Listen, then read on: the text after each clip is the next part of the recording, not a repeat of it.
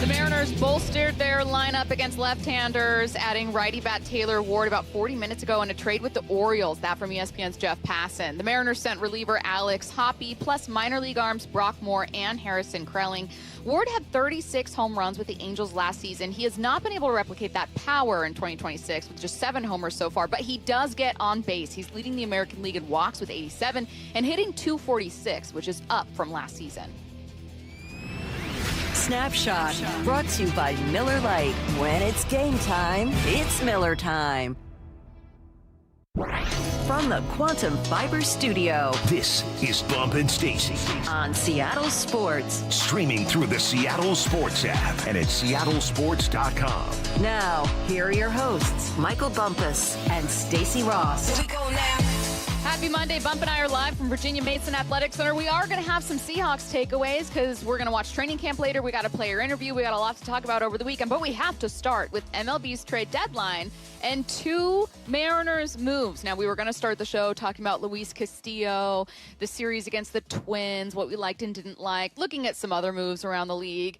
And then news broke while we were in the middle of show prep that the Mariners acquired Taylor Ward from the Baltimore Orioles. So let's go ahead and start there. This from ESPN's Jeff Passan. From Daniel Kramer, the Mariners sent a trio of pitchers, MLB reliever Alex Hoppe, plus minor leaguers Brock Moore and Harrison Krelling.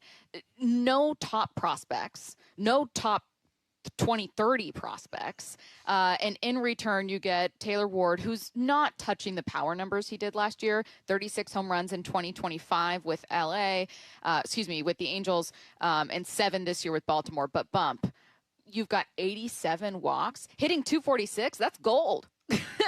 I'll take that. I'll take that right now for the Mariners. Yeah, the move makes sense to me. It makes sense. You needed a righty that was good against lefties this year. 269, 413 on base, 426 OPS, and 839 and over 100 ABs against the lefties. It makes sense. There hasn't been a move that just moved me. I didn't expect the Mariners to make that type of move, because they're still hoping that guys turn the corner. You get better here, you get better there. So with Castillo being out, and you getting what you got there, and you got Ward coming in. You also you got Dominguez, you got Jones and Smith. It's been a very mature type of trade deadline so far to me. Yeah, measured and pragmatic for the Mariners. Here's what I'll say. We're going to spend a more time on the Luis Castillo side of the deals in a couple minutes, but when that trade went down, and then there were still rumors that the Mariners could move on from another starter plus Randy, I thought, are they just straight sellers, right? Like, you had a horrible road trip, you dropped the first game against the Twins, and I thought, oh my God, are they sellers? It sounds like they're doing what, frankly, most other American League teams especially are doing right now, which is a little bit of both. You're trying to get better, but it's such a weird market on this side of things that you kind of have to add in the margins, and that's what they did. In fact, we'd been, as a station, talking about, could Taylor Ward be a fit for a while now? It was clear the Orioles would be moving on from a couple guys. In fact, Adley Rutschman rumored to be maybe going to the Red Sox. John Heyman on that. We'll get to that later in the show. But Jeff Passan, we'll go to cut 10. This was from early July with Brock and Salk, and he was asked, well, what would it take to get Taylor Ward? I mean, obviously, Kate Anderson not going anywhere. Ryan Sloan not going anywhere. Las Montez not going anywhere for a rental, Arroyo. This would likely be more in the, I don't know if it would be Johnny Farmello. I think that even is a little bit too heavy, or Celestin or Nick Stevenson. It feels like that next tier of guys down below that, maybe 1 or 2 of them, in the same way that I think the Mariners traded 3 pitching prospects. To Arizona, Good arms, but very unlikely that the Mariners are really going to miss any of those guys. And that's probably, I think, the acquisition cost for Taylor Ward this time around. Nailed it. He said probably take 2 of those guys. They traded 3 pitching prospects last year, so maybe 2 pitching prospects. Yeah, that's exactly what they did. This Jeff guy, he should work in baseball. He's got a feel for it. He's got a good feel for it. Do you want to go to the – so we settled, Love the Taylor Ward move. We've been talking about it for a while. It's not a blockbuster thing. It's not like moving the needle for you emotionally, but they needed to be better against lefties. And for you, and I think you're right, this is more of like a, hey, looks like Rob Refsnyder's on his way out here. Let's go to the other half of the weekend. And that was the deal during the Twin Series after that opener of moving on from Luis Castillo. Your reaction to that and what you thought of their return, being able to offload that salary, just what was your emotional reaction to that trade? I knew something was going to happen with Castillo. At least we felt like something was going to happen for weeks now. He's been a name that's been thrown around there. You throw in Hancock as of late, but you felt like Castillo would be the guy. The hardest part was going to be who's going to take over that contract, right? So he has 2 years left, about $22 million apiece. And I think for what you were paying, you weren't getting that return out of Castillo this year. And it felt like it wasn't going to get any better anytime soon. So that move makes sense. You get a reliever in Dominguez, got outfielder in Jones, and a prospect in catcher in Smith, who I hear – don't know much about Smith. Everything I'm reading and hearing about this young man is that he's got a lot of potential. No, I'm okay with that, man. You open up some space to do some other things with the contract being sent over there to the White Sox. That wasn't on my radar, him going to the White Sox. I don't know actually where I thought he would go, but I was a bit surprised when the news did break. But I saw what they got in return and said, yeah, that works. I wondered if they would trade him to the Cubs. We talked about that as a hypothetical because the Cubs were going to have, well, maybe they give you Seiya Suzuki. Like the Mariners are going to need to add a righty bat to help against lefties. The Cubs are going to need to add starters. The Cubs ended up, so we're talking about a different Chicago team. The Cubs ended up adding Kevin Gausman, which now makes a Hancock-Kirby trade less likely for Seattle. This might just be it for them, but I agree with you. That's where I thought Luis would go as a candidate. White Sox fans were elated to see this. I know that for the Mariners, they felt like, Luis, as much as everyone loves Luis Castillo, it clearly was a down year for him. Means a lot to that room, but I thought this was something that just worked out for both sides. Yeah. The Mariners couldn't continue rolling out a 6-man rotation. And they could have chosen to move someone to the pen. They chose not to because they clearly wanted to deal one of these guys. They did it. They offloaded the salary. It means way more. Now, you do have to cover part of Sir Anthony Dominguez's salary, so net, it's more like 15-20 as opposed to $30 million. As long as you reinvest that in the team, great. Fantastic. You make out for this one. Let's talk about the addition of Sir Anthony. Cut one, this was Dan Wilson talking with reporters after the deal on Sunday. Excited to get Sir Anthony and excited to, get started with him in the bullpen and really excited where this team is heading. And I think, as we've talked about here with this stretch coming up, we're excited to get rolling. And yesterday was a big lift in the right direction and a chance today to go out and win the series. And so that's where our focus is. It's always where our focus is. And we get started with that today. So again, you didn't add a high leverage guy, but I think that pen could just use more arms. And as long as you don't put Sir Anthony Dominguez in high leverage situations all the time, please don't do that. I'm okay with this move. Yeah, especially after this past weekend, right? You had, 2 leads and tried to trick them off fairly easily. You tried your best. You tried your best to trick really them off, did. but you have the dumper and Emerson making sure that you got it done. Yeah, I think that's been a concern all year, though, right? Just the health of the bullpen and how, especially with that 6-man rotation, how they're being stretched out there. So hopefully this does something to it. I think we were talking before the show, and you felt like maybe they can still address the bullpen again. Before what's the trade deadline? What's today the time at 3, right? At 3 our time. I always mess up. So they still got some time. They still got some time. Look, I don't know if fans are disappointed because they didn't go after a bigger name. We know Lopez has been thrown out there for a little bit. That's probably to me, the most realistic thing they could have done is maybe go after Autumn. But we know where they're coming from. We know that they're looking at Donovan and saying, look, he's going to be back. Hopefully he's better. They're looking at Cal and Julio and Josh and saying, you know what, they're going to play some better ball. Cole's been holding it down. Don's been hitting bombs. Yep. You got to try to see it from their point of view, even if you don't like it. Whatever I do, I could be talking sports, life, jobs, whatever. I always try to look at it from the other side just to get an idea of what they're thinking. Doesn't necessarily mean that I agree with them, but I'm trying to just learn their method, right, and what they believe in. So, they've been telling us it's not a surprise. It's not like they promised Skubal and you didn't And get didn't Skubal, deliver. and now you're like, you know what, we got Dominguez though. You know, we knew that this was the route that they're going to take. Exactly, and there were names that were really intriguing. So one of them was mentioned by a texter just now. They said, "What about Otto Lopez with the Marlins?" For what it's worth, and I'm not like defending not being aggressive at a deadline. I've always been pro like try to win now. Winning, you're in the business of winning, but.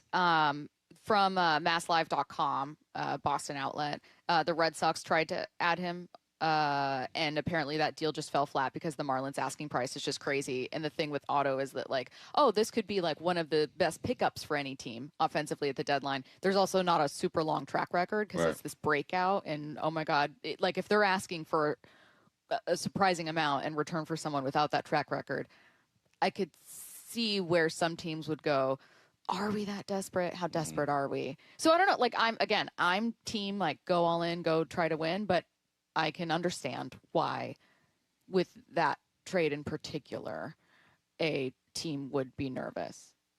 Just because I would do it doesn't mean I can't understand why someone wouldn't. Right. So I'm not shocked that they haven't made a more aggressive deal. Would I love it? Would I love this team to try to be aggressive? Sure. But, like, I'm not surprised that hasn't happened because it's not only a weird deadline, but, like, that trade in particular is kind of a weird one. Yeah, if you're going to be aggressive, that means that you're probably shopping out Hancock. Which would be crazy to shop out Cade or Sloan, right? No. Or Montez. Like that's what being aggressive is for the Mariners. And I wasn't comfortable being that aggressive because the team hasn't shown that you probably should be that aggressive. So I think they made a very calculated and cautious move. They didn't let the trade deadline go by and do absolutely nothing. But the moves make sense. It's not going to move you or wow you, and maybe you don't really appreciate it. Maybe we don't appreciate it until weeks from now, when hopefully this team gets hot and you get contribution from these guys. This is more of a wait and see what happens. There's no way we were going to let the trade deadline go by and do absolutely nothing to make this team better. I agree. They did two things to start. Number one, they got back to a 5-man rotation and added an arm to their bullpen. Not a leverage guy. I'd like to see more, but added an arm. And number two, they added a righty bat. Right. They did those two things. They weren't like hyper aggressive. They weren't big blockbusters. The blockbuster with the Castillo thing is on the other side of things. It's on the White Sox acquiring Castillo. But it's something that to me was encouraging because I feared they would be sellers. And that, you know, maybe there would be some masking of it by not like outright dealing everyone. But I thought like, God, I don't want to talk about this team getting rid of a bunch of dudes and then trying to spin it as like, oh, we're still trying to win this year. No, you're not. Like that's how that would feel if they were straight sellers. Yeah. So I don't know. To me, I was encouraged by the Taylor Ward thing this morning because I thought, oh, okay, there's still an effort here. This is a rental. This is, you know, this is not like a building up towards the future long term. This is a 32-year-old. That's a move for a team that's trying to get better right now. Yeah. Not a high risk one, but still a team that's focused on winning. It's still a move, man. It's still, you know, they're still showing glimpses of life and belief, right? If they did absolutely nothing or did something less than this, then I'd be a bit more concerned about how they view their ball club. With these moves, to me, it shows that they still believe in them, but they're like, look, we're not going to break the bank for y'all, you know, but we do believe that you can make a run. Why? Because you're playing in the worst division in baseball. Yep. All right? You got to get it done. Too bad Yordan Alvarez having a crazy season with the Astros, man, and keeping those dudes alive. But, yeah, you're still in the mix. From the 206, what outfielders are going to be cut or traded now because we have way too many? While he's not a righty bat, Rayleigh obviously to the IL. Takes one of those outfielders out for you. They were talking a lot about whether or not they should trade Randy, obviously another right-handed outfielder, this morning with Brock and Salk. Really interesting conversation with Shannon. Speaking of, we'll have Shannon on coming up later in the show at 1. I understand the argument for doing it if you're talking about team cohesion, and Salk made a great case for it. I don't know that I would. How I feel right now today, subject to change, is that the bat is too good for a team that needs so much help offensively. So to answer the question, I don't exactly know, but I didn't read it straight up as like, oh, well, you're getting rid of your other right-handed outfielder, Randy. Like, that's not how I read it. Right. Yeah. No, it's, you know what? In this whole situation, some things happened that we thought were going to happen. And that is that is what's most encouraging to me, I guess, because I felt like management kept it 100. You know what I mean? Like, there was all the feel that we got was, okay, we're hoping that Donovan comes back. We clearly need a bat against these lefties, a right against these lefties. We need help in that bullpen. And you know what? We could use a prospect or two. Like, every move they made, we have either felt they're going to make this move, or they told us straight up this is probably what's going to happen. Or even the experts told us that, like, Passan was on point when it came to the Castillo trade. So nothing surprising. There's good surprises and bad surprises. I'm just glad there wasn't a bad surprise in this whole situation. Yes, the text line also pointing out that one righty outfielder option, Ref Snyder. Yes, Bump mentioned at the top that, like, this feels like a Ref Snyder to going to get DFA'd kind of move too. The Seattle Seahawks preseason home opener is on August 15th, and today is the last day you can enter to win 4 tickets to watch in person. All you need to do is open the Seattle Sports app to find out how. If you don't already have the app, simply text the word app, APP, to 866-979-3776, and we'll send you a link to download. Let's get to headline rewrites. Extra, extra, real Headline rewrites. We must make headlines. The real story behind the headlines in today's news. Powered by Bay Alarm Security Services. With Bump and Stacy.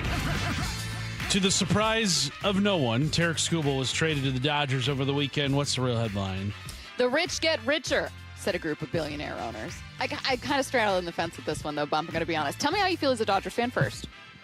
Let me get you your podium and give you your time. I feel great. Yeah, I know you do. We don't win. If we don't three-peat, then we did something horribly wrong. I mean, I feel great, but also I feel for the other teams, for other fan bases as well, because it has to be frustrating watching the Dodgers just do what they want to do and get what they want to get. We're going to have a deeper conversation about this, but look, it ain't like they gave up a whole bunch of money to get this dude. I just bought the prospects, and they did it in a different way. So I'm just glad that they didn't throw just $200 million at my man and say, come over here. You know, they had to manufacture this one a bit differently, something that other teams could have done too.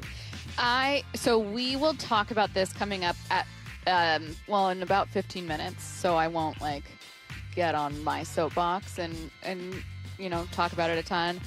I'll just say my very boring, horrible sports radio opinion is that there's kind of a case to be made on both sides. And that is the worst thing you can do on sports radio, have a strong take. I think there are lots of billionaire owners that choose not to spend, and that a salary cap would not change the fact that they don't prioritize winning. You're going to waste your take. You're going to waste it. You hold on to it. You just said you weren't going to do it. I'm going to stop you right now because you're about to get on that thing. We'll get back to this in 11 minutes. There you go. You're about to ruin it. Headline rewrites. Headline number 2, there will be no Clowney Watch 2026 in Seattle as Jadeveon Clowney signed with the Houston Texans. What's the real headline? Oh, good, because that defense really needs help. Good for them. He already played for the Texans, right? Yes, he started with the Texans, number 1 overall pick. You might as well just go back to every team you played for before and double up. Full circle, might as well. but loop. Yeah, might as well do it. You know what? Go back to the Seahawks. Go back to the Ravens. Yeah, might as well. Yeah.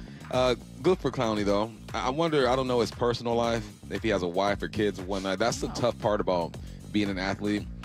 One, he's lucky to be in the league as long as he's been in the league. 10 years plus, that's a blessing, right? But when you are in any league 10 plus years, you are going to bounce around and move, but there's still value. People still put on the film and say we could use this kind of guy, and as you get older, the expectations for you go down too. So they're not coming in expecting him to have 12, 13 sacks. You get 7 out of him, it's a win for him. So good for him, still relevant, and that defense needed more help. Do you think that defense, God, we've been saying this about the Seahawks all season, do you think the Texans deserve more respect than they're getting? No. Really? No. Why not? I think they're getting too much because I don't believe in their quarterback. I think their defense is on point, but CJ has to show me that he can play good in those big games. 4 interceptions in the playoff. Yeah. How much of that is just it's the last taste we got, though? You know more than I do. The last so you 2 saw... years, though, he's been that rookie year was dope, and then the last 2 were mediocre. He's not a bad quarterback, but and we've shown that you can win with an above-average quarterback. Yep. I just got to see more from him. Okay, perfectly fair. Headline rewrites. Headline number 3 from the Seattle Times' Adam Jude just a few minutes ago. The Mariners intend to hang on to pending free agent Randy Arozarena. What's the real headline? Yeah, if I was hitting 230 as a team, I'd intend to hang on to him too. Imagine your average without him.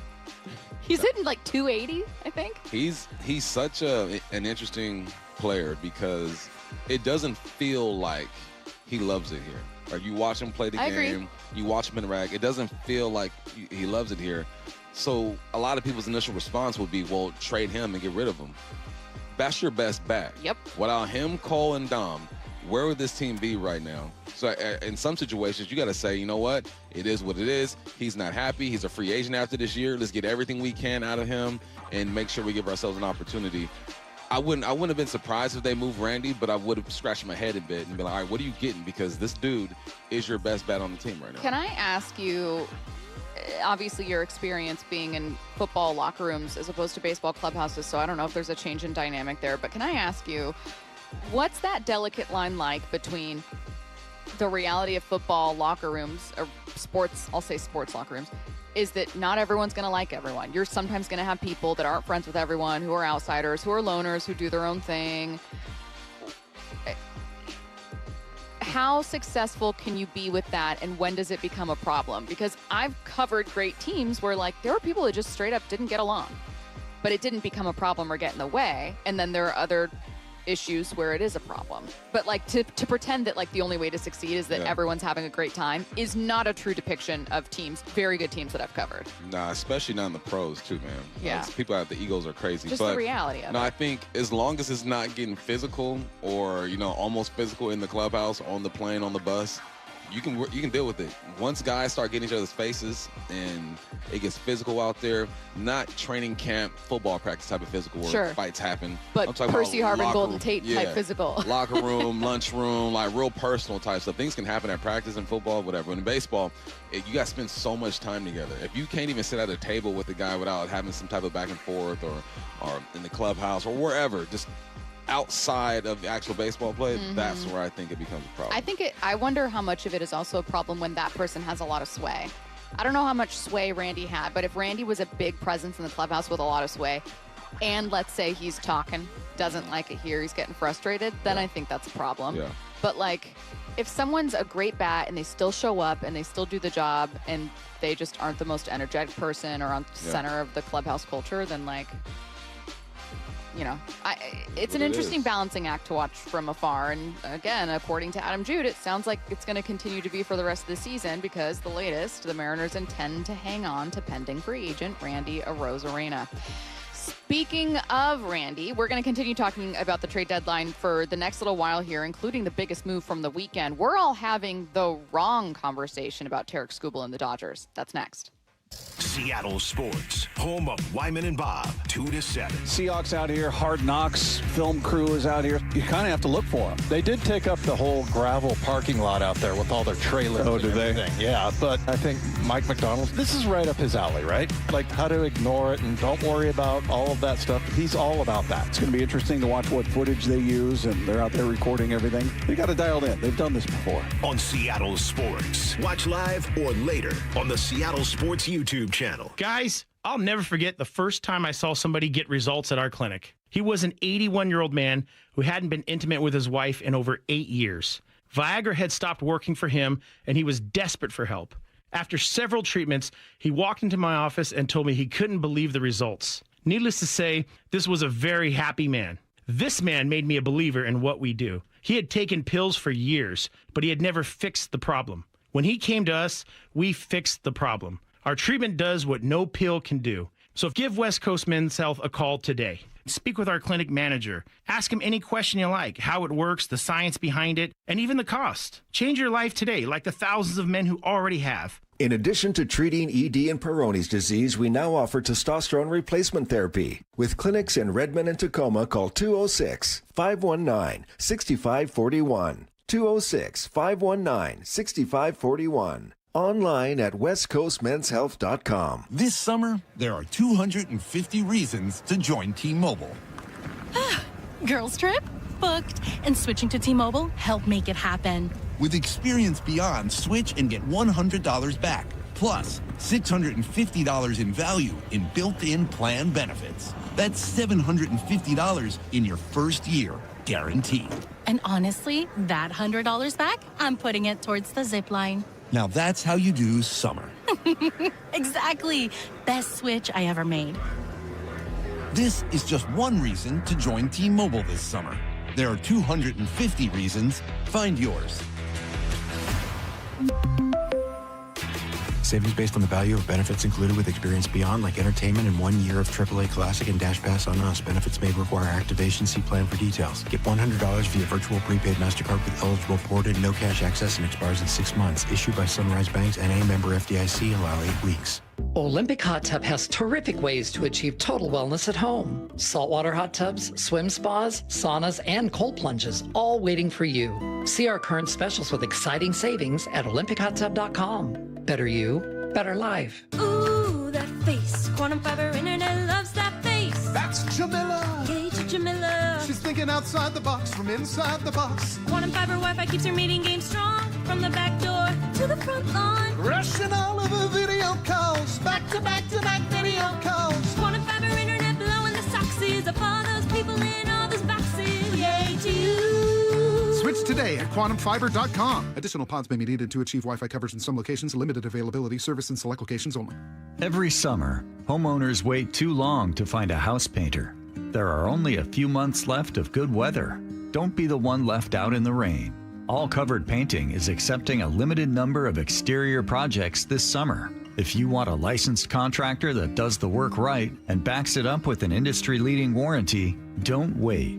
Now offering a complimentary color consultation with a designer for specific projects. Get your free estimate at allcoveredpainting.com. Every job's different, so why not your equipment plan? Rent it when you need it. Buy it when you're ready. Levitt Machinery makes it easy to get to work. Need a lift? Stack it, reach it, lift it, Levitt. The champs are back. Really excited to get going. Nobody covers Seahawks training camp like the home of your Super Bowl champions, Seattle Sports. Do you have trouble getting in and out of the bathtub? Are you afraid you'll slip and fall entering or exiting a tub? Safe Step walk-in tubs can transform your bathtub from an area of concern to a calming refuge. Call them today at 1-800-731-4558 and save $1,600. Safe Step walk-in tubs and showers are proudly made in Tennessee and offer an ultra-low step-in, avoiding that difficult climb over a traditional bathtub wall. They also offer a variety of therapeutic benefits that may help soothe your aching muscles and joints, increasing your mobility, boosting your energy, and improving your sleep. Safe Step walk-in tubs are designed to easily fit your existing tub space and are often installed in as little as 1 day. Just dial 1-800-731-4558 today to save $1,600 and receive a free shower package. That's 1-800-731-4558 for a free no-obligation consultation and to save $1,600. Safe Step walk-in tubs. Safety never felt so good. I was walking my dog. I fell and ended up with 3 tears in my meniscus. I was sent to a surgeon and they said the only way to get this fixed is to have surgery. That just wasn't an option. I didn't want to jump into surgery without trying anything else. I'm Dr. Mark Shelley, a chiropractic neurologist at Sound Pain Solutions.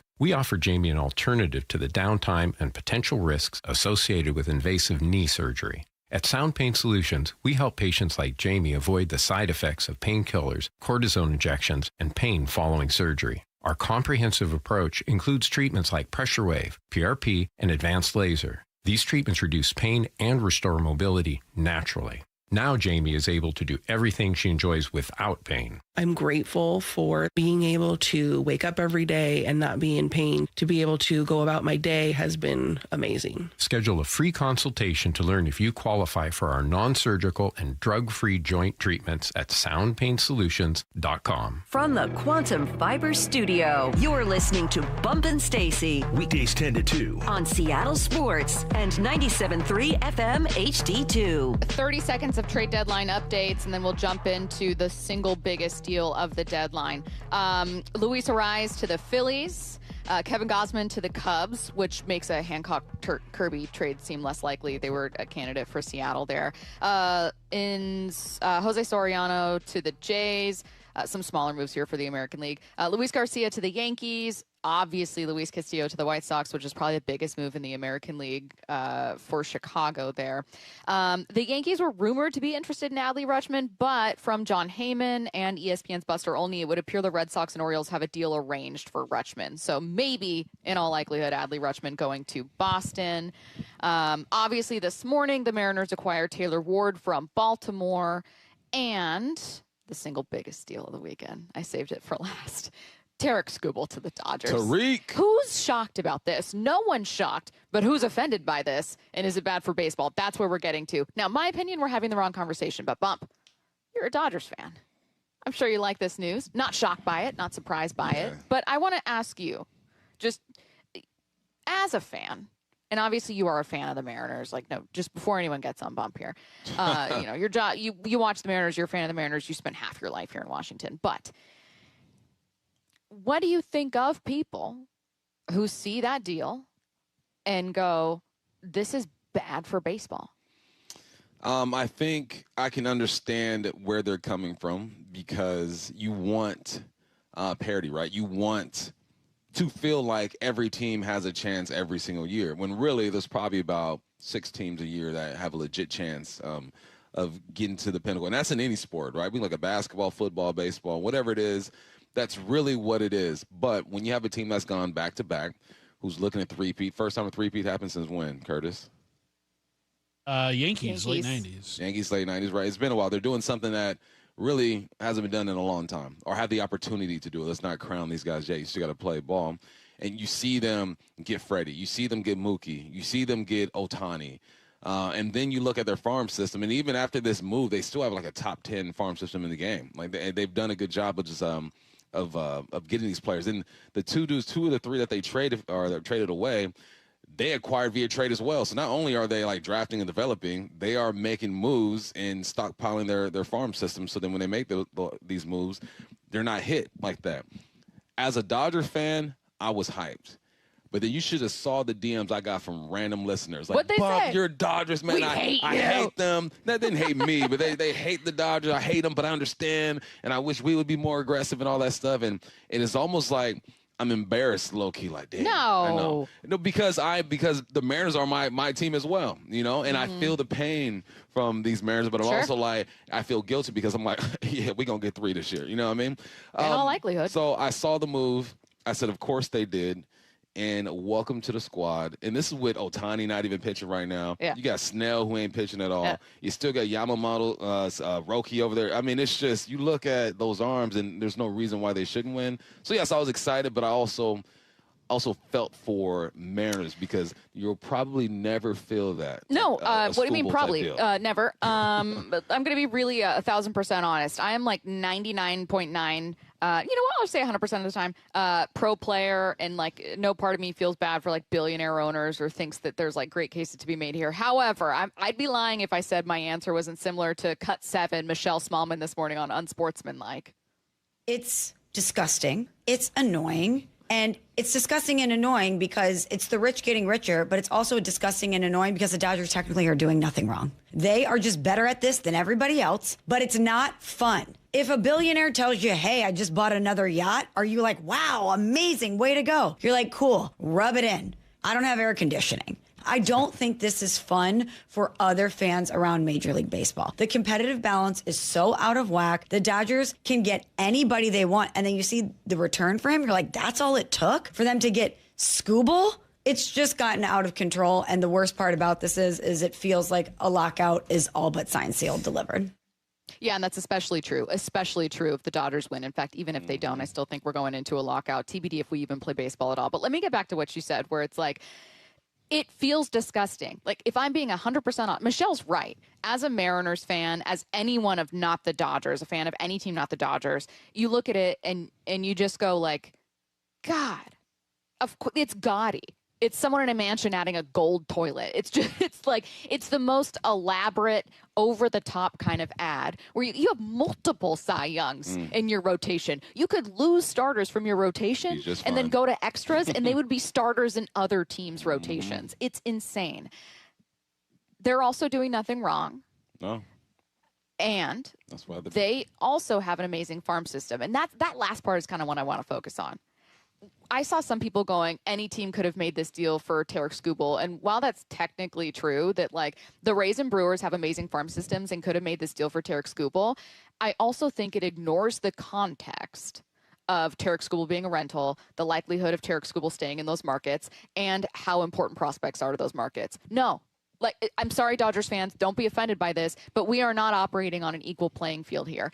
Not only does not every ownership group or not every city have like the equal opportunity to do this, but like the Dodgers have so much more money than everyone else. The TV deal that they signed in 2013 allows them to keep an extra like $60 million in revenue that even big markets don't get. Like, that's not revenue. That's not stuff that goes back into revenue sharing and goes back to the leagues. Like, there is unequal footing. Is it unfair? I think that's maybe a different question. Is it unequal? Yes. Now, the Dodgers also have phenomenal coaching. They also have an amazing farm system and player development. They also want to win more than anything else. They have also made a number of deals. That's the key.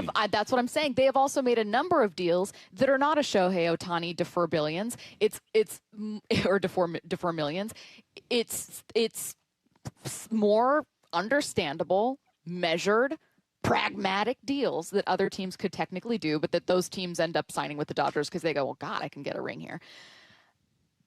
That's kind of where I go, look, the reality is, would a salary cap help with a little more parity in baseball? And do I personally think more parity makes leagues more entertaining? I do.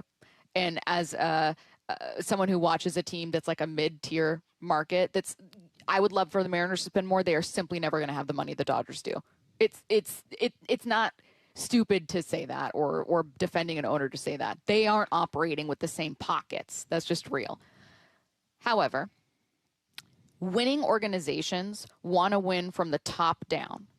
And there are things within, let's take the Mariners. There are things within the Mariners' control that have nothing to do with spending a ton of money or deferred contracts, and everything to do with how much do you want to win? How much, to quote Mike McDonald, how often are you chasing those edges? Do you put everything you have into player development? Do you use some of those prospects to get trades? Do you put everything you have into retaining your best coaches, into hiring your best coaches, into trying to compete at every single level? And I'll give the Dodgers credit that they do. And some of that has nothing to do with money. So I think that the salary cap might add more parity in the league. And it annoys me to see the Dodgers do this. But does it make every owner decide to be in the business of winning instead of just the business of baseball? Those two things have to go hand in hand. I don't know that it does. Out of all the things I heard after this or during this, Buster only said it, and it's exactly what you said, that the Dodgers want to win more than others. And if they want to win more than others and they have more resources, that's a perfect recipe. What I love about this trade, though, is that it wasn't like they threw a whole bunch of money out there. School got, $9.5 million left in his contract? And what they did was stockpile talent in their farm system and use that as leverage. You mentioned the Brewers could do that. The Braves could do that. But their prospects need more. To them, it does more because their way of winning is different than the Dodgers. Exactly. Right? They want to develop and bring these guys up slowly, whereas the Dodgers, it seems like this is what LA teams do apparently. The Dodgers and the Rams are like, look, we're going to go hard right now. And if we have a 2 to 3 year window, we're going to try to maximize this thing. If we have to start all over, we can start all over. It also helps that the Dodgers have a whole bunch of money. So if they do start all over, their resources are different. And they're deferring all these contracts for later. They're playing the same game, but it feels different because they're willing and able to go out there and go buy some things, and they have the resources to do it. So I get other teams being upset and looking at the Dodgers saying, here they go again, doing what they're doing. Nothing that they're doing is illegal, and that is exactly why in 2027 we will probably miss some baseball games. We will, and I think that the conversation we'll be having is going to be a little broken because the conversation isn't did the Dodgers break baseball. The conversation is what is being in the business of winning look like in baseball. And is everyone in the business of winning? And how do you get everyone on board in the business of winning? Is it getting a salary cap? Is it adding a salary floor? Fine. Like the owners and players union are going to have a middle ground there. But there is a very fair question about how much other teams want to win. And I hate to straddle the fence. an understandable restriction on how some teams like the Brewers or Rays can. Last thing I want to get to here in the final 30 seconds. Curtis, I am shocked that we have not plopped into Curtis's conspiracy corner for the for the theory that the Tigers, for such a small return, let this happen. So the owners Well. Could these owners be in cahoots with one another? I mean, yeah, duh. Obviously. I mean, those of us with a third eye can see this. I don't know if you sheeple out there can't or not, but those of us who are willing to look beyond what we see, something's going on. Something to think about. Something to think about. Getting back to the Mariners 11 with Jason Churchill. Let's jump to the Seahawks next. How to unlock Rashid Shaheed.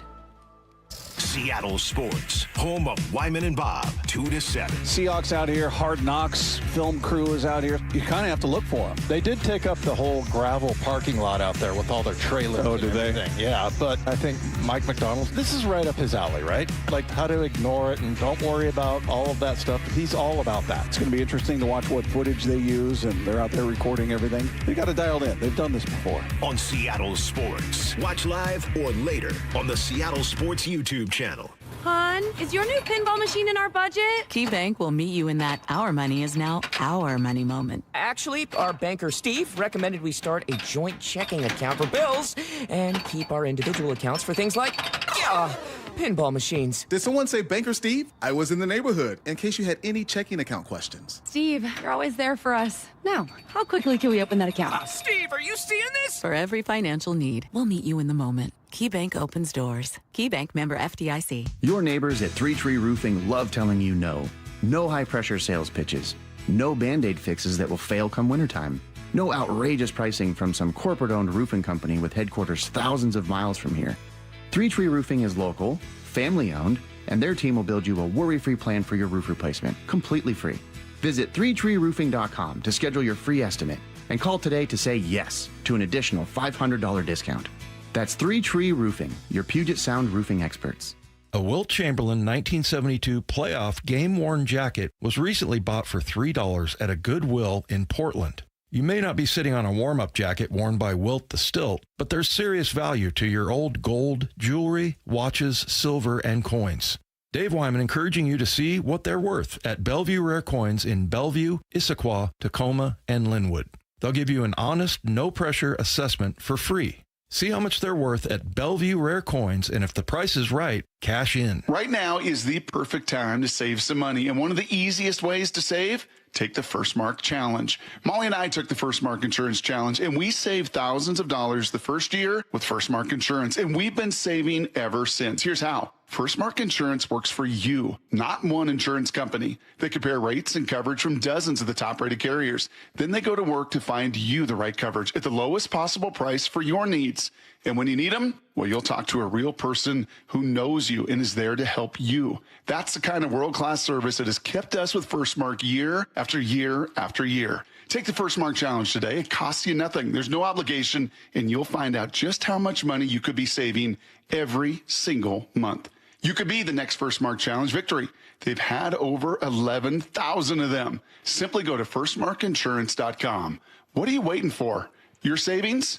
They start tomorrow. firstmarkinsurance.com. That's firstmarkinsurance.com. Looking for a new Mazda? Check out Mazda of Everett during the More to Move You sales event. As the West Coast's largest Mazda dealer, they have over 700 new Mazdas in stock and are known for always offering the Mazda of Everett price. Awarded Mazda's President's Award 13 years in a row and ranked among the top 20 Mazda dealers in the USA for customer service. Shop at 11409 Highway 99 in Everett or MazdaofEverett.com. Dealer awards and rankings based on Mazda USA reporting and data. Seattle Sports is giving you a shot at 4 tickets to see the Seahawks in their preseason home opener, Saturday, August 15th. To enter, open the Seattle Sports app or go to seattlesports.com/win for details. You can enter once per day, so the more you enter, the better your chances. Enter daily from July 28th through August 3rd. Full details and rules at seattlesports.com/win. That's seattlesports.com/win. The champs are back. Really excited to get going. Nobody covers Seahawks training camp like the home of your Super Bowl champions, Seattle Sports. Pests and poor installation have something in common. One call to Eastside Exterminators takes care of both. For more than 50 years, families across Western Washington have trusted Eastside Exterminators to eliminate pests for good and protect homes from crawl space to attic. With dedicated installation services and the state's only smart pest detection technology. From Everett to Federal Way, one call handles it all. 425-482-2271 or visit eastsideexterminators.com. Eastside Exterminators, family first pest control. For over 113 years, Pacific Lamp and Supply Company has been your #1 lighting specialist in Washington, from the Space Needle in Seattle all the way to the Riverwalk in Spokane. With the largest lighting inventory in Washington, Pacific Lamp's knowledgeable and experienced staff can assist with any lighting issue, including intricate lighting and control designs. Plus, they work with all utilities in Washington to get you the best available lighting rebates. Pacific Lamp and Supply Company, Washington's lighting experts since 1912. Visit pacificlamp.com. Guys, did you know your testosterone affects everything in your system, including how you feel and perform every day? Right now, Revive Men's Health Seattle will check your testosterone for free. Knowing your T levels is the first step in understanding if you have low T. Your testosterone level impacts your energy, libido, sleep, weight, hair loss, mood, and even ED. Maintaining an appropriate T level can change your whole life. Most men start to see changes in their hormone levels in their 30s. Experience and results matter. So what are you waiting for? Get your T levels checked today by local, experienced, and trusted men's health experts. They've helped thousands of men since 2011. They're so confident they can help you, they even guarantee it. Call Revive today and schedule your free testosterone test, free exam, and free consultation.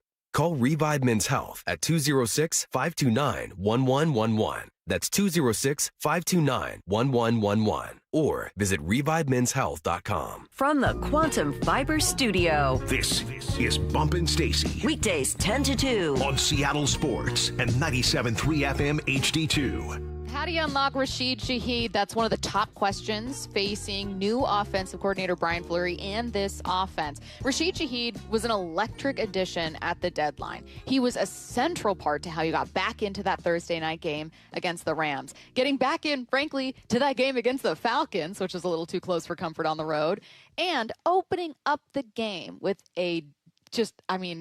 not nailing the coffin by any means, but just an absolute tone setter against the 49ers in the playoffs.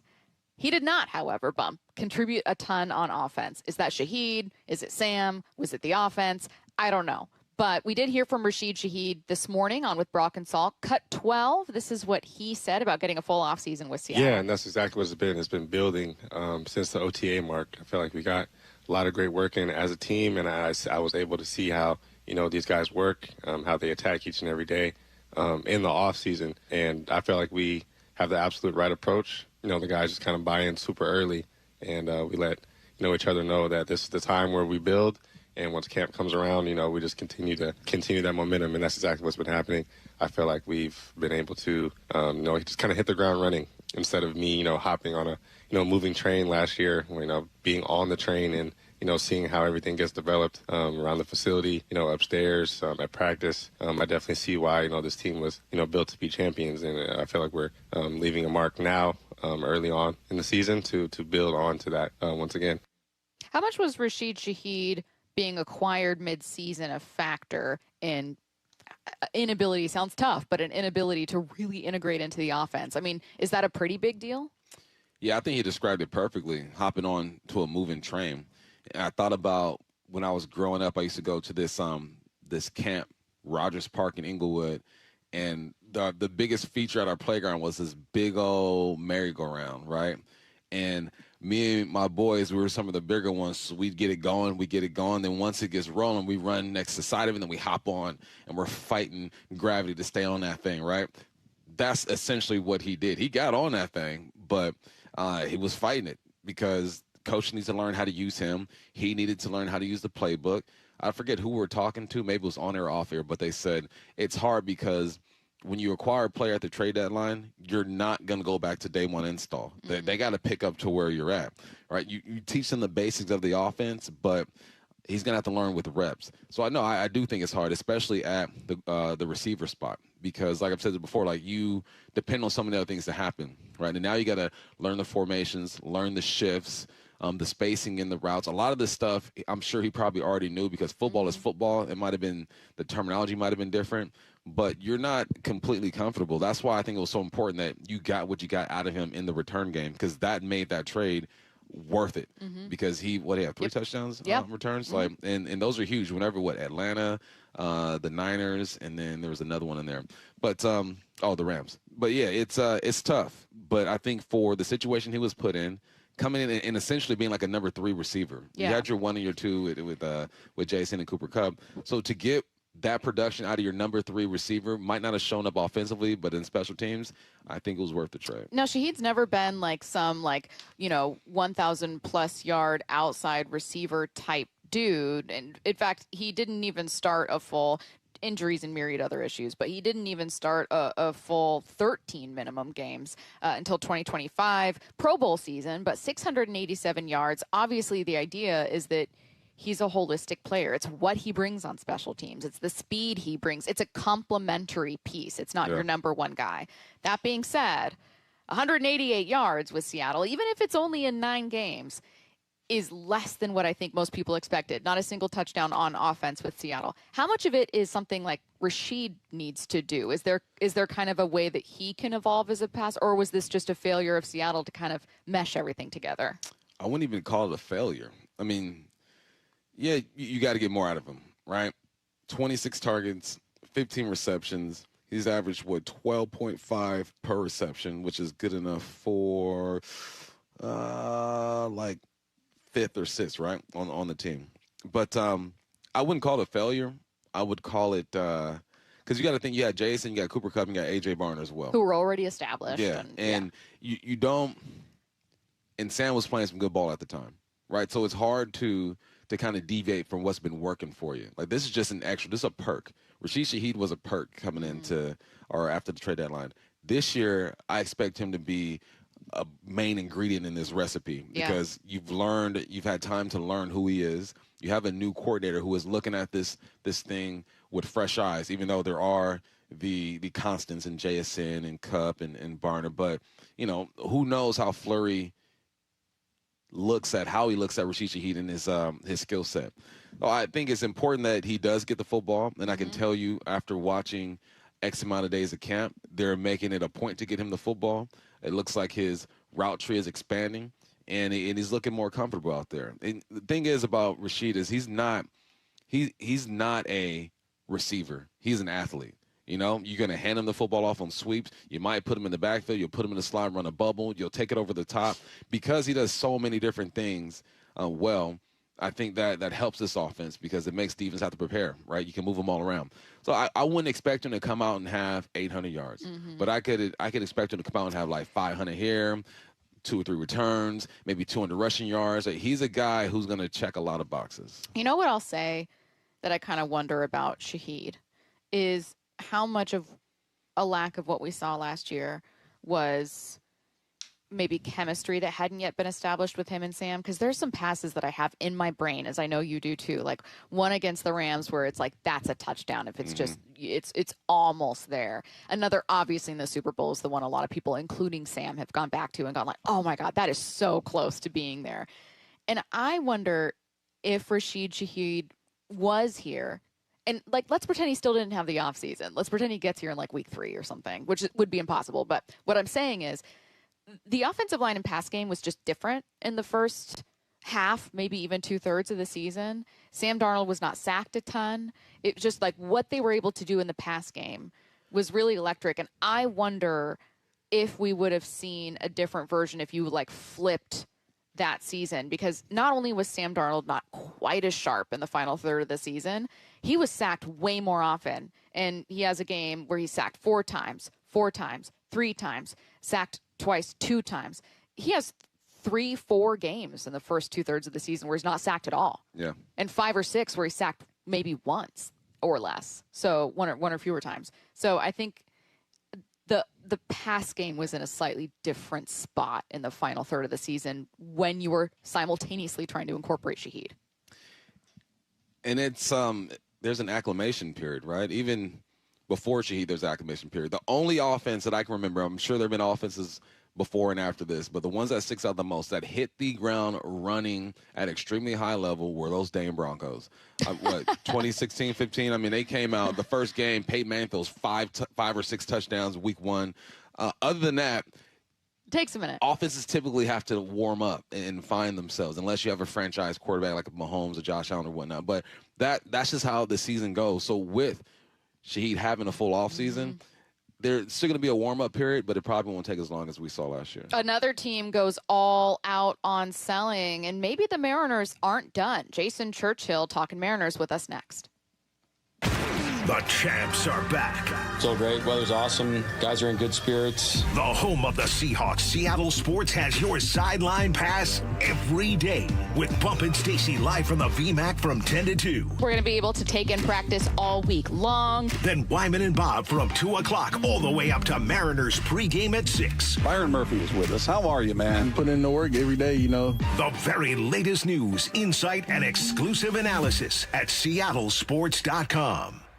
Endless hours of research, seeking referrals, dozens of calls. Hiring the right attorney can be a challenging process during an already difficult time. J.P. Pendergast with Pendergast Law explains. In Washington State, Tom, there are thousands of attorneys to choose from. Referrals and online research can be helpful, but discovering the right attorney requires a conversation. It can be hard to identify integrity and authenticity without that interaction. So, what do you recommend? We encourage anyone looking for personal injury representation to call for a free consultation with our team before making a decision simply based on referrals or online research. Accident victims need an attorney that listens, demonstrates honesty, and is genuinely understanding of their unique circumstances. The care, attention, and preparation that our firm provides throughout the case mirrors the effort involved when taking on the insurance companies. Save time and avoid mistakes after an injury. Contact the caring and compassionate team at Pendergast Law. If you or a loved one has been injured in a car accident, call Pendergast Law. We can help. My goal is what's best for the customer. You know, I truly believe that I won't ever deviate from that. Lee Johnson Auto Family, the LJ way. August is always a time of excitement because football is back. But anyone that watches practice or preseason games knows how much work needs to be done before the season starts. If you're feeling the same about your home project, Harley Exteriors wants to help you get a head start on making sure your home is ready for fall football nights. $500 off each window, $750 off patio and entry doors, and $200 off your final project. Spend a few minutes with the folks at Harley Exteriors during your free estimate, and you'll realize you have a lot in common.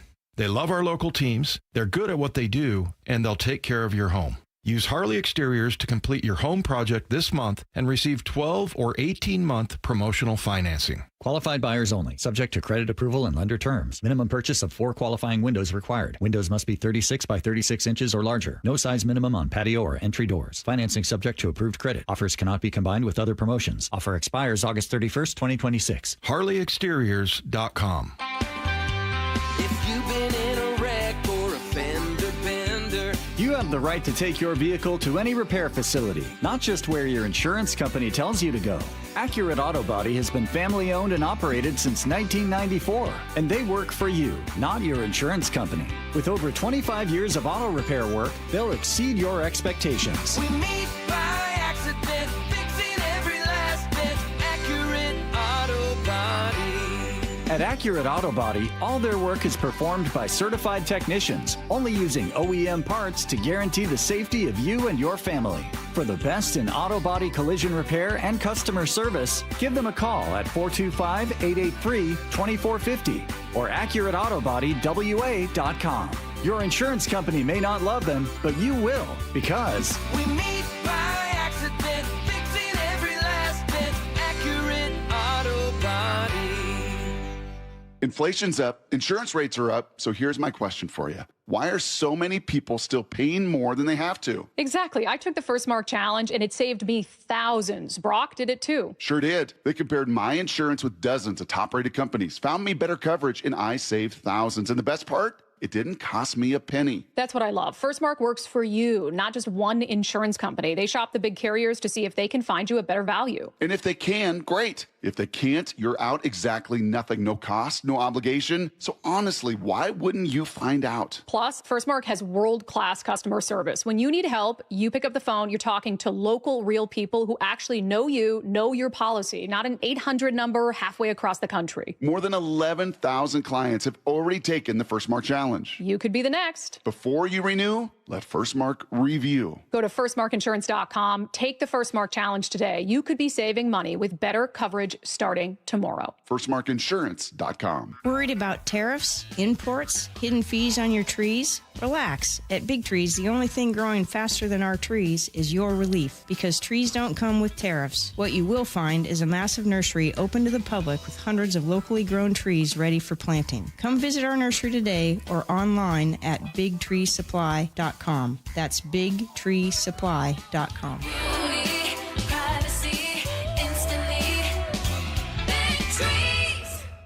Olympic Hot Tub has terrific ways to achieve total wellness at home. Saltwater hot tubs, swim spas, saunas, and cold plunges, all waiting for you. See our current specials with exciting savings at olympichottub.com. Better you, better life. Let's go!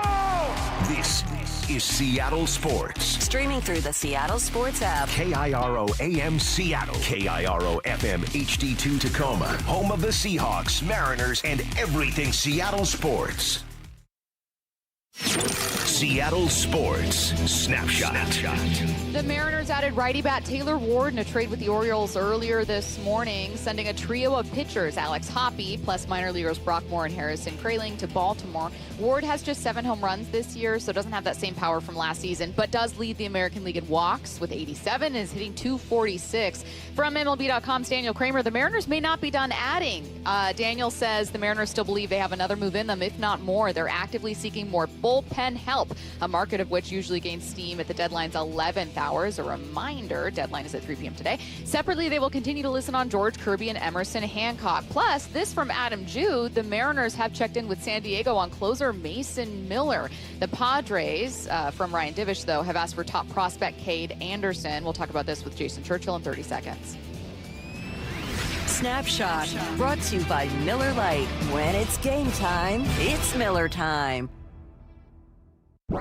From the Quantum Fiber Studio, this is Bump and Stacy on Seattle Sports. Streaming through the Seattle Sports app and at seattlesports.com. Now, here are your hosts, Michael Bumpus and Stacy Ross. You know, it's always a great day to talk with Jason Churchill, but today's especially timely, and the last couple minutes may make that especially true. Jason, how's it going? Hey, pretty good. It feels like it's been a little while. Has it been a little while, or is it just me? I miss you guys. Oh, thank you. I feel like it's been a long while, and you couldn't come on at a better time. Literally moments ago, as I'm sure you saw, an update from Adam Jude that the Mariners have checked in with San Diego on closer Mason Miller, but from Ryan Divish, the Padres have asked for top prospect Cade Anderson in return. I'm just going to start with a straight hypothetical. Would you do it? What would that move mean? Do you think they'll do it? Absolutely not. Okay. The way I look at this is, like, I understand how good Mason Miller is right now. Best closer in baseball. He was the best closer last year. That position is still a pretty volatile position. Miller's not exactly the cleanest bill of health when you look into his history. Mm-hmm. We know that there's health volatility in that position, specifically in the bullpen.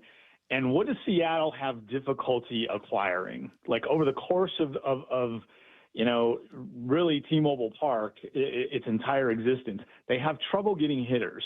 So if you're going to trade your best assets, your George Kirby's, your Emerson Hancocks, and even your Cade Andersons, you should make sure that your lineup is set before you waste that on a reliever, for crying out loud. If you're Seattle, you can find relievers. I mean, you got Andres Munoz darn near for free back in 2020. Like, there's just no reason to spend that kind of ammo on a relief pitcher, no matter how good he is at this point. I feel you. We were having that conversation off air, Church, and I think we kind of settled. I said, I'm not sure I would do it, but my hand would hover over the button for a while, just contemplating stuff. Yeah, because we're so desperate to improve the pen. We do that thing of where you, like, add it to your cart on Amazon, and then you're like, no, I don't need this. Save it for later. Yeah. What did you think of the Castillo trade, the return, and how does that help the team? Yeah, I thought Seattle did a really good job with that Castillo deal. I think it accomplished a couple of things. I think it obviously cleared up some things. I don't get any indication, I don't think anybody really did, that the 6 pitchers, including Castillo, really liked that there was this piggybacking and 6-man rotation kind of thing. So I think you did fix that. I think that helps a little bit, in the peripheral. But in terms of like clearing some dollars, which matters in Seattle, unfortunately, because you have an ownership that's like, hey, here's the budget, go do what you got to do. And there is no opportunity, there is no opportunity for that ownership to just go and say, hey, go do what you got to do because we're so close. That doesn't exist. So the front office does have to think about things like this and being able to clear some cash, not just for next season, but at the deadline. Like, I think they're in a better spot to make the other deals, like the Taylor Ward deal, and something even beyond that because of that Castillo deal. Sir Anthony Dominguez has a chance to help you as well. I mean, other than the walk problem that he's had the last 2 years, which is really weird because before that he was about a league average guy when it comes to, bases on balls. But he's a big strikeout guy, can get out right-handers, probably helps you while Edward Bazardo is trying to figure out what's going on with him.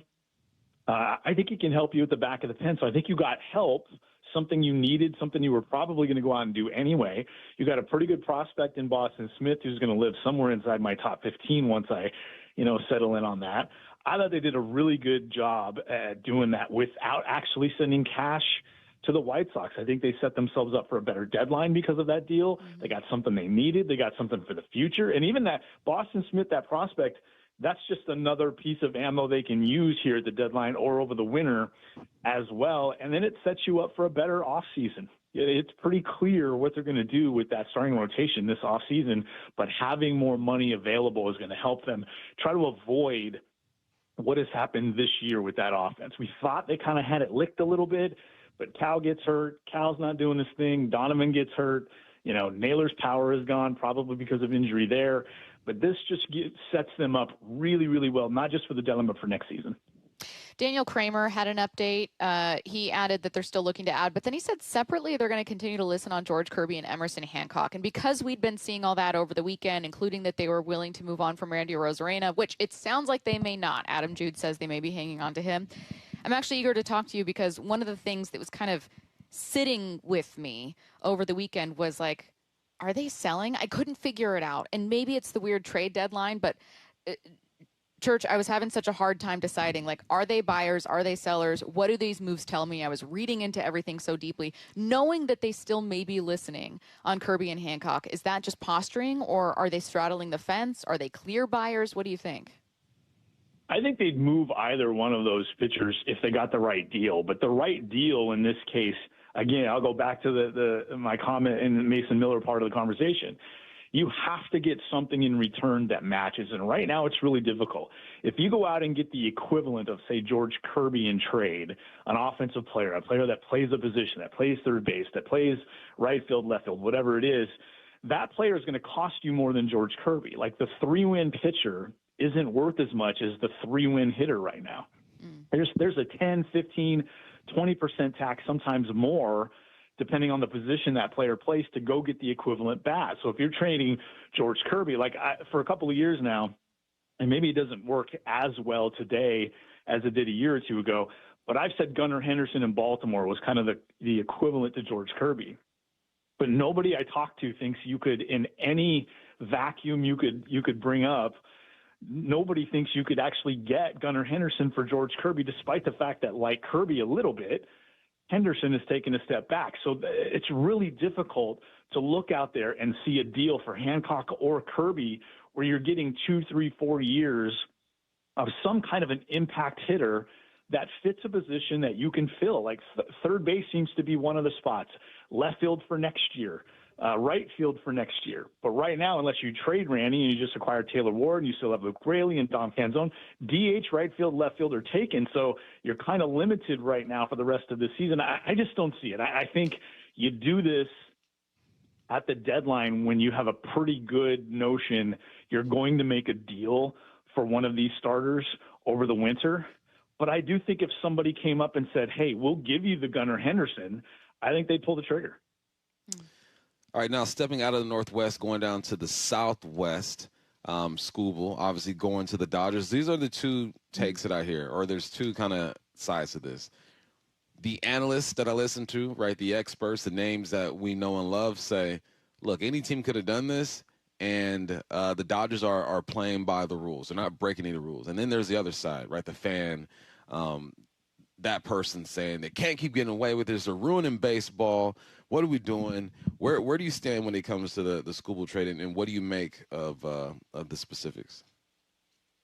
Yeah, the whole Dodgers thing, like, it's true that there are other teams who could have beat that deal. The question really is, should they have? Like, did the Dodgers pay too much? Like, even if you think it's equal value for 2 months of Skubal, or too much or not enough or whatever it is, the Dodgers are not playing in the same ballpark as anyone else. So I've seen a lot of social media posts like, this is a trade. This isn't about money. Other teams have this. They could have done it. Yes, but the reason the Dodgers throw around prospects like they do, and sometimes even overpay in prospects, is because they don't care about the prospects. And if they have a hole in their system at a certain position, they just go out and buy that in free agency. So they get to cover up for having a shallow system. Now, they're good at drafting. They're good at developing. They're good internationally. So it gives them that ammo. And other teams are just as good, though. But Seattle doing what the Dodgers did doesn't make nearly as much sense for Seattle, pretty much no sense for Seattle, even if they needed a starting pitcher, because they don't have the kind of money that can just cover up those holes in the system over the next 5 to 10 years. Nobody is playing on the same field as the Dodgers when it comes to that. The Dodgers aren't the problem. The rest of the league is the problem. I mean, I don't want to throw the Yankees under the bus here. It's not that they don't spend, but the majority of the rest of the league not wanting to spend to be competitive, to win, to go that extra mile, that is the problem. That is the difference, the discrepancy between the bottom 10 in the league and basically the Dodgers and the Yankees and a couple of other clubs. That is the problem, and that's the problem the CBA is trying to address. The owners want you to think they want to address that. The Players Association wants to address that. That's what's going on. But the Dodgers aren't the problem. We just need more ownership. I mean, my thing here, guys, incentivize winning more should be the goal of the league. Like, it's not that profitable for a team like, for example, the Rangers to go win the World Series a couple of years ago. There's not this huge, unbelievable financial windfall for winning the World Series. So when you go out and you spend a bunch of money before the year, and you spend a bunch of money at the deadline, and you spend your future assets from your farm system to go get a guy like Skubal, for example, you're not even guaranteed to get into the postseason at that point, let alone get to the World Series, let alone win the World Series. And even when you do, the financial, benefit is just not there. The league just doesn't incentivize winning enough for the rest of these owners. But that's the big deal. The discrepancy is the real problem, not the Dodgers and not what the Dodgers are doing. Well said. I'm going to get back to the Northwest because we got a couple questions on the text line about Randy, so I just wanted to throw them your way. The latest is Adam Jude saying the impression is that the Mariners would like to hang on to him. That being said, I got a bit of a double barrel for you. What would it tell you if they moved on from him or chose to keep him? And then what would you do? What's your read on the situation? What are you hearing? Because it's kind of a weird one. Yeah, it is. I think if I'm Seattle in this situation, what I think Justin Hollander and Jerry Dipoto are thinking is like, hey, we only have him for 2 more months. We're not going to re-sign him. The qualifying offer situation there is a little bit, difficult to guarantee. You have to get a large enough deal in free agency for the club that tendered the qualifying offer for the draft pick to come through, for the value to come through. So Seattle might have been thinking, hey, what if we could get 2 Taylor Wards, just for example, and move Randy Arozarena to help us get one of the relievers that we want to go get? That's the way I would be thinking about it. And yeah, Arozarena's had some, I don't want to call them off-field things. They're baseball things. They're things that happen in, the clubhouse and on the field that you don't necessarily like. He's not very good defensively, despite the fact that he's a really good athlete. There's been some effort issues. Obviously, the thing with Cal Raleigh in the World Baseball Classic and, not hustling, things like that. Like that certainly wears on teams. And when the team starts to lose, those things start to become magnified. So I have to wonder if some of that isn't also part of it. But he's also a guy who continues to perform. So I think unless the perfect storm kind of came about at the deadline, I think they were probably always going to hang on to Randy Rosarena, at least for the rest of the season. Yeah, that's the tough one. Is his production is crazy, and at some point you just got to deal with it, and also for all the other reasons that you mentioned. How much better did the Mariners become? Does it change the way you look at them at all?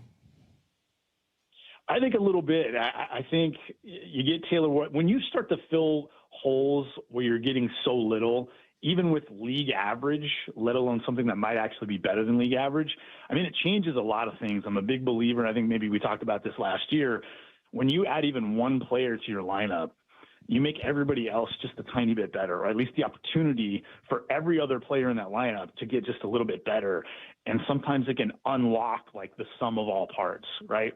Like last year, they added 2 bats at the deadline, but Suarez really wasn't this consistent performer for 2 months. Naylor was really good, and it completely unlocked the entire lineup. They were one of the best offenses in the league the rest of the regular season.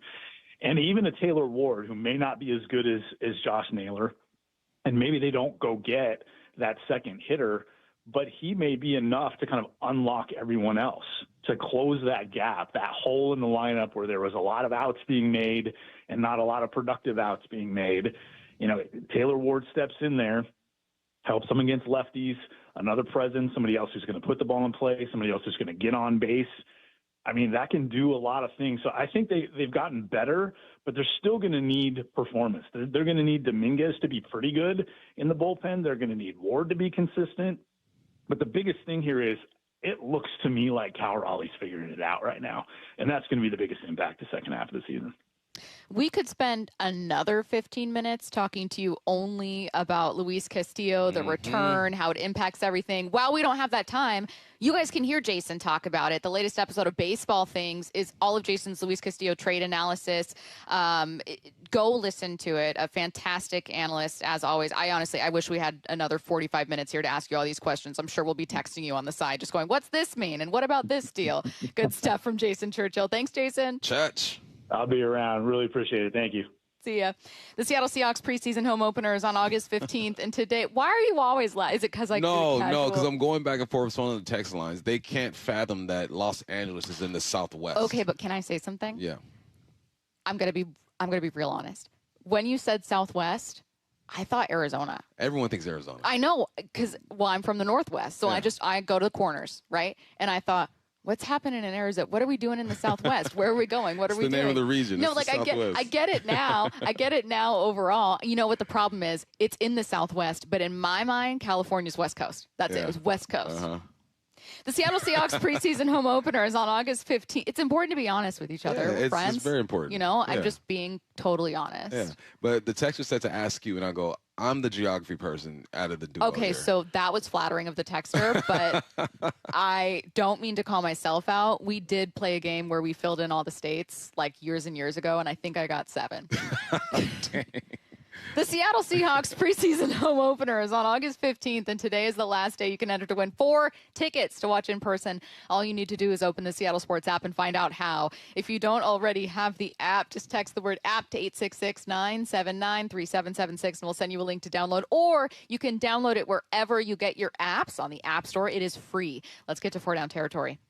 This is 4 Down territory, going inside the game with former Seahawks and Coug wide receiver Michael Bumpus. God, back and forth. There are so many trades right now. None more for the Mariners right now. What else we got? I mean, I'm just getting constant pings. So this was before Sorry, I'm interrupting 4 Down territory. This is before Churchill was on with us. We just didn't get to them. But Robbie Ray dealt to the Padres, which was interesting. Rays get their catcher kind of a big market for catchers. Liam Hicks goes to the Marlins. Still waiting on the Red Sox to finalize that deal for Adley Rutschman.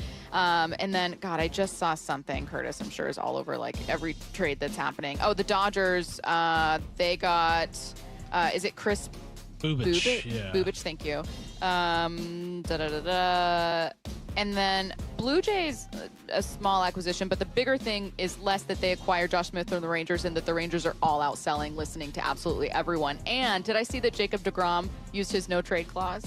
He blocked a deal, yeah. Blocked a deal. The Rangers were trying to move him, and he said, He said, not today, Rangers. So, yeah, the Rangers are just all out selling. Okay, first down.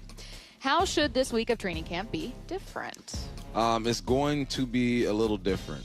And the reason why it's going to be different is because this is where like moves start to happen. This is where you see a 2 or 3 get bumped up to a 2 get bumped up to a 1. There's not going to be a lot of movement, but maybe you see this guy get a few more reps with the 1s, this guy get a few more reps with the 2s. After a week or in some change of these guys being able to evaluate these athletes, this is where moves start to change.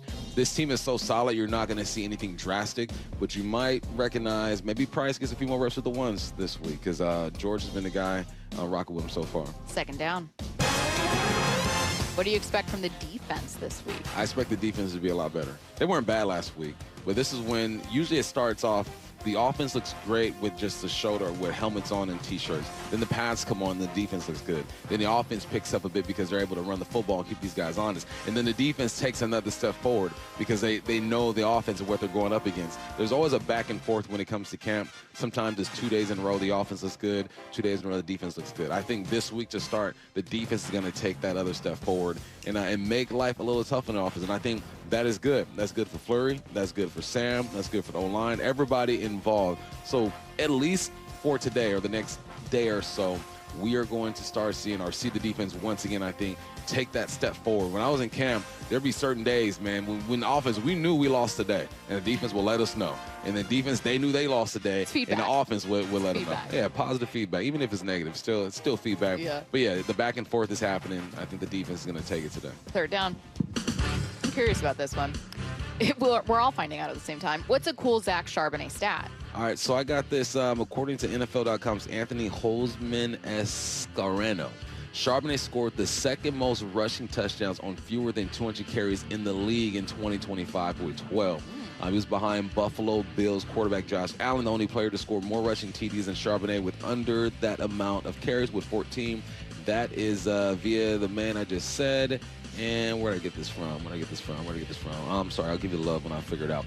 But yeah, that just that lets you know just how important Zach Charbonnet was to this offense, man. You get inside that 20, you hand that man the football, he is going to get downhill. That's why I look at Emmanuel, and I think he has to be that guy to start the season. He's a big body, runs behind his pads. I've been watching him during camp. He's looking good.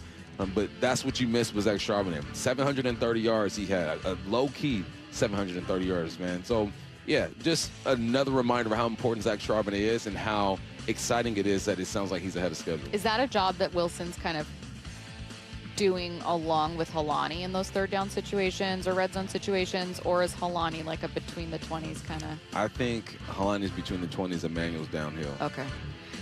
Fourth down. Who's a player that will get more of your attention this week? You know, it's funny. I wrote this before I figured out we're going to talk to him at 12 o'clock, Ty Okada. I'm going to be watching Ty Okada. Perfect timing. We know that Rodney Thomas is going to be competing for that spot. Bud is going to be doing this thing as well. But it's Ty Okada's job to lose. And I think he's going to fight these young dudes off as long as he can, man. He's a guy who's where he's supposed to be when he's supposed to be there. He makes plays. Very positive type of guy out there as well. So every practice I try to find someone, I'm going to spend a bit more time on this guy because it's hard to see everything. So today, it's Ty Okada. Will you be mad at me if I start the interview by telling Ty, Bump said he's going to be watching you? Bump said he's been watching you. It depends on how you say it. Like, I'm going to say, like a little creeper then. Well, it will be. I'm going to say, hey, so Ty, my co-host said that he's going to be watching you a lot today. What do you think he'll see? I'm not going to ask it, but we are talking to Ty later. Coming up in the timeline, some unfortunate timing for that Taylor Ward deal. Not bad news, but a little awkward. And also, we have a new entry. Congratulations for Worst National Anthem Rendition. That's coming up next. The Mariners have acquired. It's Major League Baseball's trade deadline today at 3. Orioles outfielder Taylor Ward. Most people thought they're going to get two guys. You're going to get a bullpen arm, and Sir Anthony fits a lot of that, and you're going to get a right-handed hitting, very competent pro. You've got 87 walks, hitting 246. I'll take that right now for the Mariners. Yeah, the move makes sense to me. The trade deadline. Coverage continues on the home of the Mariners, Seattle Sports, and SeattleSports.com. Are you squeezing every last bit out of your summer? Looking for a fun add to your itinerary? I have the perfect trip and it's already planned for you at Silver Reef Casino Resort. Make a whole weekend out of it. Here's what you need to do. You head up Friday and treat yourself to a delicious dinner at the steakhouse. On your way to dinner, become a free member at Reef Rewards, allowing you discounts on gas, dining, hotel, and the spa. Saturday morning, get a tea time at Loomis Trails. Make sure you get there early. Check out the range and walk around the historic clubhouse. It's beautiful. After your round, enjoy a Saturday night dinner at the Cantina or Red River Cafe before live entertainment. Sundays for the spa. Relax and recharge with a massage or treatment to work out those knots, those kinks, and just unwind. Before you head home, plan your next weekend at Silver Reef. Maybe for Crazy Train, Howie Mandel, or Guns for Rose. That's all you got to do. Take the I-5 exit 260, silverreefcasino.com. From whiplash to herniated discs, there are a few car accident injuries we've all heard of. J.P. Pendergast with Pendergast Law explains that even the most common injuries differ from one another. Pre-existing conditions, health history, beginning of treatment. There are hundreds of factors that make every person and every injury unique. While these variables aid medical treatment, the strongest case recoveries must also take them into account. Could you explain a little bit more? Our team at Pendergast Law is obsessed with turning over every stone to differentiate each case. This requires thorough investigation, diligent listening, and relentless research. We never pursue cases with a one-size-fits-all approach.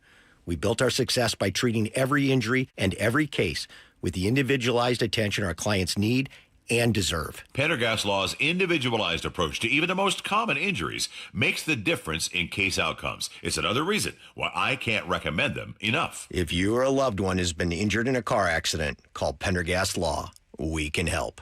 Keep summer outside where it belongs. Save $588 on every window and $1,088 on every door, plus free heat deflecting glass. Claim your free quote today, plus 12 months no payments. Visit LakeWashingtonWindows.com.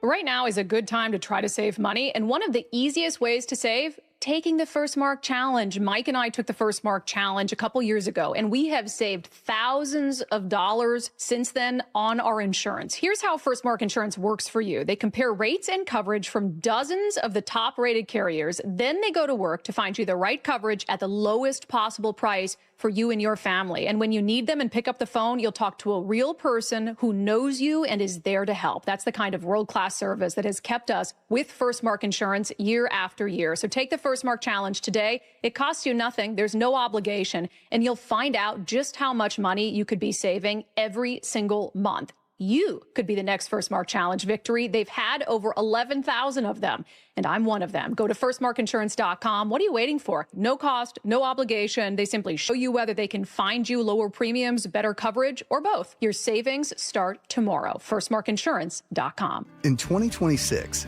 Bay Alarm celebrates 80 years of security. With burglar and fire alarm systems, 24/7 in-house monitoring, and local service, our promise to the Puget Sound remains the same. We got you. Learn more at bayalarm.com. The champs are back. Really excited to get going. Nobody covers Seahawks training camp like the home of your Super Bowl champions, Seattle Sports. You know, I used to think all money managers were the same until I spoke with Fisher Investments. Really? How different are they? Fisher's investment counselors are dedicated to service, not sales, keeping clients up to date on their portfolio.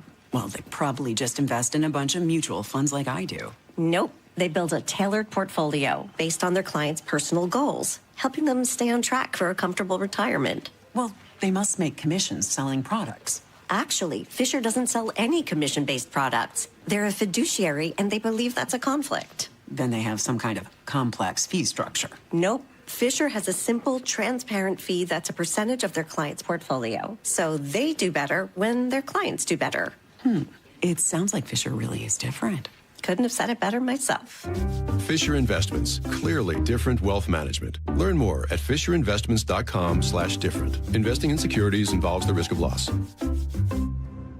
Pests and poor insulation have something in common. One call to Eastside Exterminators takes care of both. For more than 50 years, families across Western Washington have trusted Eastside Exterminators to eliminate pests for good and protect homes from crawl space to attic. With dedicated insulation services and the state's only smart pest detection technology. From Everett to Federal Way, one call handles it all. 425-482-2271 or visit eastsideexterminators.com. Eastside Exterminators, family first pest control. Cascade Machinery and Electric has been the Pacific Northwest's trusted industrial machinery expert for over 100 years. And right now they're hiring outside sales representatives in Alaska, Washington, and Oregon. If you're an experienced seller of industrial equipment, highly motivated and have a skill for building relationships, a rewarding career is waiting for you. The salary is competitive. The benefits are great. Visit cascade-machinery.com/careers and apply today. Cascade Machinery and Electric, powering the Pacific Northwest since 1918.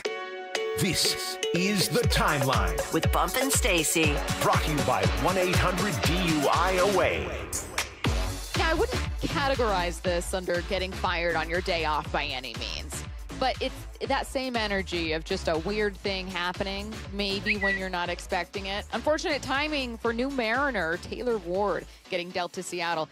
He was scheduled to host his own youth baseball camp today. Not this week, not tomorrow. Today, from 10 a.m. to 2 p.m. was his Taylor Ward youth baseball camp. And I would imagine he's still doing it. You have to. Kids already signed up for it. Yeah, he's there. But now he knew he could be traded. He's got to make some jokes about it, though. He's got to do it. You guys got your Mariners hats today, or you gotta have some fun with it. Look, here's the important thing: you got to tell these kids, when you make it big, when you're in the big leagues, you never know what's going to happen. This is actually a lesson for them. Yeah. This is one of the important lessons you're passing on to these kids. You know what I mean? You teach them how to hit balls and run and you can be so in demand. Yeah. He's like, one day you could be me, where a team gives up a couple prospects for you on a rental. Now, a rental, kids, is when you're under contract. I hope that's the rest of the camp. But yeah, so situation happening there. Well, I'm sure someone will follow up with Taylor when he finally gets here. Why did he schedule it? Why did he schedule it for the trade deadline? He's on a one-year deal. Sure. Yes. Good question. This was probably planned months ago. Months and months ago. He was coming off a 30-plus home run season. But also, there's so much that goes into this that I wonder if it's like on behalf of his agency and the company he's working with, and they're partnering with whatever. Like, I worked for a company that was just partnering for a football camp, and it was like a whole thing that's months and months and months and months, and like figuring out the date is trying to just keep a lot of people happy. A good question, though, on the day of the deadline. But, yeah. Side note, has nothing to do with this. Are you still talking Southwest? No, versus West not Coast? talking Southwest. Okay. I'm just looking at people are mad they're saying LA's buying championships, and I go, yes, that's because they can. That's part of that's a way to do it. You buy it. Okay. Yes, and I hate that, but also Los Angeles does everything else well too, and there are things they do. Every single team can hang on to good coaches. Every single team can have a really high standard of performance and of conduct. Every single team can prioritize the right things. There are teams in baseball that do not prioritize winning, and a salary cap wouldn't change that. Now, do I think I would love to see more parity, and does it annoy me to see the Dodgers continue to add, and does it feel gaudy? Yeah, if I'm being completely honest, yes. Yeah. I kind of think it's like a really dumb thing. I just think it's silly that people get mad at them buying championships. Like, that's how you do it. You can develop, too. You know what, though? Buy you a championship. Yes, but I think it's because it's kind of like, now this could be a rough analogy. You guys tell me if I'm wrong. It would, like, people value working out and eating healthy to lose weight and get in shape as opposed to I just did surgery. They see it as an easy way out. I think it is more impressive to people if you make crazy trades and if you develop talent.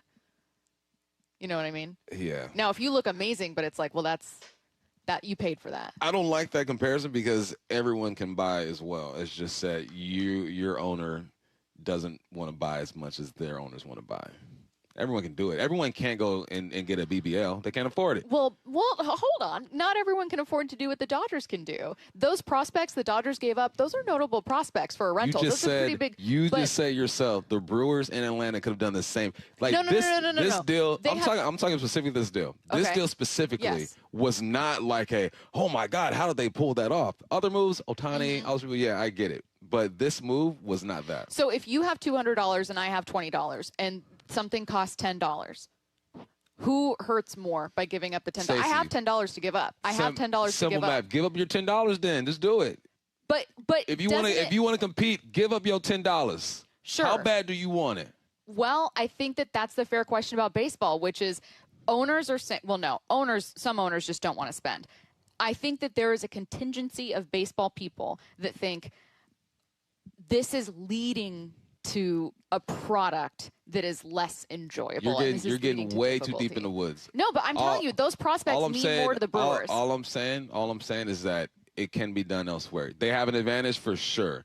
I'm saying the thought of buying a ring is a bad thing. Okay, how about this? You're supposed to. No, how about this? What if you have $200 and I have $20? Something costs $10, but it's only available to us for 30 minutes, and then you have to buy it again. How bad do you want it?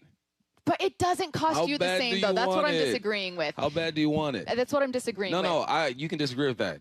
I'm just saying, yes, they're buying rings is what I'm saying. No, Sherlock, you buy your rings. You can buy your ring, or you can trade, or you can draft. They decide to buy it. I don't understand why that's such a bad thing. And with this, and in this situation, they're not buying the Ohtani. Yeah. They're renting a Skubal. Yeah. I do disagree with this. Everyone can afford what the Dodgers do if their owner wants to. I think there are a lot of owners that can afford to do more and they don't prioritize winning. I think that's fundamentally true. And I also I would bet that there's not a single team that's like operating in the red. That's like, wait, what is it called when you're losing money? Is that red? It's the red, yeah. Operating in the red. Where like PFT had a take on this in a clip from Pardon My Take where he was like, okay, then show us your books. Then show us what it looks like. Like there's a lot of crying poor from owners that aren't poor that could spend more. But there is a reality to the Dodgers having more money. That's real. That's not make-believe. I never said that. No, I know you aren't. I'm disagreeing with I never texters. said that. Yeah. They got way more resources. But this move specifically, half of the league could have made this move. They just didn't. Because I think the risk is great. Yes. But you also got to be in contention. You got to feel like your team can win a World Series. Well, the Brewers could. This move. The thing the Brewers are missing is home runs. I've gotten so off the timeline topics. That's my fault. But no, I love this conversation. Known. As soon as I said something, I know you. No, but this is one of my favorite. I'm sure Curtis would agree. I mean, are we not in studio where he can get in my ear and go, please get on topic? Yes, but I know this is also, and Curtis, feel free to chime in. I know this is a conversation that all of us as baseball fans like talking about. Yeah. Oh, and it's a conversation that's not going anywhere. Exactly. Well, December at the earliest. We need to find a hobby next summer, you guys. We need to find a hobby. I don't know that we're getting baseball. Let me get to our next story here, something lighter. We have a new entry for the worst national anthem rendition. Now, in my humble opinion, it's been Fergie for a minute. It's been Fergie Ferg for a minute. And the let's play some basketball at the end is my favorite part, but we have another entry. From the very first game of the new Women's Professional Baseball League, cut 11. Take a listen. We're so gallantly streaming, and the rocket's red glare, the bombs bursting in air, gave proof through the night that our flag was still there. Still there. Oh, say does that star-spangled banner yet wave o'er the land of the free and the home of the brave? Oh, she held it too. It was a cliffhanger for a minute. You should be allowed to boo the national anthem if it's like that. Oh, snap. I like, my favorite part is when they follow up. One of them's just a second behind in the beginning of it and just follows up. Do you know who that is? No. That's Martha Reeves. Dancing in the street. Like, what? She can sing. Like, what happened? Okay, you want to hear my conspiracy corner? Matt, can I get the conspiracy music? Now, what if, Bump, hear me out. This was intentional. This is someone who can sing, and they're trying to bring attention to hello, the very first game of the new Women's Professional Baseball League. Who was talking about the Women's Professional Baseball League before yesterday? Who was talking about, well, I mean, I know people should have, but what I'm saying is, like, viral stuff is bring attention to the league. My conspiracy is that she thought she was going to be out there by herself. Had two backups that were not the Mandelas, which is the group that she was in. She's like, y'all want to sing with these two girls I know nothing about? I'm about to butcher this. Ooh, that's another good conspiracy. Okay, so Curtis, I know we hijacked Conspiracy Corner, but we had two good ones right now. I love it. What do you think about our two conspiracies? Which one are you buying? It did sound like they were singing two completely different versions of the national anthem. They were fighting each other. They were. Oh, man. It's like how you see in sitcoms where they're in a recording studio and they're trying to shove each other out of the way for the one mic that exists. That's what I got from that. But also, does that beat the greatest version of the national anthem?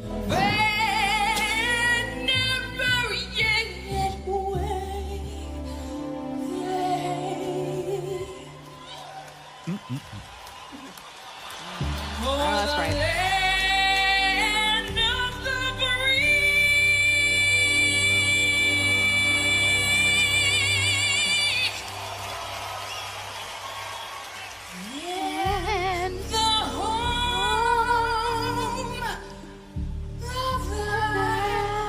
This is the best part.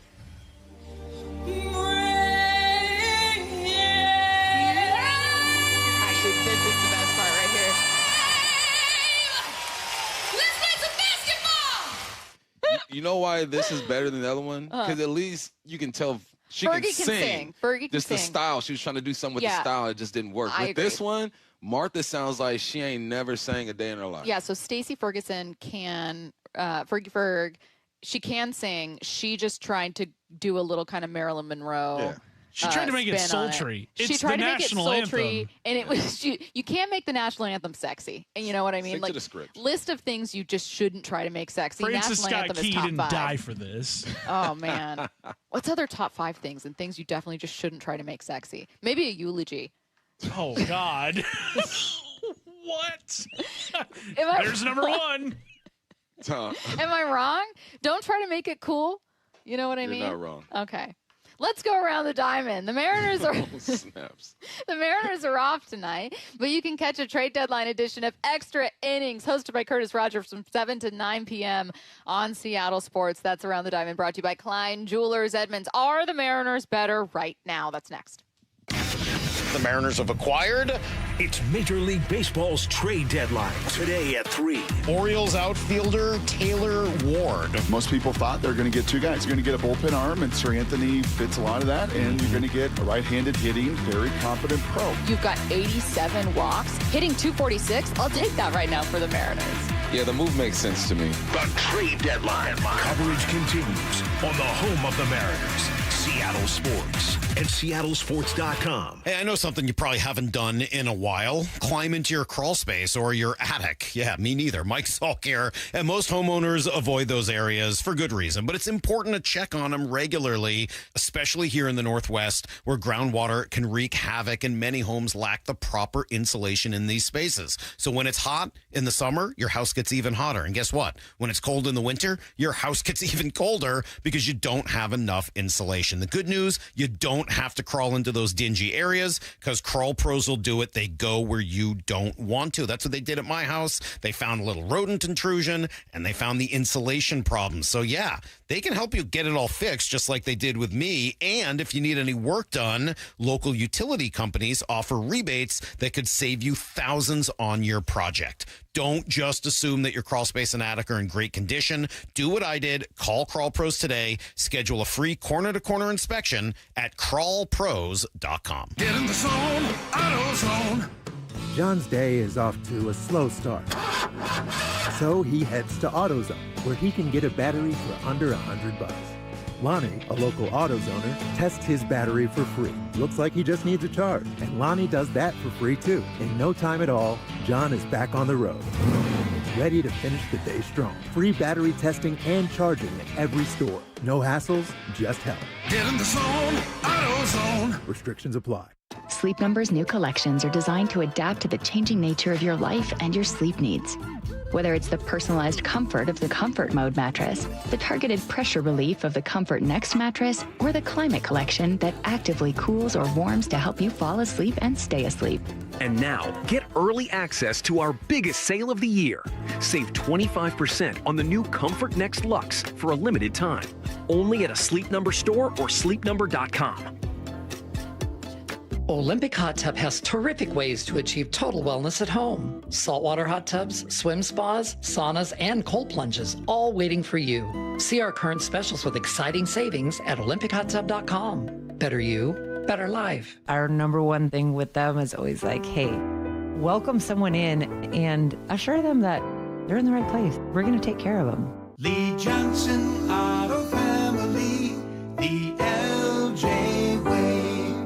Hey, Brock Heward here for my favorite East Side restaurant, Sea Star Restaurant and Raw Bar, and my good friend Chef John Howie, who wants to buy you dinner. All you need to do is make a reservation Sunday to Thursday after 8 p.m. You come in, enjoy your meal as always, and when you're finished, roll the dice. Roll a 6, and Chef John will buy your dinner. 100% of all food charges will be removed from your bill. How fun is that? You feeling lucky? Then come roll the dice. Make your reservation now at SeaStarRestaurant.com. That's SeaStarRestaurant.com.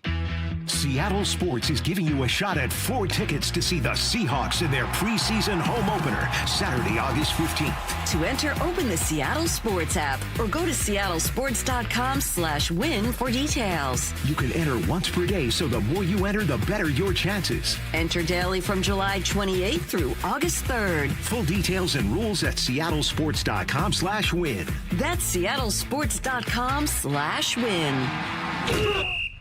The champs are back. Really excited to get going. Nobody covers Seahawks training camp like the home of your Super Bowl champions, Seattle Sports. I had pain. I had numbness in my feet.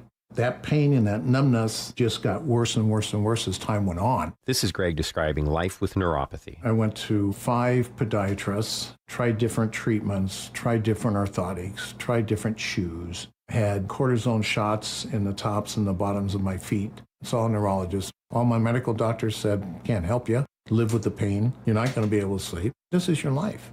And then I just gave up until I found Sound Pain Solutions. I'm Dr. Mark Shelley, a chiropractic physician and board-certified functional neurologist at Sound Pain Solutions. Our neuropathy treatments can rehabilitate damaged nerves. We use FDA-cleared, non-surgical, drug, and pain-free procedures that help neuropathy sufferers like Greg find relief. I feel better. I mean, just feeling better is huge. If you experience numbness, shooting or burning pains, or loss of balance, call us. Sound Pain Solutions, 855-996-0025, or click soundpainsolutions.com. Guys, did you know your testosterone level impacts your energy, libido, sleep, weight, hair loss, mood, and even ED? And right now, Revive Men's Health Seattle will check your testosterone for free. They've helped thousands of men since 2011 feel and perform better. They're so confident they can help you, they even guarantee it. Schedule your free testosterone test, exam, and consultation today. Call 206-529-1111. That's 206-529-1111. Or visit ReviveMen'sHealth.com.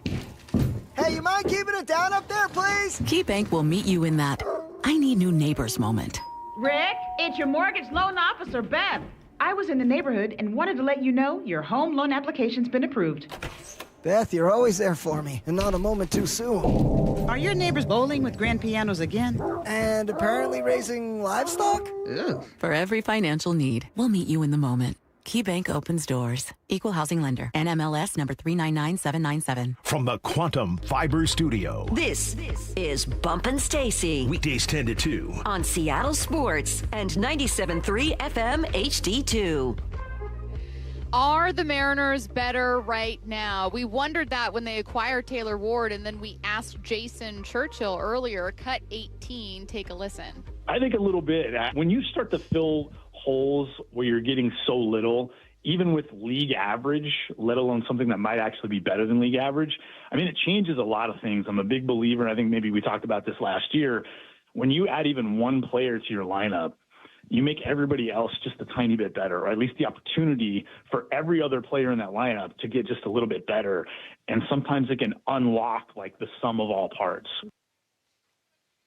I thought that was really encouraging to hear Jason say, it's one thing for me to look and go, I'm just glad to see that they aren't like all out sellers. I thought it was encouraging to hear Jason say, no, I actually do feel like they're in a better spot. And like, I know 7 home runs from Ward doesn't do a lot for people, but those walks, that on base percentage, it's pretty big, being able to hit lefties.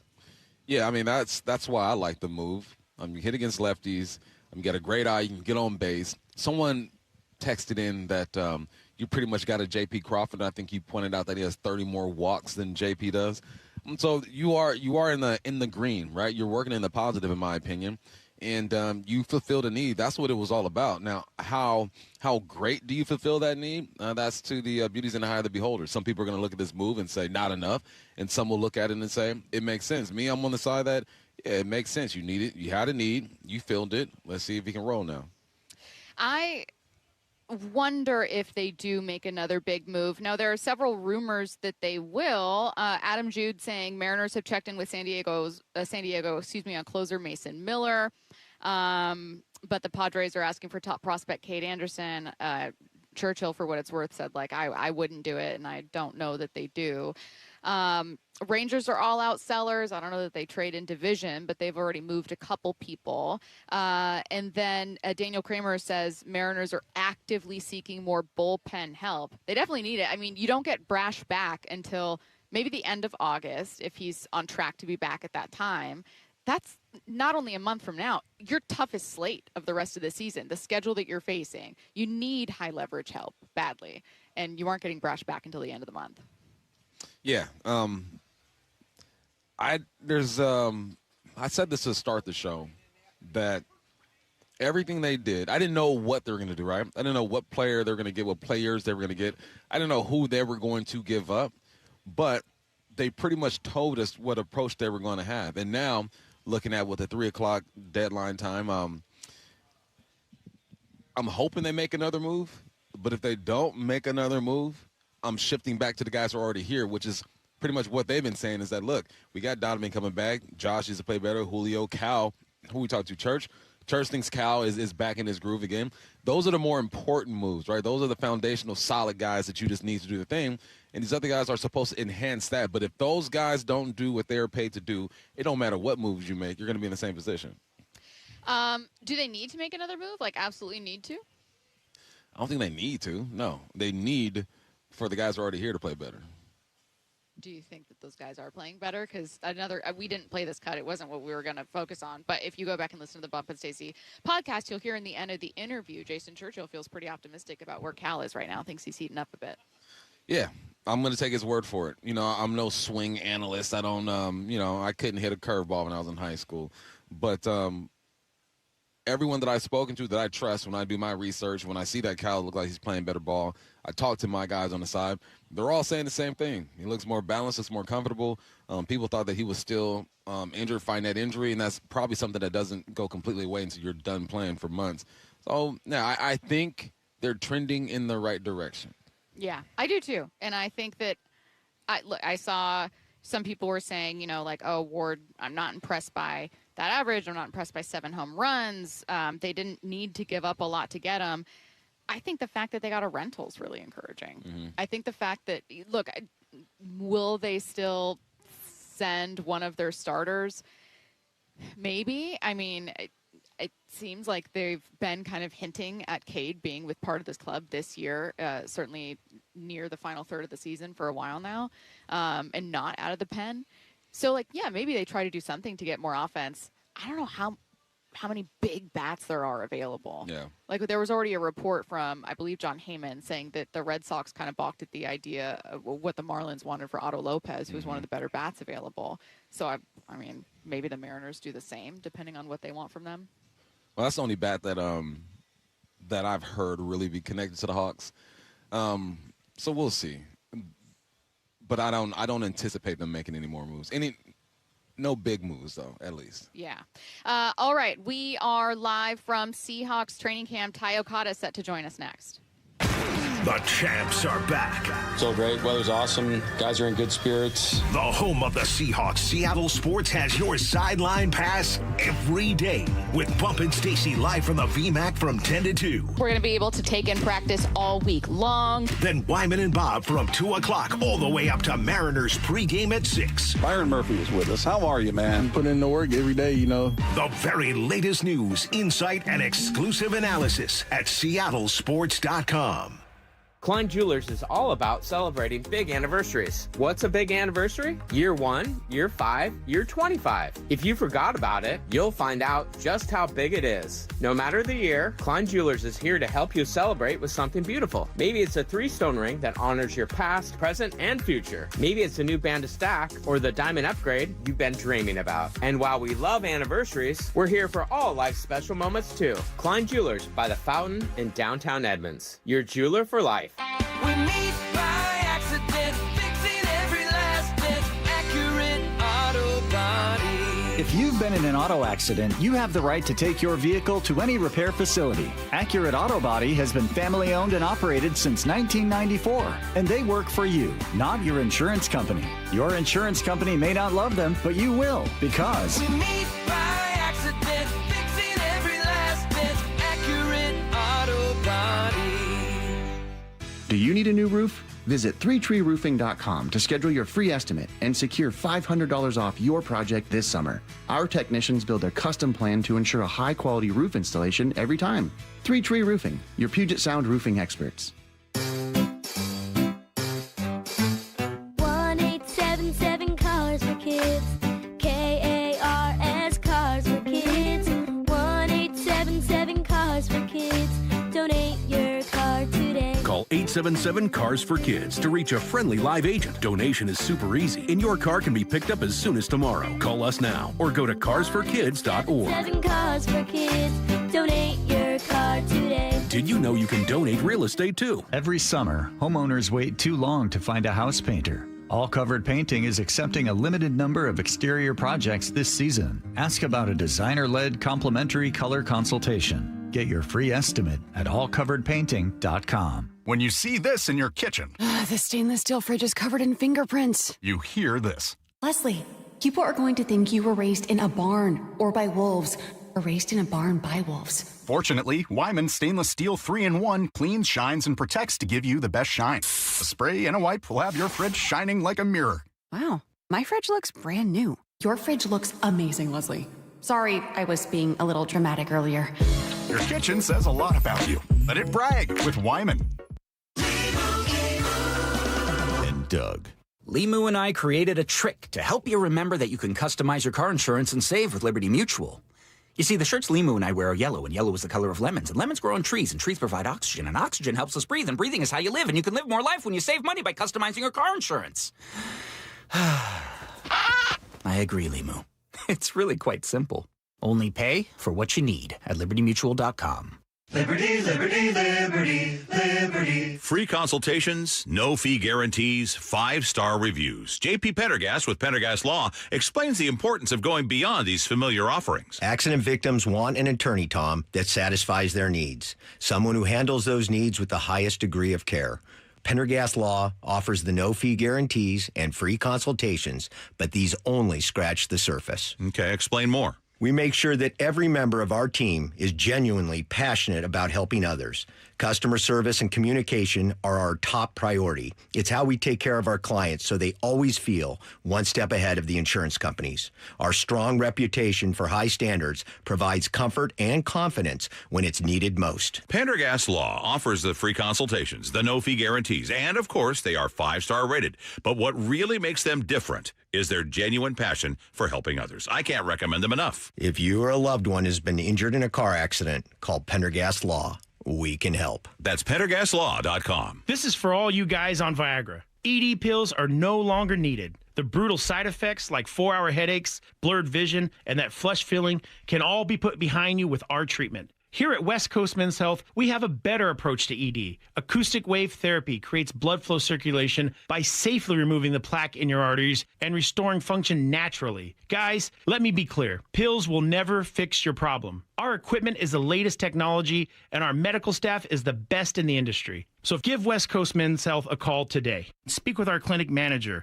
Ask him any question you like, how it works, the science behind it, and even the cost. If you suffer from ED or Peyronie's disease, give West Coast Men's Health a call today. In addition to treating ED and Peyronie's disease, we now offer testosterone replacement therapy. With clinics in Redmond and Tacoma, call 206-519-6541. 206-519-6541. Online at westcoastmenshealth.com.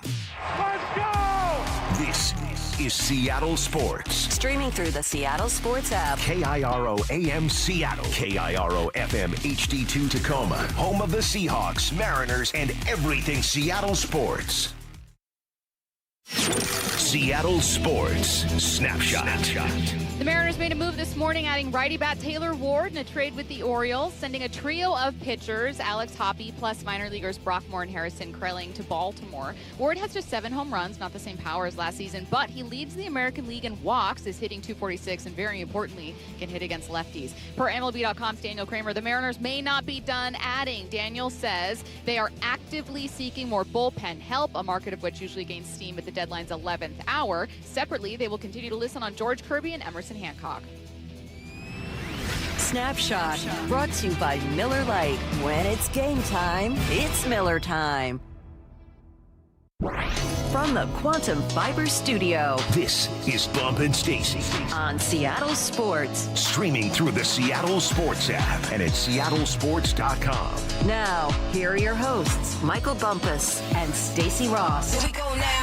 The Seattle Seahawks preseason home opener is on August 15th, and today's the last day you can enter to win 4 tickets to watch in person. All you need to do is open the Seattle Sports app to find out how. If you don't already have the app, simply text the word app, APP, to 866-979-3776, and we'll send you a link to download. Bump and I at Seahawks training camp outside. And Bump, we were not talking a ton about Ty Okada last offseason. No disrespect to Ty Okada, but there was a lot of players on this defense that we kind of had our eyes on. He has made not only a name for himself, but carved out such an important role on this defense. Tell me a bit about that. No, he's a guy that you can depend on. And when you play that safety spot, man, you are the last line of defense. It's appropriate that they're called the safety. You got to stay over the top. You help organize your guys on the back end, sometimes even on that second level. And the second level helps the first level. It's all connected, man. And, the first time we saw Ty, I think, was against the Buccaneers. And I think it was Emeka Ibuka ran a route in the red zone, and he barely missed it, didn't make the play. After that, my man was nails, man. He was where he was supposed to be. He makes the big plays. And he's a guy who I really like because he started from the bottom. I mean, he was a quarterback coming out of high school, goes to Montana State, grinds his way through, undrafted free agent, and now finds himself penciled in right now as a starter on this team. He is what the smaller school prospect is all about, just finding around a team and carving out a role. I think that's a thing that resonates with a lot of fans, too. We've talked with Ty Okada during the huddle, and every single time we've talked, I think we talked to him twice, maybe a separate interview and then during the huddle. And both times people were like, man, this guy should be a coach. Like, fans really love him, too. Yeah, he gives coach energy for sure.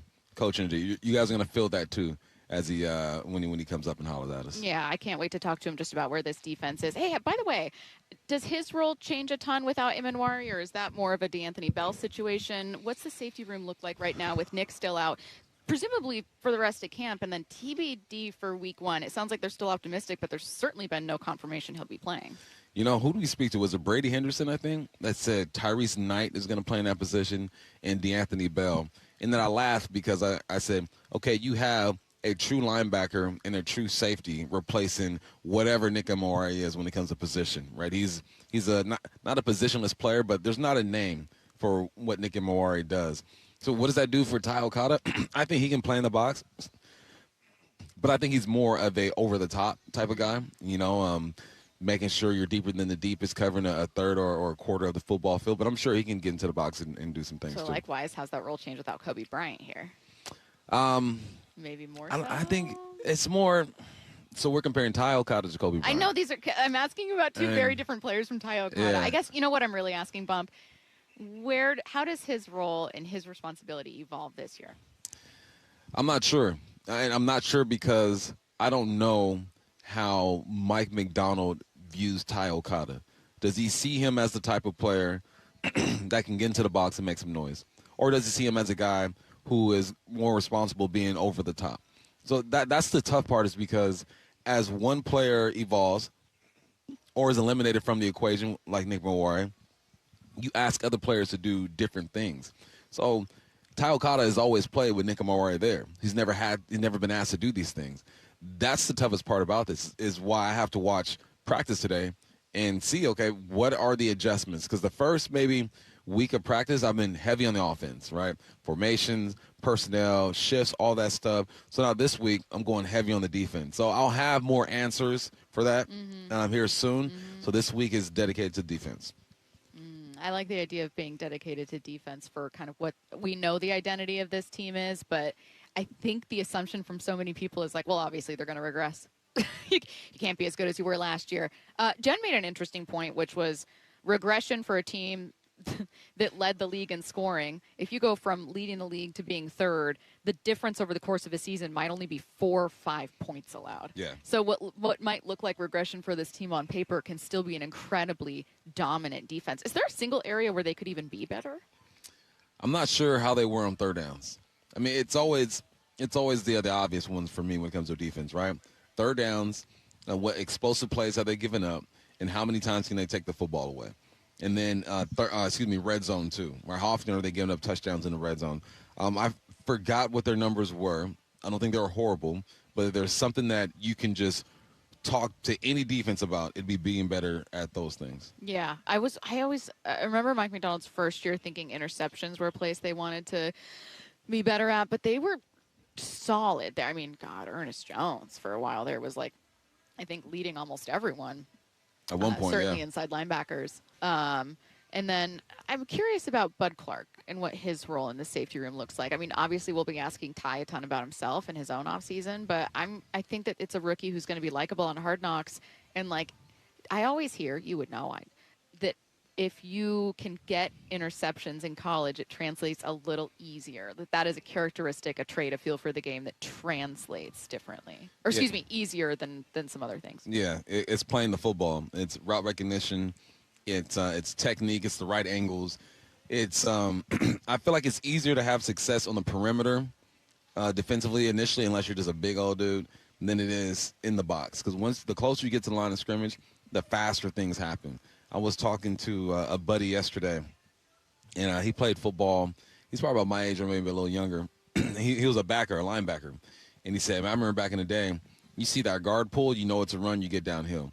I go, it's different now. Because now they'll pull that guard and just put him in the pass pro and slide the line to the left side. He's pulling to the right. He takes care of the end. I go, it's so much harder. The closer you get to the football, the harder the game gets as far as the physicality and just at the speed at which things happen. Mm-hmm. So, yeah, I would agree. A safety who was a ball hawk and can fly around at the college level can come in and have success easily. I mean, we're looking at Nick Mawari. He plays more towards the line of scrimmage than in the box, but he was a safety. You know, there's something about being on that back end that I really enjoy. Now, it may not be the safety group, even though that's kind of like what we're talking about right now with Ty. But when it comes to watching defense, what can you actually take from training camp? Like, what's informative versus just kind of, everyone's in the best shape of their life? How defenses respond to formations. What are you going to do when you have 3 tight ends? You have 2 tight ends. You have 2 running backs. When you're spread, that's just the foundation of a defense. This is how we're going to align, and this is the personnel group that we're going to have when we see this type of offense run out there. That's why it's important to pay attention to see, without Nick Mawari, okay, what's this second level going to look like? What's that nickel back, that safety, whatever you want to call him, what's that going to look like in certain formations now that you don't have him? So it's about learning about how they're going to match up and react to stuff. I think I'm always curious about hearing things that sound different. So, for instance, last year I thought DeMarcus Lawrence would be like, what a good veteran. We're learning so much from him. And then during like the one-on-one pass rush drills that they would have, I kept having reporters come over because I wasn't by them. And this is like more than 2 people on the same day walked by, and they were like, dude, DeMarcus Lawrence crushing these right now. That guy's a beast. Oh, my God. It's unreal. And I just remember thinking, like, that, in a weird way, was indicative of, like, hey, if you had questions about whether he's still got it, how strong he is, if he can still move, that's a tiny thing that, like, it wasn't answered in training camp, but it was, in hindsight, a tiny takeaway that did matter. It was a glimpse into what could be. And that's the hardest part is some of the things you see during training camp are false. False in the sense that this guy might not perform like that when it's really time to go. You mean an amazing touchdown catch from a third-string guy isn't what he can do against Christian Gonzalez? Yeah, exactly. It's real, but it's also a facade at the same time. That's why it's the further we get away from preseason games, like we're down to 3, and eventually we'll get down to 2. Yeah. The harder it is for these guys to evaluate these second, third, and fourth-string guys because you're only going to get so many reps at it. You can look great out here. I mean, I felt like I never had a bad practice when I was with the Hawks. You get to the game, things change a bit. That guy doesn't care about you. He's going to try to take your head off. You know, the physicality is different. The game is moving faster. So, yes, if you don't make the play, it's a problem. If you do make the play, you still got to prove it. All right, well, Bump's going to be watching defense a ton this week, and Ty Okada is going to be on it. We'll ask him about it next. One of the best Seattle's ever seen. Swing and a high fly ball belted. He remains top 10 in some of the biggest offensive categories in franchise history. See you later. There it is. Hey, I know something you probably haven't done in a while. Climb into your crawl space or your attic. Yeah, me neither. Mike Salk here. And most homeowners avoid those areas for good reason. But it's important to check on them regularly, especially here in the Northwest, where groundwater can wreak havoc and many homes lack the proper insulation in these spaces. So when it's hot in the summer, your house gets even hotter. And guess what? When it's cold in the winter, your house gets even colder because you don't have enough insulation. The good news, you don't have to crawl into those dingy areas because Crawl Pros will do it. They go where you don't want to. That's what they did at my house. They found a little rodent intrusion and they found the insulation problem. So yeah, they can help you get it all fixed just like they did with me. And if you need any work done, local utility companies offer rebates that could save you thousands on your project. Don't just assume that your crawl space and attic are in great condition. Do what I did. Call Crawl Pros today. Schedule a free corner-to-corner inspection at crawlpros.com. Man, I love this place. I've been surfing here since I was a kid. Now, seeing my grandson out on the water, it means everything to me. Watching him and taking in the blue waves, the sea breeze, the blurry horizon. If you have geographic atrophy, or GA, subtle changes in vision could mean it's progressing toward irreversible vision loss. Izervay is proven to slow GA progression and could help preserve your vision for longer, so you may keep seeing the world around you.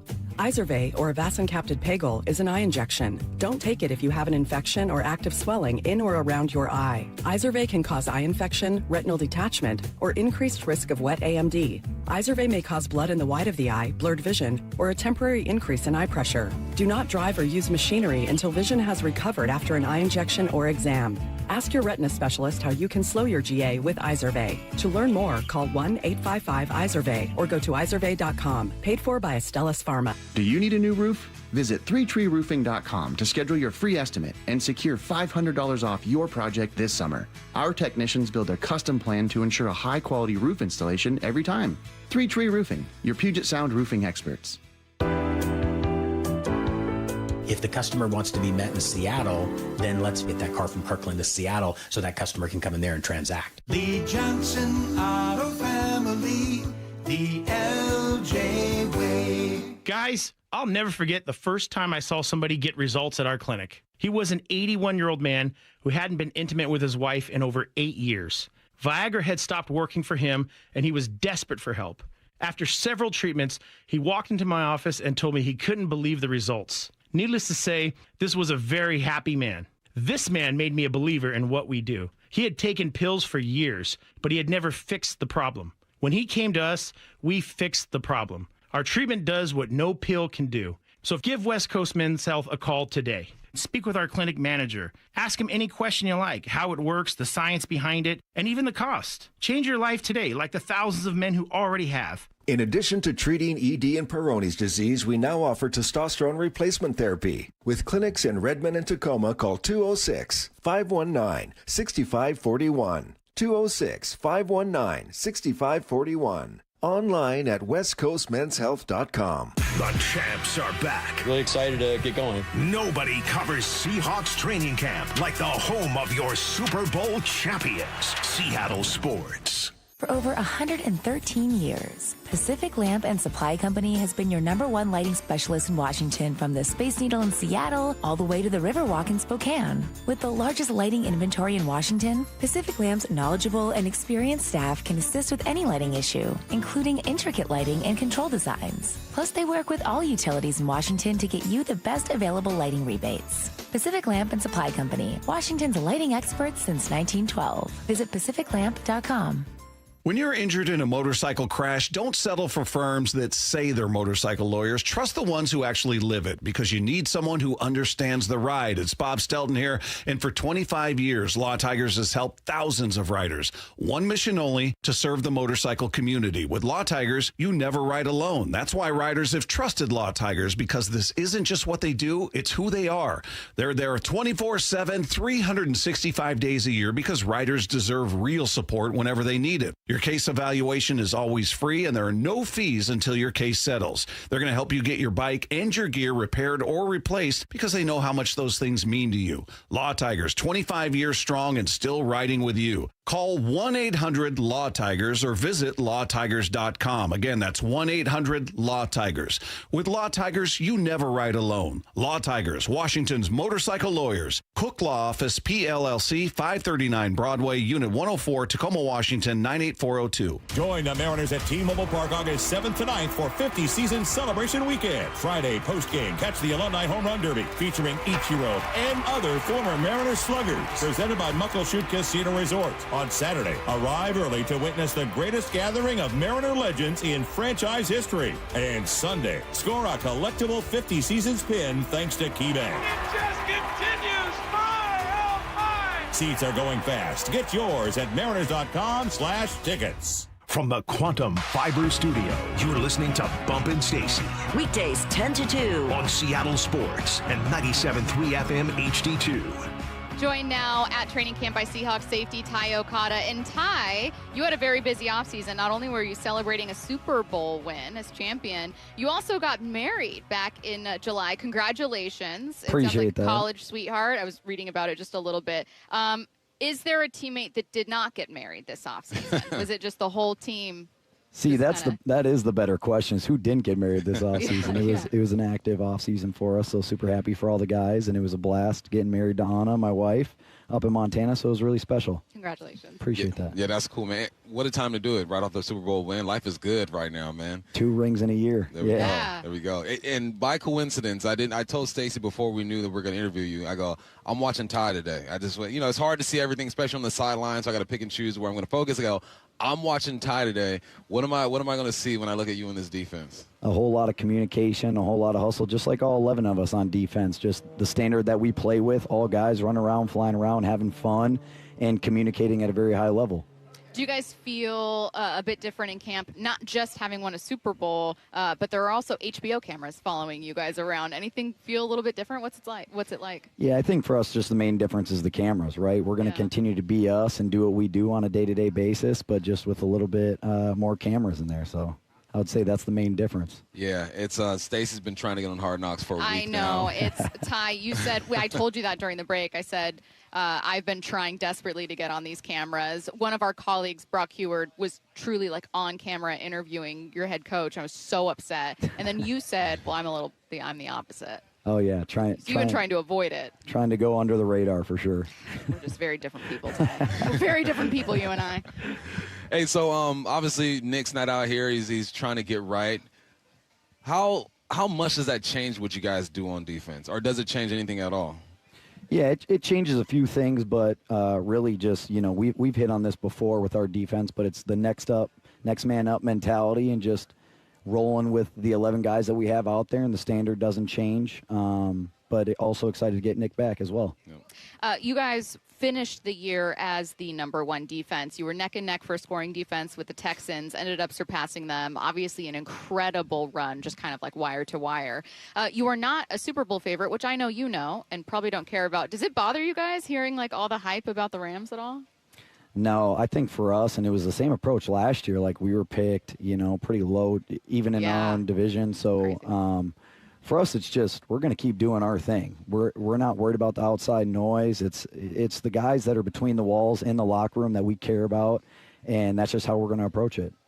Now you got a lot of experience last year. When I played, our teams were garbage. Didn't make the playoffs, bottom of the division.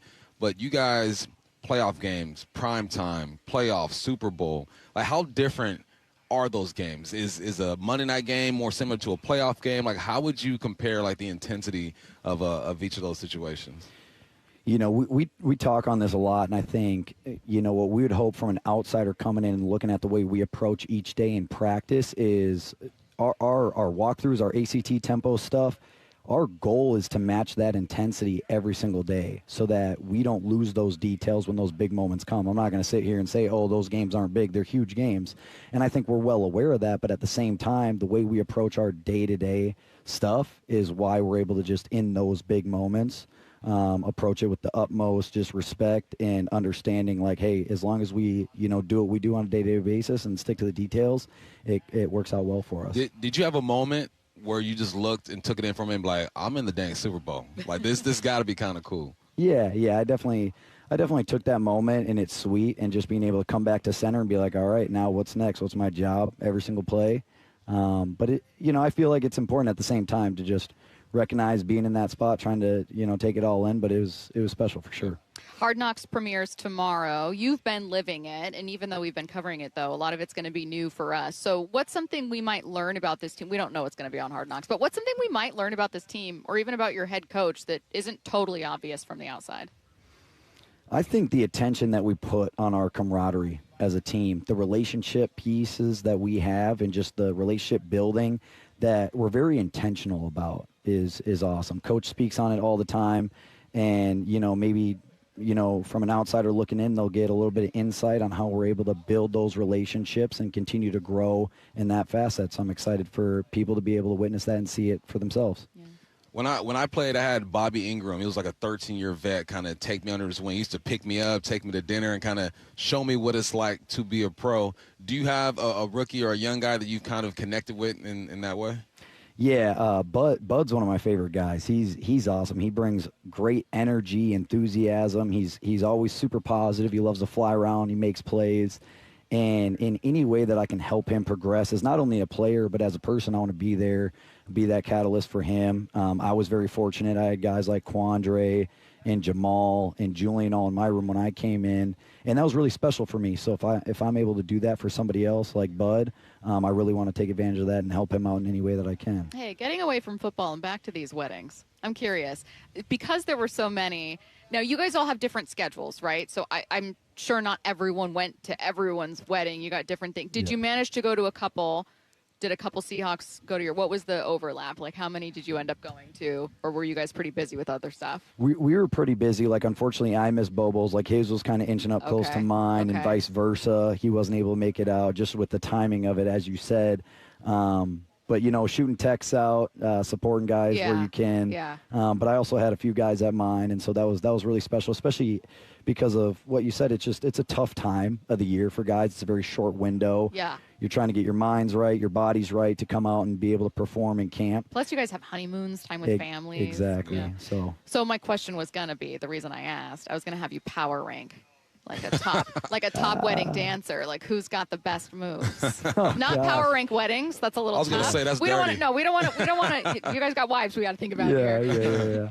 Yeah. I would have to say, If Spoon made it out to a wedding, he would bring the most Power energy. number one? Yeah, Okay. I don't know necessarily dance moves. I'm sure he's got some rhythm, but really more so just the energy and the vibes that he would bring to a wedding. Maybe like alternate universe career as a wedding DJ. Yeah, no doubt. He'd bring the energy for sure. Yeah, that's fun. Ty, you got a long career ahead of you, but every time you come on with us, Stacy and I say this in the text lines, like you just sound like a coach. Like you sound like every time. you're going to be out there with the cap on, making sure guys are in the right spot. Is that something like you would want to do when you're done playing? I'm just 1 foot in front of the other at this point. I do appreciate you saying that, and I appreciate everybody online saying that. But right now, I'm just taking it one step at a time. See, like even that answer is like, you know what I mean? Like if your team, that's very you know coach speak of me. Whether you're a college coach or not, like if you were a college coach and your Yeah. team was like 0-8 right now, and I was like, what's happening? You'd be like, we're just putting 1 foot in front of the other. You know what I mean? We're out here grinding to compete. Well, just to be clear, if I'm coaching a team, they're not going to be 0-8. My mistake. I do appreciate the scenario, but we're not going to be 0-8. Fair. But I'm saying, like, I just know, like, being able to just, like, yes, no problem, Yeah. great question, thank you so much, and No. that's that. You're right, my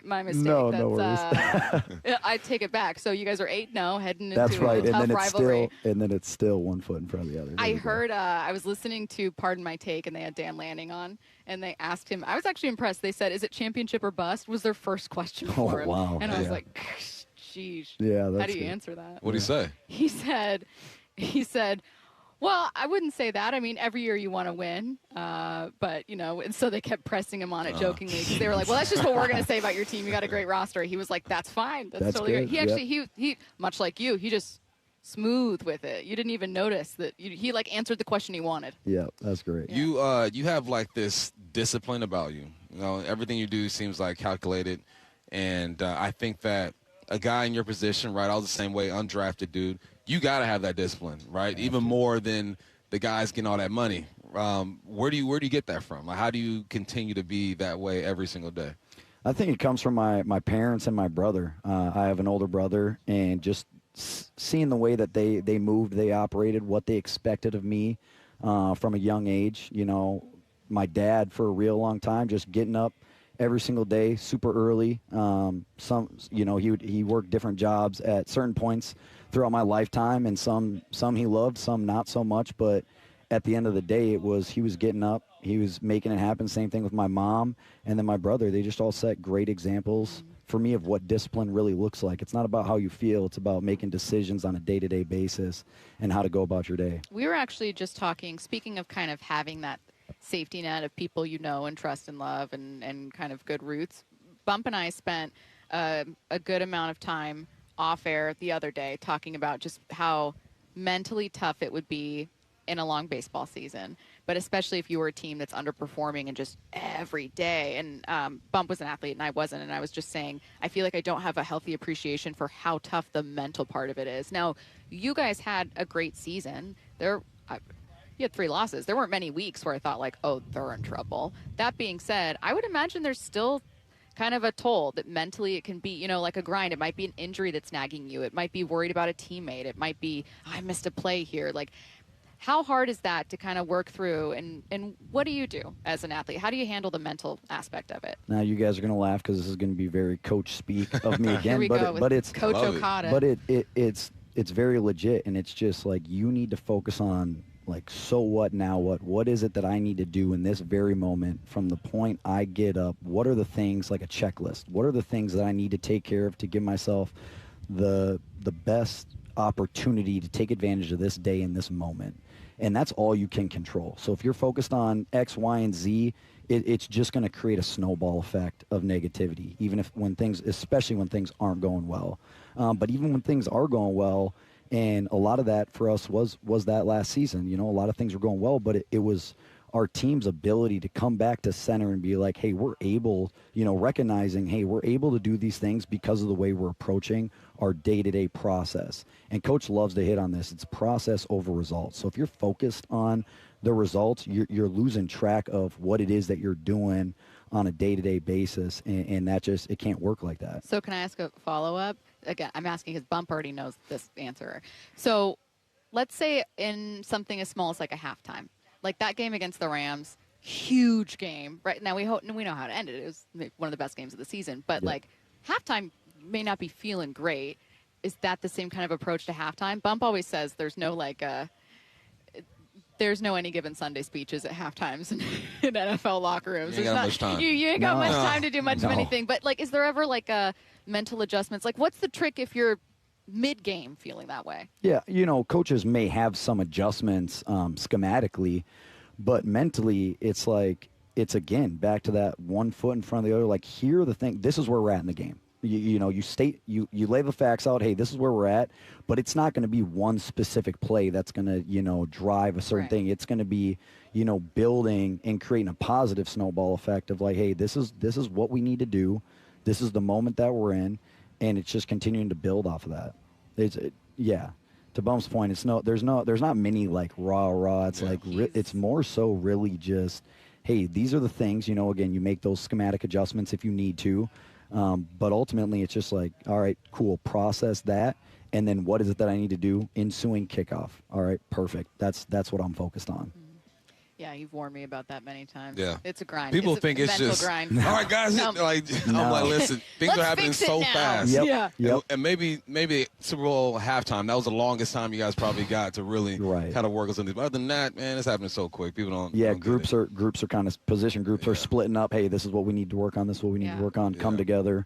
Boom. This is a point of emphasis for the defense. Yep. Go on, get rolling. Well, we look forward to talking to you as a coach eventually. The whole text line is just, he sounds just like Sean McVay. I'm going to call him Coach Okada. Yeah, Ty, we appreciate your time. You, Thank you so much, man. Yeah. It's been fun to mic'd up today, baby. Let's go. Hey, let's do it. I know, absolutely.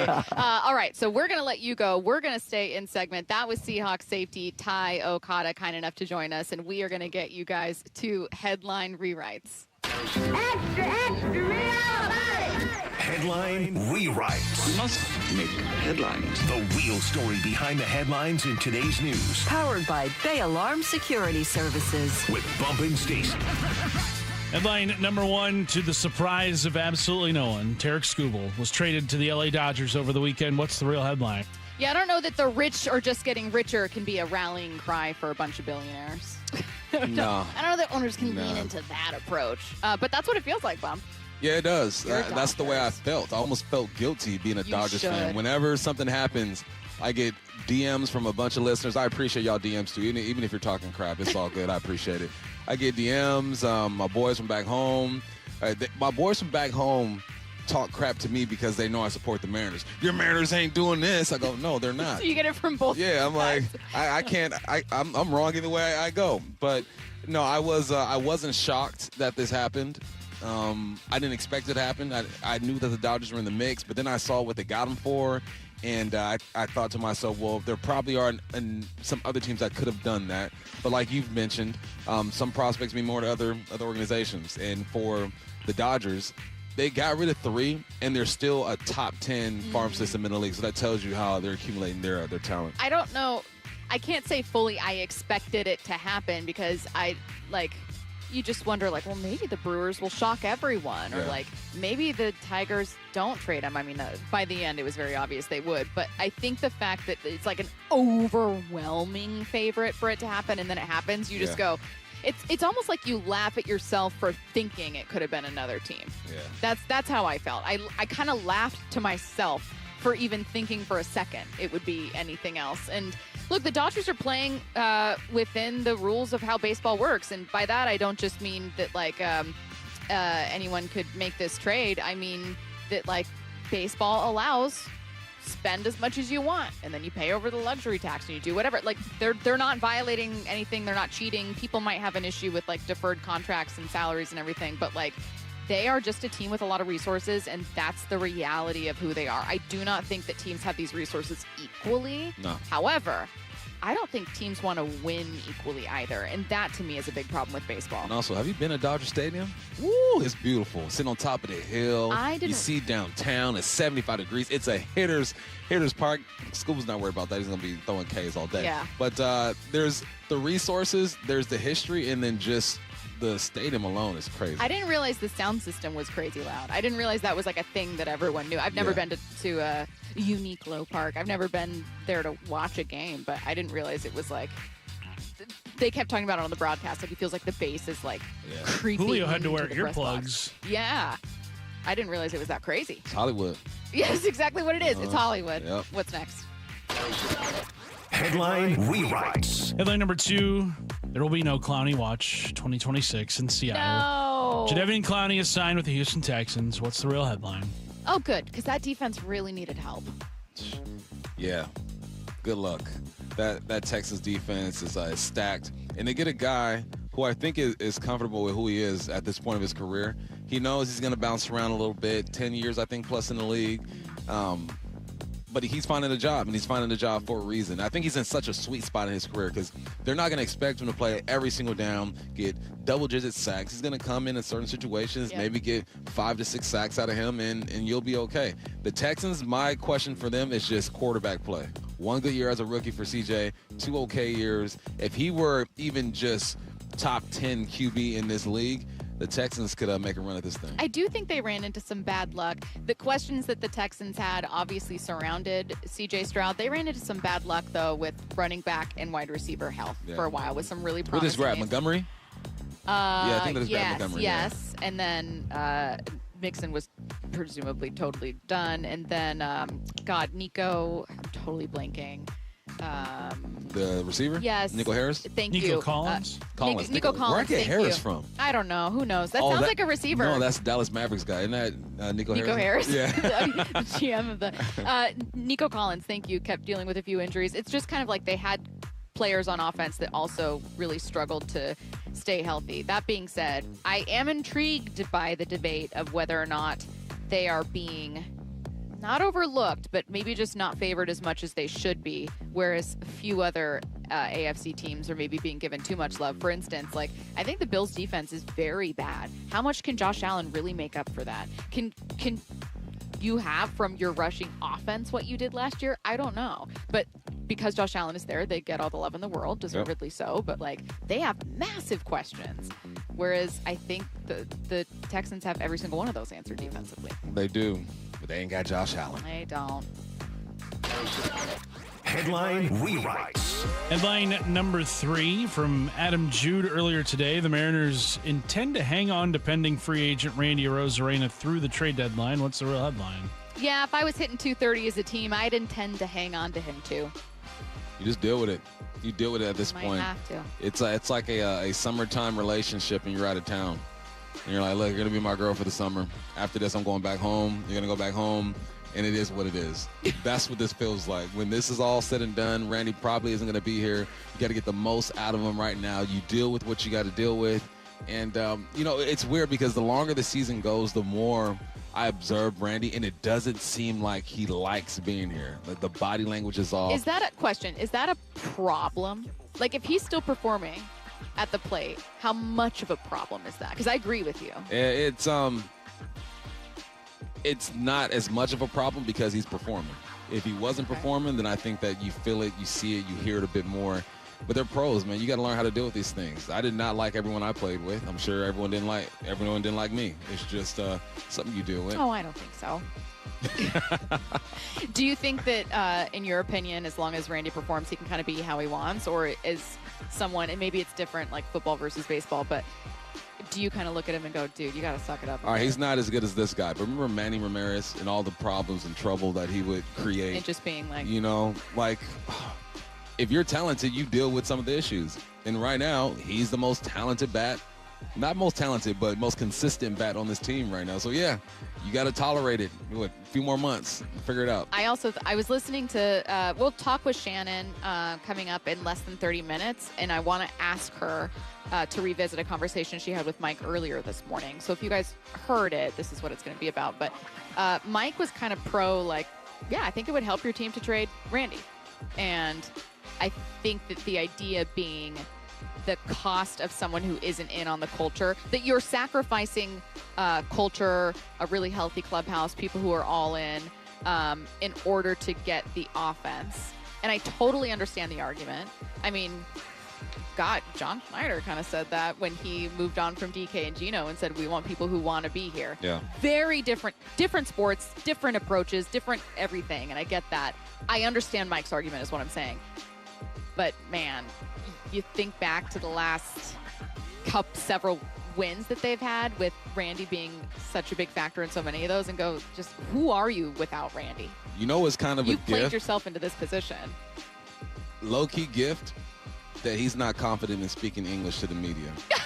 Because if he did, Sorry, that was a loud he would laugh. be asked a bunch of questions. It's unexpected. And they would, I mean, the communication would be different. But because he's not comfortable, it's like, okay, leave him alone. The passive-aggressive tweets you would have? Yes, let him do his own thing. Leave Randy alone, okay? Oh, you know the man. friends who are just grumpy for no reason, you know, just not to. You can feel the energy as soon as they walk in the door. Go, That's yeah, I'm Randy. not messing with him today. He's on a bad one. I think it's also good. Now I'm leaning into what Shannon told Mike. I think it's probably a good thing that, like, it would be a big problem if someone was an active issue in the clubhouse with a lot of influence.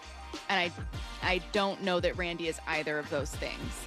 Like, I don't know that he has a ton of influence and is an active problem. No. It sounds like he's Randy. He's different. And I hear people say, like, oh, he's really funny. Mm-hmm. You know, like, people like him. But, like, he's not like a huge leader in this club. He's not going to be the poster boy of, like, tons of effort defensively. But he is your most consistent bat and has been that way all season long. Got to deal with it. Got to deal with it. I don't know. Man, you're in trouble without him. Yeah. So unless you're, like Churchill said, unless you're trading some starter to bring in more offense. And by the way, speaking of trades, a name that people liked for Seattle is off the market. The Pirates from Steven Nesbitt are pushing to acquire Mets reliever Luke Weaver. People really liked him as potentially a bullpen ad for Seattle. We saw earlier from Daniel Kramer, Ryan Divish, Adam Jude, Shannon Drayer, that the Mariners are not done adding, and it seems like they're prioritizing a bullpen arm. So one of those guys, Weaver, off the market. Also, not in play for Seattle, but it looks like from Jeff Passan, the Red Sox are finalizing that deal to acquire Adley Rutschman. Red Sox completely turned their season around. Sure I thought did. it feels Thought they were stupid to done. ever say a team's out of it that early in the season, but their playoff odds were like below 10%. All you got to do is win 14 straight. You know, you're back in the That's mix. all you, and that's what the That's Mariners it. should do. Just win 14 If straight. you just win 14 straight, I mean, that's easy. It's easy money. I don't see the issue with that. I think it's a great approach. Taking a look around the NFL next. Seattle Sports, home of Wyman and Bob, 2 to 7. Seahawks out here, Hard Knocks film crew is out here. You kind of have to look for them. They did take up the whole gravel parking lot out there with all their trailers. Oh, did they? Yeah, but I think Mike McDonald, this is right up his alley, right? Like how to ignore it and don't worry about all of that stuff. He's all about that. It's going to be interesting to watch what footage they use, and they're out there recording everything. They got to dial in. They've done this before. On Seattle Sports. Watch live or later on the Seattle Sports YouTube channel. I'm Dr. Mark Shelley, a chiropractic neurologist at Sound Pain Solutions. Carrie injured her back years ago. This is her story. My herniated disc was so significant that they did the first surgery, the laminectomy and a microdiscectomy. The first surgery failed, and I ended up with another herniated disc, which is pretty typical that herniations just move up your spine. The doctor was recommending another fusion surgery, so I researched alternative therapies. Sound Pain Solutions developed a plan that included bioelectric therapy, laser therapy, decompression, pressure wave therapy, in addition to rehab. Once we started that comprehensive approach, it went phenomenally. They honestly have given me my life back, and I'm happy to help other patients find sound pain solutions sooner. Schedule a free consultation to learn if you qualify for our non-surgical and drug-free treatments at soundpainsolutions.com. There couldn't be a better time to save money, and one of the easiest ways to save? Take the First Mark Challenge. Molly and I took the First Mark Insurance Challenge, and we saved thousands of dollars the first year with First Mark, and we've been saving ever since. Same for Mike and I. Here's how First Mark Insurance works for you, not the insurance companies. They compare rates and coverage from dozens of the top-rated carriers. Then they go to work to find the right coverage at the lowest possible price for your family. And when you need them, you'll talk to a real person who knows you and who's there to help. That's the kind of world-class service that has kept us with First Mark year after year. Seriously, wouldn't you you like to know if you could be paying less? Take the First Mark Challenge today. It costs you nothing. There's no obligation, and you'll find out just how much money you could be saving every single month. You could be the next First Mark Challenge victory. They've had over 11,000 of them. Don't give your insurance company a free raise before you renew. Let First Mark review. Go to firstmarkinsurance.com. What are you waiting for? Your savings could start tomorrow. firstmarkinsurance.com. If you love to travel, Capital One has a rewards credit card that's perfect for you. With the Capital One Venture X card, you earn unlimited double miles on everything you buy. Plus, you get premium benefits at a collection of luxury hotels when you book on Capital One Travel. And with Venture X, you get access to over 1,000 airport lounges worldwide. Open up a world of travel possibilities with the Capital One Venture X card. What's in your wallet? Terms apply. Lounge access is subject to change. See CapitalOne.com for details. Indeed presents hires you can't afford to get wrong, like a social media manager. Did you just post our Q4 earnings to your personal social media? Oh, yeah. Used the trending audio and everything. That's confidential financial data. Relax. It only went a little viral. The SEC just commented with the eyeball watching emoji. This is the job for sponsored jobs. This is what happens when you don't sponsor your job on Indeed. Next time, get matched with quality candidates with Indeed sponsored jobs. Visit Indeed.com/hire now and sponsor your job today. Seattle Sports is giving you a shot at 4 tickets to see the Seahawks in their preseason home opener, Saturday, August 15th. To enter, open the Seattle Sports app or go to seattlesports.com/win for details. You can enter once per day, so the more you enter, the better your chances. Enter daily from July 28th through August 3rd. Full details and rules at seattlesports.com/win. That's seattlesports.com/win. The champs are back. Really excited to get going. Nobody covers Seahawks training camp like the home of your Super Bowl champions, Seattle Sports. Look, one of the best parts of training camp is identifying the guys who pass the eye test, right? The ones who, when you see them, it's obvious they absolutely put the work in during the offseason. If that's what you want people to think when they see you walk into a room, Eastside Weight Loss Clinic can help. It's Mike Salk here, and people across Western Washington have lost significant weight and become a healthier, happier version of themselves with the help of Eastside Weight Loss Clinic. I'm one of them. Dropped 35 pounds in just 8 weeks. That could be you before the end of the summer. Here's the best parts. You enjoy the delicious food that you love. The program lasts as it teaches you lifelong habits. There are no monthly fees, no pills, and no injections. All it takes to get started is a free 15-minute phone conversation. Find out if it's right for you. Schedule yours at eastsideweightlossclinic.com. Schedule it for when you're in the car, commuting to work, or just running errands, because the only thing you have to lose is the weight itself. Go to eastsideweightlossclinic.com. Dr. Ryan Coogan, D.C. Results may vary. This might be the most surprising statistic I've shared in decades of doing local news. More than 75% of commuters will be involved in a car accident at some point. J.P. Pendergast of Pendergast Law with more. What makes it more surprising? The average person will be involved in 3 to 4 collisions in their lifetime. With accidents unbelievably prevalent, what are some safety tips if it happens to you? Safety first. Secondary collisions are not uncommon while awaiting help. Turn on those hazards and remain in a safe place. If a bystander witnessed the accident, capture their information and encourage them to remain at the scene. Seek medical attention immediately if needed, as delaying can be a costly mistake.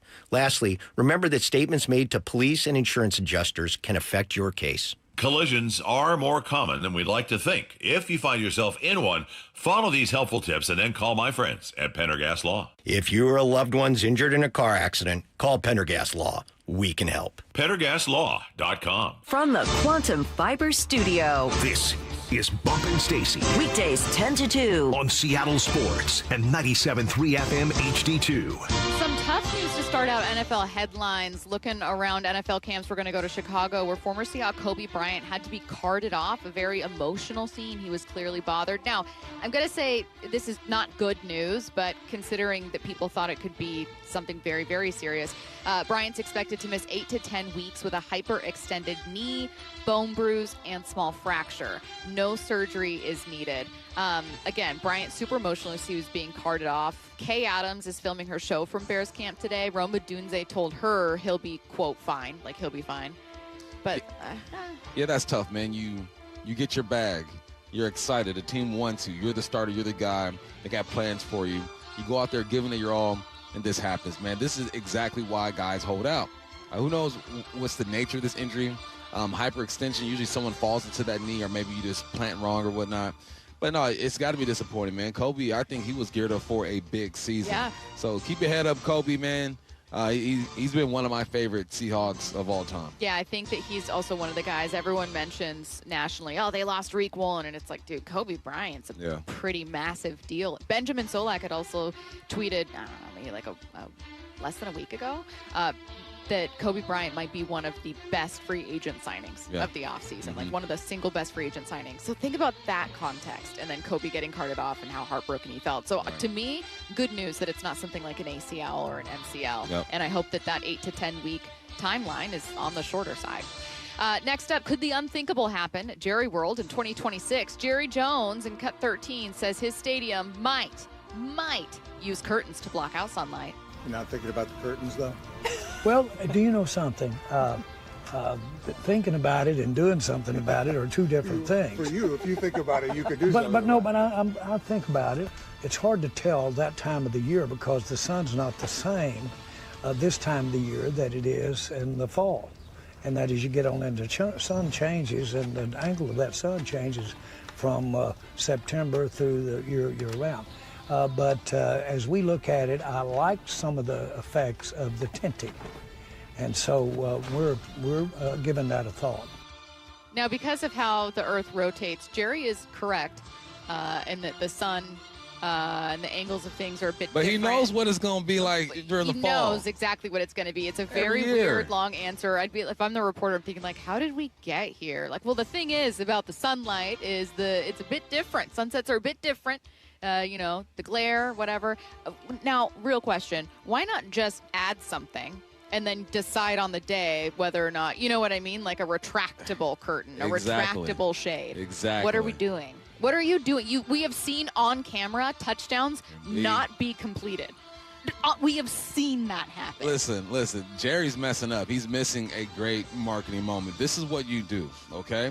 You have the curtains retractable. Before the game, right, when you're done, the national anthem is done, you have a ceremony that closes the curtains. It's like, now, God, we're going to isolate ourselves. Boom. Then after a win, you have a ceremony. Boom. Open the curtains back up slowly. You're missing in marketing, baby. Jerry, you need me. I need my 5% of that, and let's work something out. Because he could make a spectacle of that whole thing. Also, I'm sorry, but is it not one of the best things you can sell to be like the curtains close and it's like Nintendo or AT&T or whatever it is paying for that kind of thing? Because you know that national cameras are going to look up and go, Jerry got curtains, and then it's just advertising.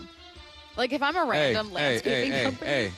Don't piggyback my idea. No, but don't you try to piggyback my. We got rid of Castillo. No. There's no more piggybacking over here. I said, I inspired that. I inspired that. Yes, then you walked so I could run. You took it from me. Why'd you make it better? I didn't. I elevated it, and that's teamwork. I need my percentage too from that. That's exactly what writers' rooms do. Is you just go yes and then you build on it, and that's what I said. I said, what if you put a brand on the shades as they close? Nah. But do you see? You know what you said before we sat down? Different and special. You said no one outshined me today. I did. Okay. Why are you outshining right now? Okay, so I did say that as I was walking over here, and I was yelling it at Brian Nemhauser. I said, no one outshined me today. Everyone stop upstaging me. You're right. And, because I'm not allowing that to happen. Because I'm about it. It's not just words. It's official. Ricky Pearsall has been placed on season-ending IR. Cut 14. 49ers GM John Lynch explained all that went into the decision. So we're going to be placing Ricky on season-ending IR, and he's going to go undergo surgery on his PCL. He's gutted. We're gutted. Really good football player. Really good, really important member of our team, an impactful player. The decision was made to go with a non-operative deal. I had a PCL myself, second or third year in the league, and that's kind of the way that things go. It's going to be a struggle to get through that year. You get to the off season, and most resolve themselves without surgery. Unfortunately, Ricky's did not. He did well throughout the off season. He got to the point where he ramped it up to the last gear right before camp, and then he came into camp, and the rigors of camp, competition, and whatnot, he swole up right away. There's a little bit of controversy per the San Francisco Chronicle. The head team physician, Dr. Team McAdams, and then a couple separate surgeons thought, well, maybe he can make a recovery with rest. So there was an opportunity to decide to operate on it months ago. And by months, I mean like beginning of the offseason, not like, half a year or whatever. And they just thought, well, maybe let's see what happens. So on the one hand, people who were already criticizing what's going on with the 49ers where they're having all these health issues were saying, oh, here's another thing. This, to me, Bump, feels separate. This feels like just a very unavoidable thing. Whether he had surgery 2 months ago or right now, they were like, well, do we shut you down or do we wait 2 months to see if we need to shut you down? Either way, you were going to miss the season.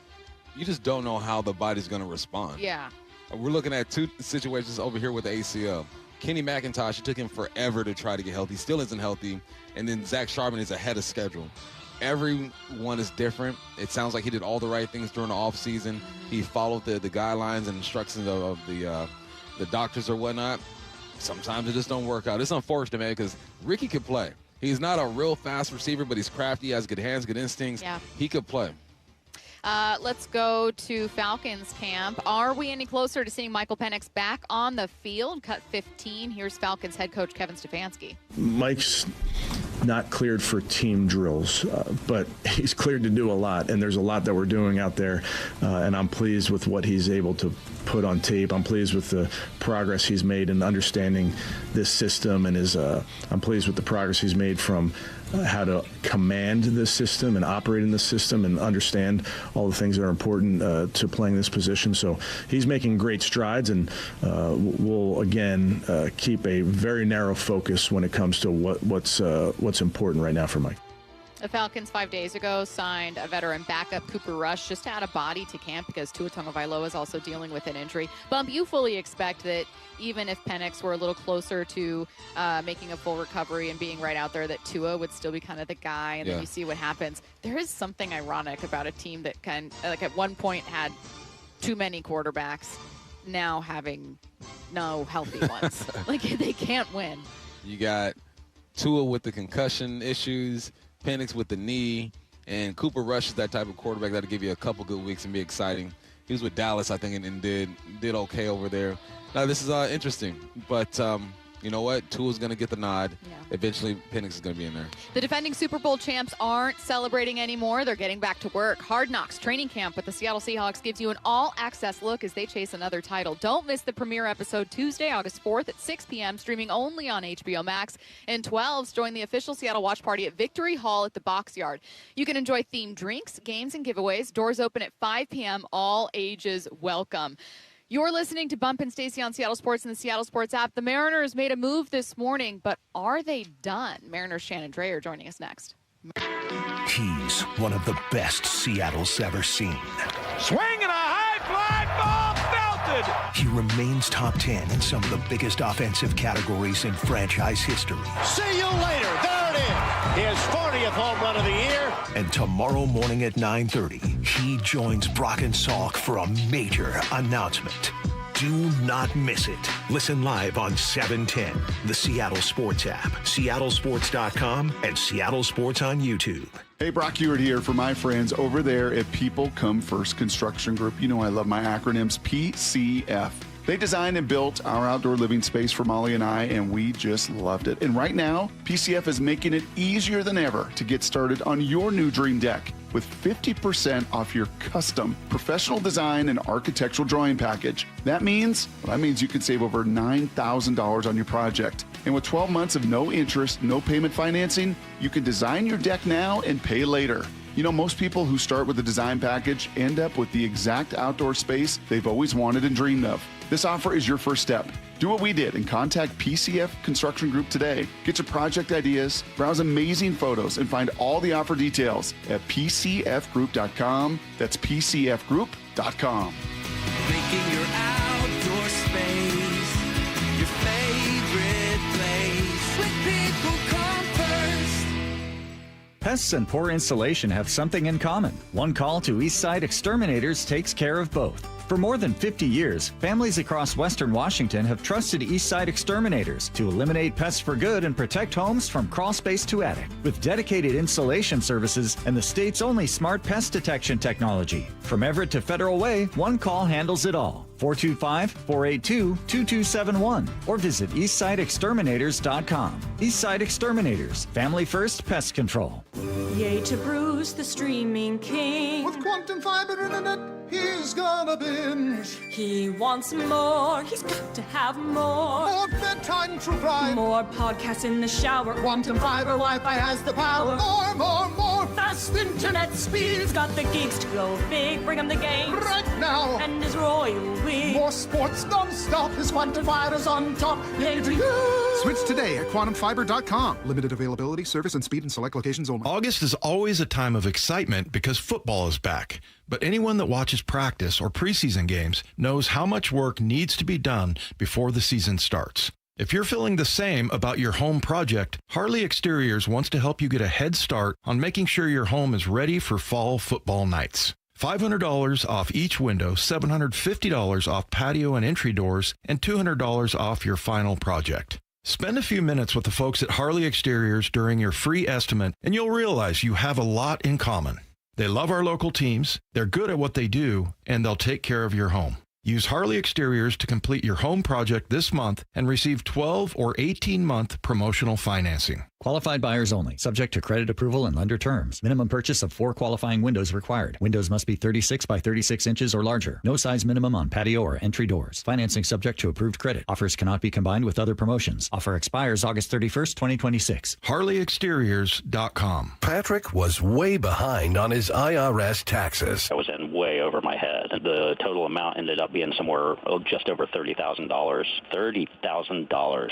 Then the IRS came to collect. Started getting letter after letter. A lien had been filed against me. They were going to basically hang me completely out to dry. He had to do something. That's when I reached out to Optima Tax Relief. Patrick's life quickly got a lot easier. It was very easy. Pretty much hands off, They picked up the ball and ran with it. And how'd it go? I couldn't believe it. I had to ask 2 or 3 times. I saved an incredible amount of money. How does Patrick feel about Optima? Couldn't be happier. They definitely helped me. Optima Tax Relief. The best place to call. They're the best in the business. Do what Patrick did and call Optima Tax Relief for a free consultation. Call 800-343-6460. 800-343-6460. 800-343-6460. Optima Tax Relief.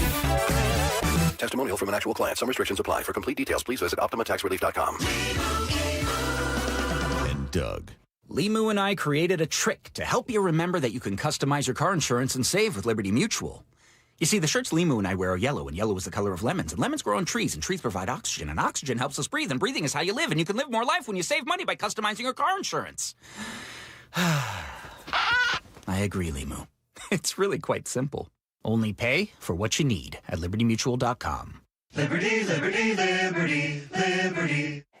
Welcome to AutoZone. What are you working on today? My car is making this noise. Sometimes it's like doot, and sometimes it's like grrr. Do you have a dash light on? Oh, yeah. And we don't have to listen for clues. With the free Fix Finder service, we can read a check engine, ABS, or maintenance light to find the likely fix and even recommend a local shop if you need one. So you don't need to hear the grrr. Not with Fix Finder. Free at every AutoZone. Get in the zone, AutoZone. Restrictions apply. Let's go! This is Seattle Sports. Streaming through the Seattle Sports app. KIRO AM Seattle. KIRO FM HD2 Tacoma. Home of the Seahawks, Mariners, and everything Seattle sports. Seattle Sports Snapshot. More moves ahead of today's MLB trade deadline from ESPN's Jeff Passan. The Red Sox are acquiring catcher Adley Rutschman from the Orioles. Boston gave up their number 2 prospect in that deal. The Rays also added a catcher, acquiring Liam Hicks from the Marlins. The Mariners this morning made a trade with the Orioles to acquire righty bat Taylor Ward. He's got just 7 homers this year, but is leading the American League in walks with 87. But are they done adding? We're asking Shannon Drayer in 30 seconds. Snapshot, brought to you by Miller Lite. When it's game time, it's Miller time. from the Quantum Fiber Studio This is Bump and Stacy on Seattle Sports. Streaming through the Seattle Sports app and at seattlesports.com. Now, here are your hosts, Michael Bumpus and Stacy Ross. Here we go now. Joined now by Mariners insider Shannon, Drayer. A big move this morning, one that we have yet to ask you about from the weekend, and maybe still one to be made. First of all, how's it going? Busy trade deadline for you. Yeah, it's a lot busier than I think a lot of people thought it would be, but pretty exciting along those lines.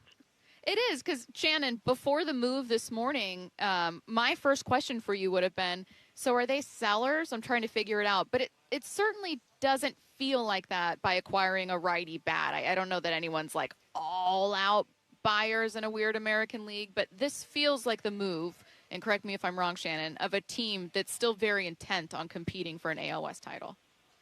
Yeah, I don't think they've given that up really at any point of the journey, as tough as it's been, even on that last road trip, which Jerry DePoto was on the entire road trip. He was there and saw it all firsthand. I never really got the indicator that it would, A, that they would ever be all-out sellers, and really, B, that they wouldn't be pretty much all-in buyers, that they were going to give this a shot, that they do still very much believe in the potential of this roster, and I think you throw in a big pinch of hope too, for that matter. Now, had this been a different year and the division wasn't where it was, I think it would be a different story. But when you see the opportunity that is in front of you and what a rare opportunity that is, I think they've been pretty committed to doing some things at this deadline.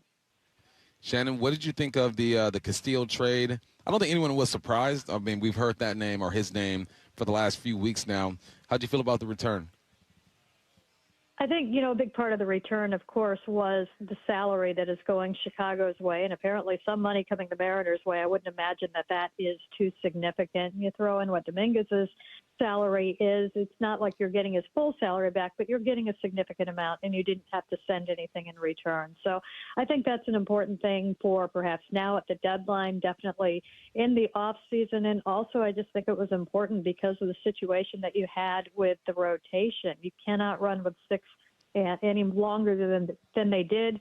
The piggyback thing was something that they endured, and it was pretty clear that a move was going to need to be made, and that would be the first choice, so that they were able to do that a few days early, able to get something back. Now, you take a look at Dominguez, and I really think he slots into, although he has pitched in leverage roles before, at least to start, he's more in that kind of gap, that middle role in between the B part of the bullpen and the A part of the bullpen, but that door could be open.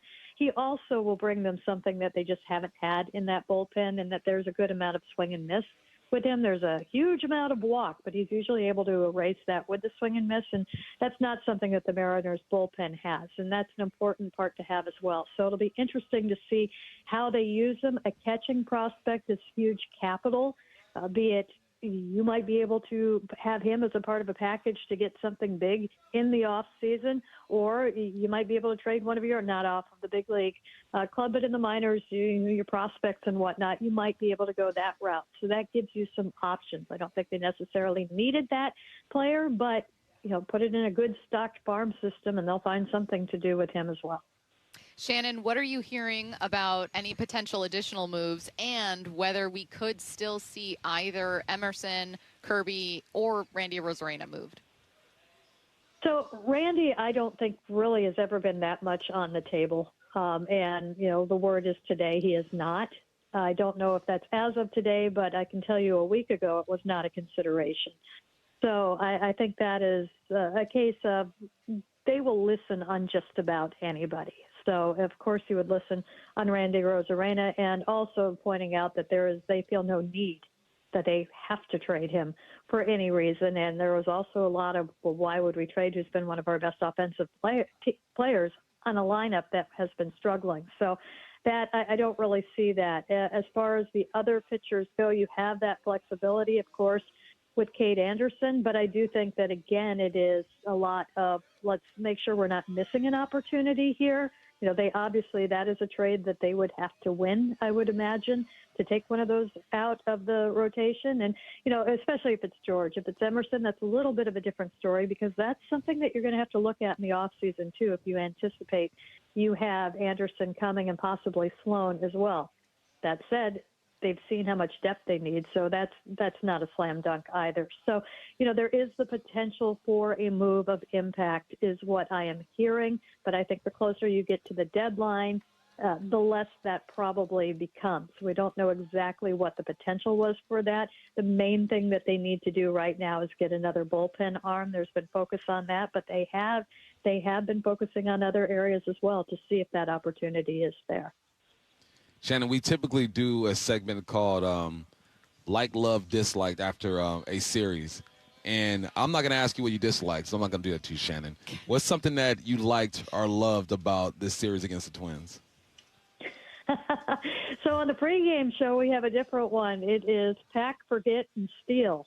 And we do that at the end of road trips. Things that you want to make sure that you don't forget to pack, things, the old shoe and whatnot that you leave under the bed and don't care. And then also things that you want to steal from somewhere along the road trip. So, that's a fun one. And the question again is, what did I like from this? Would you like or love? Yeah. I like that they were able to come back in game 3. I like that. It wasn't a perfect game, but this is a team that was so down coming off of that road trip. That was absolutely brutal. That was an interesting noise. I don't know if that was on your end or my end. It was such a brutal road trip. It was a very, disappointing that they were not able to do anything on that road trip, that their opportunities were slipping away. And to be able to bounce back after a 4 a.m. arrival and having to play the next day, and then 2 1:00 games afterwards, that's a tough thing just physically and the travel-wise.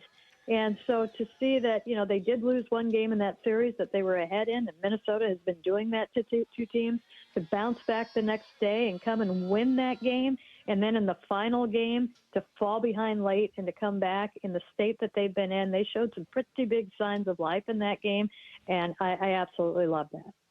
Just as a heads, we're at training camp and players are just starting to filter on. So every 5 seconds, another player comes out, and then a group of children lose their minds. Except they're booing. They're saying "Coop." Oh my goodness! I was like, why are they booing? Is this going to be like a visiting mascot? They were saying "Coop" because Cooper Kupp came out. Oh man, I fell for it.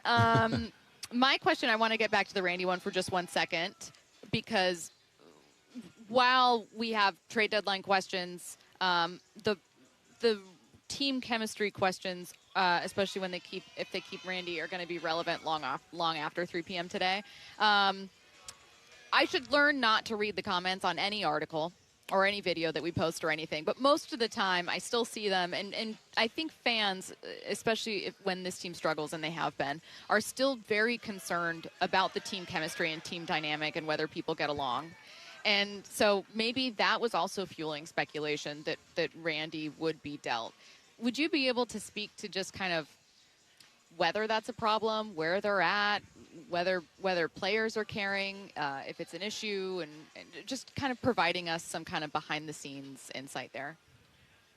Honestly, I don't like to go too deep into that, because the time that we spend with the team in the clubhouse is not that much. You're talking about an hour or maybe 2 a day plus, as opposed to all of the time that they spend together. What I can tell you is it doesn't appear that anything has changed in the clubhouse. I can tell you that the word that I have had from not inside the clubhouse, but a little bit outside of the clubhouse, was it's just more of a non-factor. Randy is Randy, and it's not something like he is going to provoke anything in a clubhouse or anything like that. He's a guy that is in the clubhouse and has just been a little bit of a different person since before he got here. And players were talking about Randy. They loved him and they couldn't decide how they could describe him. I couldn't get anything out of them other than, we really love him, he's a great guy, and then he was impossible to describe. Then you get him in the clubhouse and you go, okay, I get it. He is a little bit different. But from what I understand is that has been a non-factor, that there hasn't been a problem in that regard. When I've talked to some of the guys and not asked it directly, but rather it has been volunteered to me, they have said that the chemistry is great and they all love each other. And that is, again, not asking for it. It's something that they themselves have said. So, to me, have I seen with my own eyes or heard with my own ears that there is a problem? No, I haven't. And again, I think the thing that I would say is I really haven't seen any change over the last week, or it's been pretty constant and consistent in that clubhouse. And I think you can kind of see it in their play, and you can see it when they celebrate wins, even though if they are seeing what they are seeing, which I myself haven't seen. I don't think it's had an impact on the larger group, if there is anything. Shannon, Cole Young has just been so much fun to watch. But he go 4 for 4 the other night. You got Colt Emerson having his first walk-off. Cal has his walk-off. I feel like they're trending in the right direction. I know that first game was tough to watch. But if you had to pick maybe a person or a player or a moment that you feel like should change the way people look at this team, could you find one? I think you need to look at the team as a whole. I think that is the most important thing at this point, and I think that has been the toughest thing that we have seen with this team is that they have never all clicked on one cylinder. You need them all kind of pulling in the same direction. We were talking about how great the starters were and how they carried everything on the last homestand, and then we go on the road, and the starters have their worst turn and a half through the rotation that they've had all year. You get home and you get the starter performances and the bullpen, which I think has almost been heroic considering the pitchers that they have been missing and also the fact that they have been pitching one man down because of the 6-man rotation. The bullpen falls apart a little bit. And then the hitting, you've had it sporadically here and there. And when you've had it, you probably haven't had one or the others. I think it is up to the entire team, something that I would point to. I'm not going to say they are playing absolutely clean baseball right now, but we're seeing more consistent, better play all together. And then I think if you want one player, maybe, I think you're seeing Josh Naylor start to come out of it a little bit, and you want to see him hit a little bit more, not necessarily for power, but more doubles. You want to see him get a little bit deeper in count, doing a little bit more damage at the plate, but we are seeing him make more contact. He had a great on-base streak going.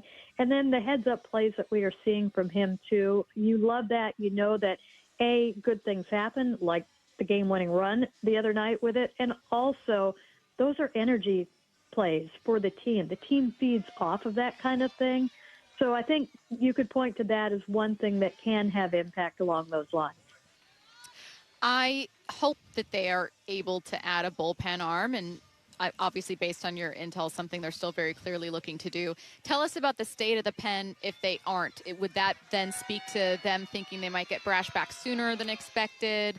Is that moving someone there? Is it claiming someone, off a waiver wire? What's the kind of situation, let's say, post 3 p.m. if they're not able to add?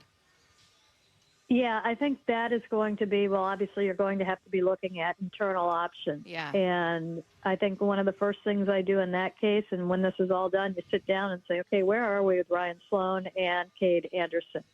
Is one of those guys going to be somebody that can help impact us in September out of the bullpen? And Cade Anderson's, and it'll be interesting with him because they might, how do you use him? Is he somebody that could impact you in the rotation? He's not anybody that I believe that they're going to lean on, but he's somebody that you take a look at and you wonder a little bit. So I think you take a look at what that means for them going forward. And Anderson is a good place with his innings. They've been very careful with that. So, perhaps there is a way that they can use him, but they're going to have to get him going. You don't just bring him up and put him in the pen tomorrow. So you're going to have to look at that kind of thing. On the injury front, I think we are still weeks away from what we have been told. It would be Vargas who would come back, and that would be very helpful, again, in that middle role, especially when he's getting going.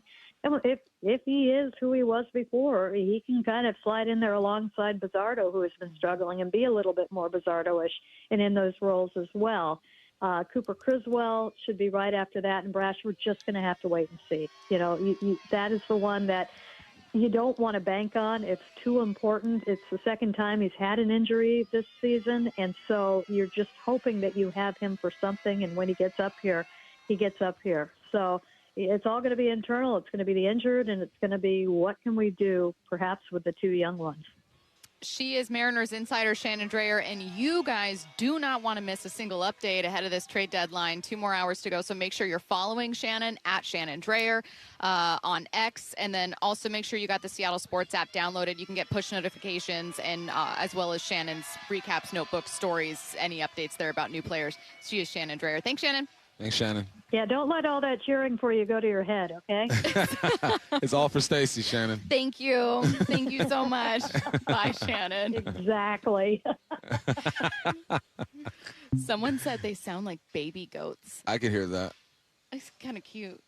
When you think of it that way, like when you think of Sam comes out and they're like, "Nyeh." You've heard goats scream before, right? Yeah, videos, they go, There's some that sound like humans. It's crazy. Yeah, they're funny. They're funny. Yeah, but they're kind of scary. My cousin had a goat. It was mean. Really? Yeah, goats are kind of aggressive. Like geese, like they're in children's stories, but they're very aggressive creatures. Yeah. Yeah, you got to They just look nice. Well, I don't know that that's true either. I think they're misunderstood, but in a bad way. They have good PR. Goats look nice. You don't look at a goat and be like, oh, that's scary. I think they look like the devil. But really? You've never looked at a goat with their little sideways eyes? Yeah, of course I have. That's why I think they look nice. I'm just saying, if you said, okay, here's a farm, one of these creatures is from the underworld, I'm telling you right now, I'm looking at the goat. Looking at the goat? Yeah. You're not? I'm going through the animals. But you can see I can see what you're saying. Exactly. Thank you. I don't agree, though. Okay. I can just see what you're saying. Let's get to 4 down territory. This is 4 down territory. Going inside the game with former Seahawks and Coug wide receiver Michael Bumpus. First down, how should this week of Seahawks training camp be different? Isn't there... I'm trying to figure out what sport there is. It's they say movement week, like when positions start to change and stuff. What sport is that? Anyway, that's how I view this week, movement week. Not in the sense that guys are losing their jobs, but in the sense that, a 3 might become a 2, a 2 might become a 1, a 1 might become a 2. And it's not going to be anything extremely drastic because when you look at this offense and defense, the positions are pretty much set.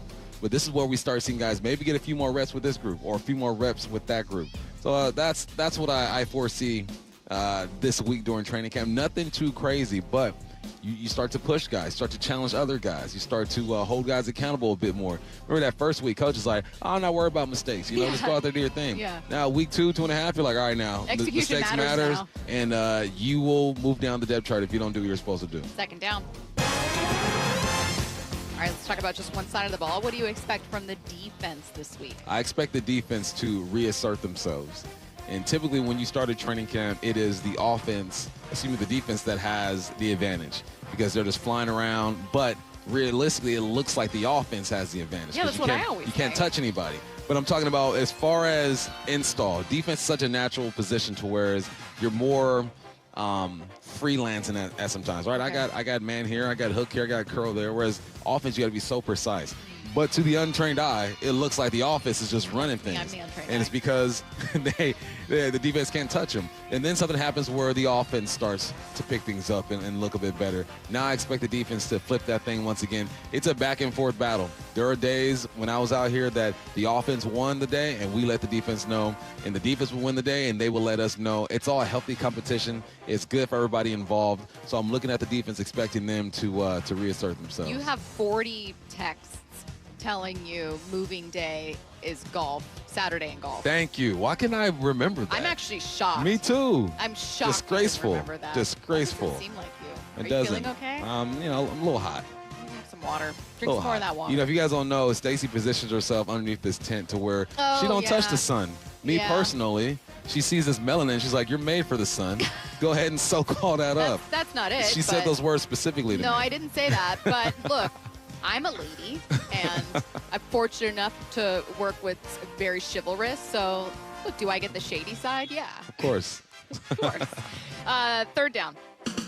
What's a cool Zach Charbonnet stat? Hey, let me pull it up. Where you at? Okay, Zach Charbonnet. That guy. You know him very well. Mm-hmm. According to NFL.com, Anthony Holzman Escareno. Charbonnet scored the second most rushing touchdowns on fewer than 200 carries in the league last year with 12. Buffalo Bills quarterback Josh Allen was the only player to score more rushing TDs than Charbonnet with under that amount of carries with 14. That just lets you know how important this man is to this offense and why I am happy that he is what am I trying to say? I'm all jacked around. I got the Spurs head coach here. He's ahead of schedule when it comes to his recovery because you're going to need him. You still have Emmanuel Wilson.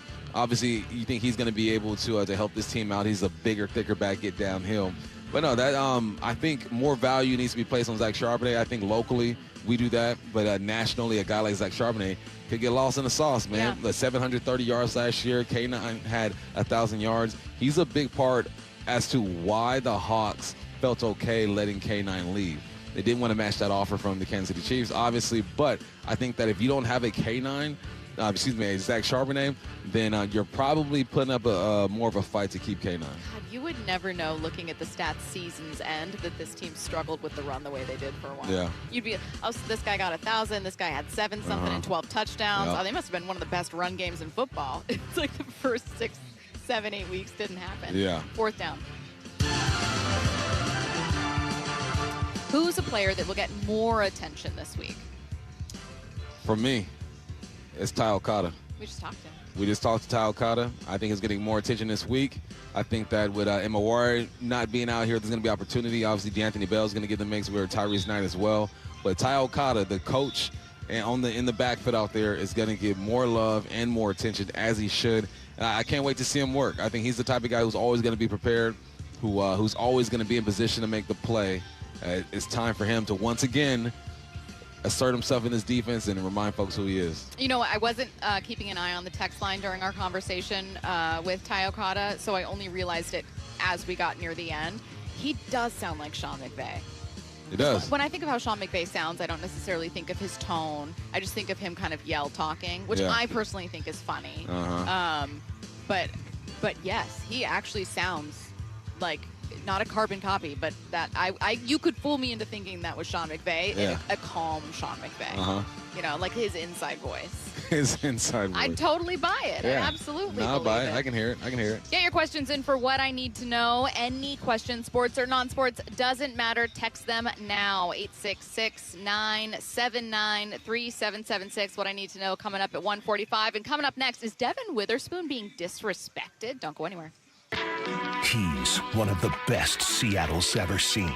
Swing and a high fly ball belted. He remains top 10 in some of the biggest offensive categories in franchise history. See you later. There it is.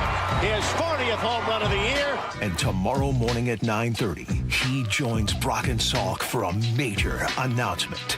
Do not miss it. Listen live on 710, the Seattle Sports app, seattlesports.com, and Seattle Sports on YouTube. This hour is brought to you by Mazda of Everett.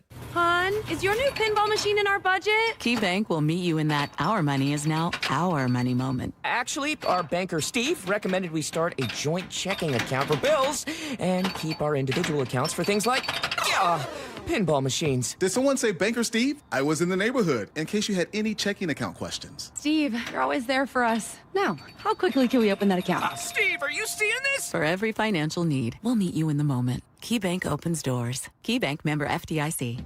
In 2026, Bay Alarm celebrates 80 years of security. For the Puget Sound, that means local service including burglar and fire alarm systems, 24/7 in-house monitoring, and custom security designed to work with business operations.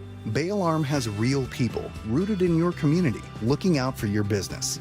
After 8 decades and 3 generations of family ownership, our promise is still the same. We got you. Learn more at bayalarm.com. Big Trees is Washington's premier tree sales and transplant company. With over 30 years of experience, Big Trees provides trees of all sizes for residential and commercial projects. Our 30-acre nursery features thousands of trees and hundreds of varieties that thrive in our Pacific Northwest climate. For hours, directions, and to see our wide selection of trees, visit BigTreeSupply.com. Beauty, privacy, instantly. Big Trees. Lee Johnson Auto Family. The best path at that point was to adopt for the night, and you go home and take a breath. She came back in the morning and bought the car. She was way happier. The LJ way. Olympic Hot Tub has terrific ways to achieve total wellness at home. Saltwater hot tubs, swim spas, saunas, and cold plunges, all waiting for you. See our current specials with exciting savings at olympichottub.com. Better you, better life. Emerald Queen Casino Event Center presents the main event powered by WFC. Saturday night, August 8th. A night of professional boxing where champions are made and every punch counts. Contenders from the region go toe-to-toe, ready to prove they belong at the top. Tickets at emeraldqueen.com. Don't miss Fight Night, August 8th at Emerald Queen Casino. Always entertaining. 21 and older. Need gambling help? Call 800-547-6133 or visit emeraldqueen.com.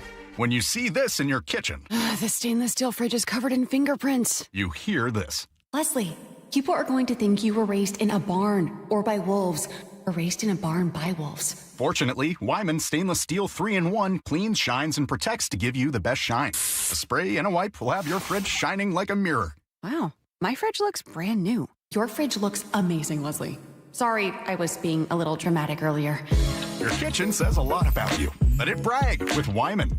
Wait, everything on this IHOP value menu is just $6? I told you it was amazing. A huge plate of pancakes, bacon, and eggs is just $6. Wow. There's also French toast, a ham and cheese omelet, and oh, they got a BLT and fries now. Okay, we're coming here every day.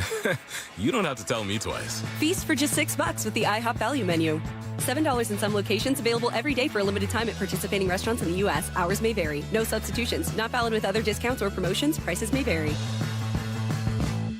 The champs are back. Really excited to get going. Nobody covers Seahawks training camp like the home of your Super Bowl champions, Seattle Sports. Are you finding it hard to stay cool in your home during hot weather? The issue is likely your window's poor quality and lack of heat deflecting technology. Adrian here, owner of Lake Washington Windows and Doors. Our windows are 25% more energy efficient than Energy Star standards and come with high-performance Sun Matrix glass, which can help keep the summer heat out. Combined with our leak armor installation, your comfort will be secured for a lifetime. Choose Lake Washington Windows and Doors, a name you can trust. Visit lakewashingtonwindows.com.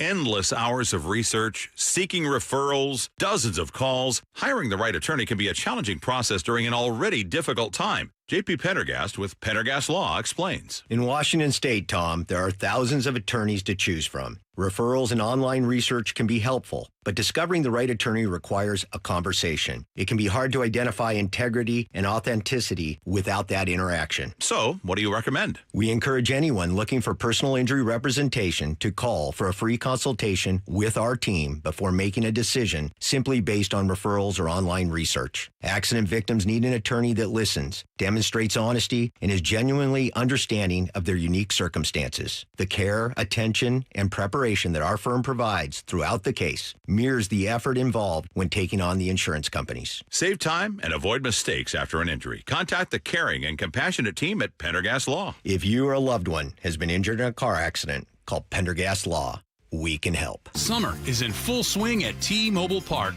and it's not too late to come on board as a Mariners season ticket member. Lock in a Mariners Flex plan and choose your games, seats, and number of tickets as you go. 6 seats in the bleachers one night, 2 right behind the Mariners dugout the next. It's all up to you. Plus, you still get all the perks of being a member, like priority postseason presale access and discounts of 10% or more and no fees on regular season tickets. Join the team today at mariners.com/flex. This hour is brought to you by Mazda of Everett. From the Quantum Fiber Studio. This is Bump Stacy. Weekdays 10 to 2. On Seattle Sports and 97.3 FM HD2. I need to be really honest about something.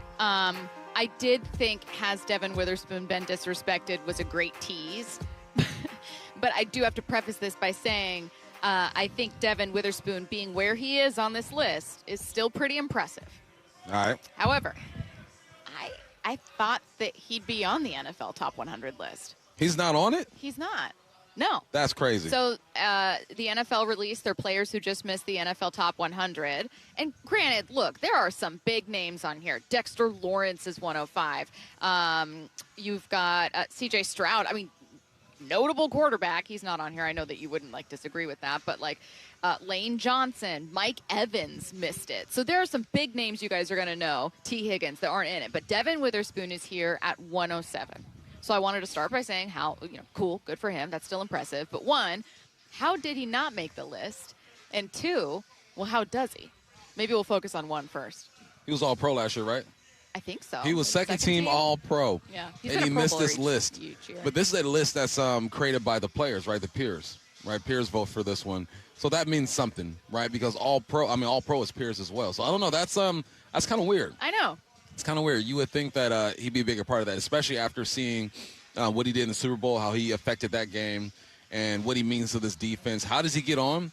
I think he doesn't worry about it. You don't worry about getting on that list. You just play ball the way that you play ball, with the enthusiasm and passion that he plays with, and everything will take care of itself. I don't think these guys play to get on these lists, but they recognize when they're on it and when they're not on it. Now, the way that I would gauge a player on this list, like I don't know that there should be a player on the NFL top 100 that can't at some point swing a game, impact a game, do something in a game to be a real factor. Right. Now, that's going to be possible for certain players more than others based on position. And it is a little trickier for a corner, especially a corner playing in the slot, to have that kind of impact versus like a quarterback or a top receiver. And I totally get that. However, there are people who know a lot about football that think he does have that impact. Cut 20. This is Cliff Averill in an interview with Wyman and Bob yesterday talking about Witherspoon. I think the energy that he brings. I mean, that's what you just said, right? Like, if you look at stats, it's like, okay, it's solid, But sometimes numbers don't show the impact. You got to watch that film. You see, he's around the ball everywhere. He's making the right calls. He's communicating with his teammates. But more than anything is the energy that he brings to that secondary. He's live all the time. I mean, you go to practice, he's talking. You go in the locker room, he's talking. You know what I mean? So on game day, you can only believe that he's out there talking, right? So, but the guys need that. That's the thing. You can't look at Witherspoon's Pro Football Reference page and think, oh my God, this guy's a future Hall of Famer. Right. You have to watch the film. You have to watch him to understand. And we've talked with players here. We talked with Julian Love this offseason at OTAs and minicamp, and he said there's no player Mike Macdonald loves more than Spoon. Like, he is not only an irreplaceable part of this defense, but just an amazing leader in this room. And while the NFL Top 100 is going to care more about what you do on the field than whether or not you're like a leader or a likable guy in your locker room, I think what Cliff said is what I would imagine you would say if someone asked you about it. If someone came to you, Bump, and they said, no real interceptions. I mean, this guy, what has he had? 2, 3 career interceptions max? You'd be like, watch film. Yeah. Watch film. You that is a easy way to evaluate a player of his position, is to look at interceptions. And you can look at interceptions. There are going to be guys who are having heck of a years. Remember when Diggs had like 12 interceptions or something like that? For the Cowboys. Yeah. And Bland had 6 interceptions, 5 to the house. He had a moment. Something crazy, right? Yeah. And you can't ignore those moments. Those are real. You created that play and you made it. But then there are guys, especially at the corner spot, they won't throw it to you. I've told this story before. Deion Sanders used to bait quarterbacks to throw the football because if his coverage was too on point, they're not even looking that way. Yep. And I think that I'm not saying Spoon is Deion, but everyone knows where 21 is. Right, there's as a quarterback, when you get to that line of scrimmage, you're identifying where's 3, where's 21. Those are guys going to be moving around a lot. Obviously, you look to see where 13 is and where Drake is and the safeties or whatnot. But the guys, those overhang defenders that can create chaos and cause matchup problems and bring 6 when you're only blocking 5. Yeah. Those are the guys you have to identify because you slide your protection too far away from them. So let me follow up with just kind of asking you to expand a little bit more on that. Get X's and O's for us, because if you're Mike Macdonald, what does having Spoon let you do? I would imagine Witherspoon, maybe not unlike Nick Emanwari and quite a few other guys around the league, is someone that head coaches and coordinators appreciate so much more than fantasy football owners. Yeah, Spoon's a guy who can do a little bit of everything. And because of his size and his stature, you don't really know. Is he over the number 2? Is he going to be outside guarding the number 1? Is he going to blitz? Is he going to cover this safety right here? There are some guys that you can pretty much diagnose what they're going to do. We're looking at interior linebackers. Pretty much, look, one's probably going to have the running back going out the backfield. He's going to drop middle. He's going to drop hook curl. There's only so much that position is going to do. Those overhangs, those nickels and those robbers, whatever you want to call them, are the guys who can do a little bit of everything. They can get after the quarterback, drop it to the flat, drop into a third, play man. Those are the ones that kind of confuse things, bring extra pressure on the side where you're weak. They make things tough on guys. But how do you get in the top 100? I know some people would say it doesn't matter, but I don't know. Spoon's a top 5 pick, man. I would love to know more about a trajectory where he does become first-team All-Pro really regularly on this list all the time. That's the trajectory I would like to see a top 5 pick take. So I want to point to this sound from Frank Schwab, cut 19. Frank thinks it's not only very possible, but that the trajectory is Hall of Fame. Take a listen. he was a perfect fit for Mike McDonald. He can really do it all. He's just been a good player, for Seattle from the time he was drafted really high. Happy to see him emerge. As far as what that means for his value, as far as around the league, you always pay the pass rushers a little bit more, but right after that, a really, really good lockdown corner. I think he'll be the highest paid cornerback in NFL history at some point in his career. And I think he's better than Trent McDuffie, who is the highest paid corner, so I have to say that. I think he's really, really good. He's the one guy on that defense, and there's no respect to Ernest Jones or Leonard Williams or anybody on that fantastic defense. He's kind of the one guy where I look at that defense and say, if there's somebody who's going to make the Hall of Fame out of this defense, it might be Devon. I feel like Frank's praise of Devon got progressively more and more insanely positive, where he's really, really good. He allows you to do so many things. I think he'll be paid like the best corner. I think he's actually better than the best paid corner, Trent McDuffie. If I had to choose a Hall of Famer, it's him. And I was like, whoa, blown away. Quite a few things to react to. Is he the best corner in the league? I think he is definitely one of them. That's for sure. We live, baby. J Love, Gene Love, showing some love.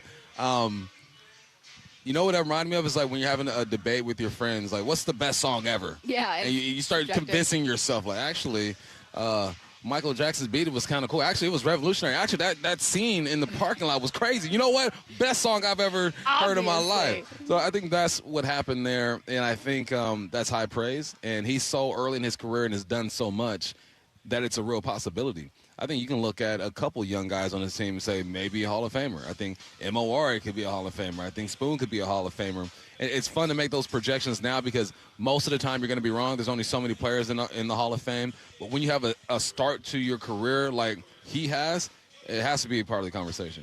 I think it's just I need to, and maybe what makes his career so fascinating is learning how to sometimes watch football a little bit differently, right? Like the type of football that I remember watching when I was younger is like your outside corners are the ones, they're on the islands, they're the ones that you're talking about all the time. And like the way that McDonald uses his guys is so innovative in different ways. You have to learn to watch them differently. Now this isn't brand new. We've all been watching football like this for a while, but look, the fact that so many of the players that we talk about kind of fit in that description. I mean, even JSN, who's not like purely an outside guy, like that. It's a fascinating mix of talents. Yeah. So I think that's the best thing to be as a football team and a football player is exactly what you said. You want to be a mix of talents. What would Spoon need to do to convince you to say yes more definitively? Nothing. He's already in. No. If I said best cornerback in the game, were you to like not even hesitate and be like, because right now I get it. You're like, well, he does this great. You got Pat Surtain doing this and Christian Gonzalez doing this, but like, I think what would make you like no doubt like, oh yeah, yes. He needs to make a few plays when the ball is in the air that makes you say, wow. I think his MO right now, what we know about him is that he gets downhill and he will hit you. He'll make the tackle. But now it's like, okay, doesn't necessarily mean interceptions, but just you make a play and maybe it's a tip pass or a few tip passes to where you're like, yeah, I don't know how he got to that football. Okay. Get your questions in for What I Need to Know. Sports, non-sports, doesn't matter. Text them now, 866-979-3776. The Mariners have acquired. It's Major League Baseball's trade deadline today at 3. Orioles outfielder Taylor Ward. Most people thought they're going to get two guys. You're going to get a bullpen arm, and Sir Anthony fits a lot of that, and you're going to get a right-handed hitting, very competent pro. You've got 87 walks, hitting 246. I'll take that right now for the Mariners. Yeah, the move makes sense to me. The trade deadline. Coverage continues on the home of the Mariners, Seattle Sports, and seattlesports.com. Justin's an avid skier, and a hard fall on the mountain changed everything. I wound up tearing my meniscus, and then I found out that I also had osteoarthritis. The pain was relentless. Initially, it was probably a 7 or 8, but then it just continued and never went away. It wasn't just pain, it was how he moved. The biggest issue I had was simply walking. I could not walk without limping. Others might have looked into surgery, but Justin chose stem cell therapy with Dr. Mark Wagner, MD, at Seattle Sports and Regenerative Medicine. How's it now? I'm back to skiing as hard as I can, and I don't even notice my knee anymore. And the recovery? Well, the biggest thing is I was walking without a limp within weeks, where I had been limping for the last year or so. Now I just feel totally normal. I feel like I can do anything that I ever did. Before you choose surgery, see Dr. Mark Wagner first, the most experienced in the Northwest with over 20,000 stem cell procedures. Schedule your consultation at drmarkwagnermd.com. Wesley Financial Group is not a law firm. Ask yourself this question. Is it really worth holding on to that timeshare that you know you need to get rid of? Here's the truth. The average maintenance fee just went up over 17%. That could have been 117%, and there's nothing you can do about it. When you buy a timeshare, you give them a blank check for annual maintenance and assessment fees. I'm Chuck McDowell, founder of Wesley Financial Group. For 15 years, I've helped over 50,000 families cancel their timeshare. Not sell it,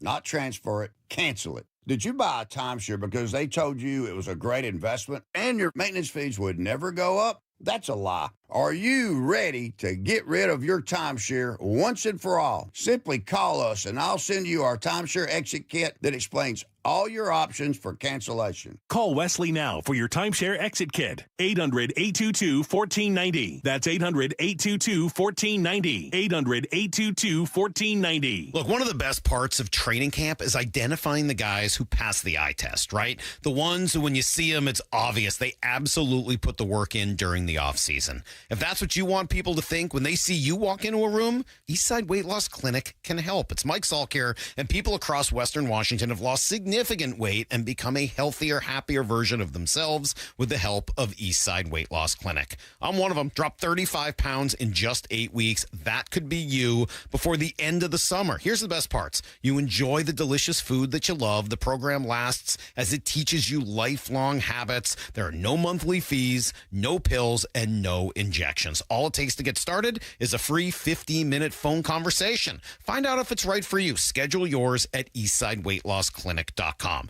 Schedule it for when you're in the car, commuting to work, or just running errands, because the only thing you have to lose is the weight itself. Go to eastsideweightlossclinic.com. Dr. Ryan Coogan, D.C. Results may vary. Seattle Sports is giving you a shot at 4 tickets to see the Seahawks in their preseason home opener, Saturday, August 15th. To enter, open the Seattle Sports app or go to seattlesports.com/win for details. You can enter once per day, so the more you enter, the better your chances. Enter daily from July 28th through August 3rd. Full details and rules at seattlesports.com/win. That's seattlesports.com/win. The champs are back. Really excited to get going. Nobody covers Seahawks training camp like the home of your Super Bowl champions, Seattle Sports. Tired of hearing scary radio ads about the IRS? Tax Relief Advocates is different. TRA is here to tell you that if you owe money to the IRS, whether it's $5,000 or $500,000, we have a solution. TRA can eliminate or reduce what you owe to the IRS with zero risk to you. We have over 1,000 5-star reviews on Google and an A+ with a BBB. End your tax nightmare today by visiting TRA.com or call 800-583-6681. That's 800-583-6681. Finding great candidates to hire can be like, well, trying to find a needle in a haystack, but not with ZipRecruiter. Its powerful technology actively finds and invites qualified candidates to apply to your job. So while other companies might deliver a lot of hay, ZipRecruiter finds you the needle in the haystack. See why 4 out of 5 employers who post a job on ZipRecruiter get a quality candidate within the first day. Try ZipRecruiter for free at ZipRecruiter.com/free. That's ZipRecruiter.com/free. ZipRecruiter. Hey, Brock Ewart here for my friends over there at People Come First Construction Group. You know I love my acronyms, PCF. They designed and built our outdoor living space for Molly and I, and we just loved it. And right now, PCF is making it easier than ever to get started on your new dream deck with 50% off your custom professional design and architectural drawing package. That means you can save over $9,000 on your project. And with 12 months of no interest, no payment financing, you can design your deck now and pay later. You know, most people who start with a design package end up with the exact outdoor space they've always wanted and dreamed of. This offer is your first step. Do what we did and contact PCF Construction Group today. Get your project ideas, browse amazing photos, and find all the offer details at PCFgroup.com. That's PCFgroup.com. Making your outdoor space your favorite place. When people come first. This hour is brought to you by Mazda of Everett. From the Quantum Fiber Studio. This is Bumpin' Stacy. Weekdays 10 to 2. On Seattle Sports and 97.3 FM HD2. Get your questions in. Any questions, sports, non-sports, just something top of mind. Text it, 866-979-3776. What I need to know. I'm starting with not sports. What's the most useless piece of workout equipment in the gym? Useless? It's a great question. I already have my answer.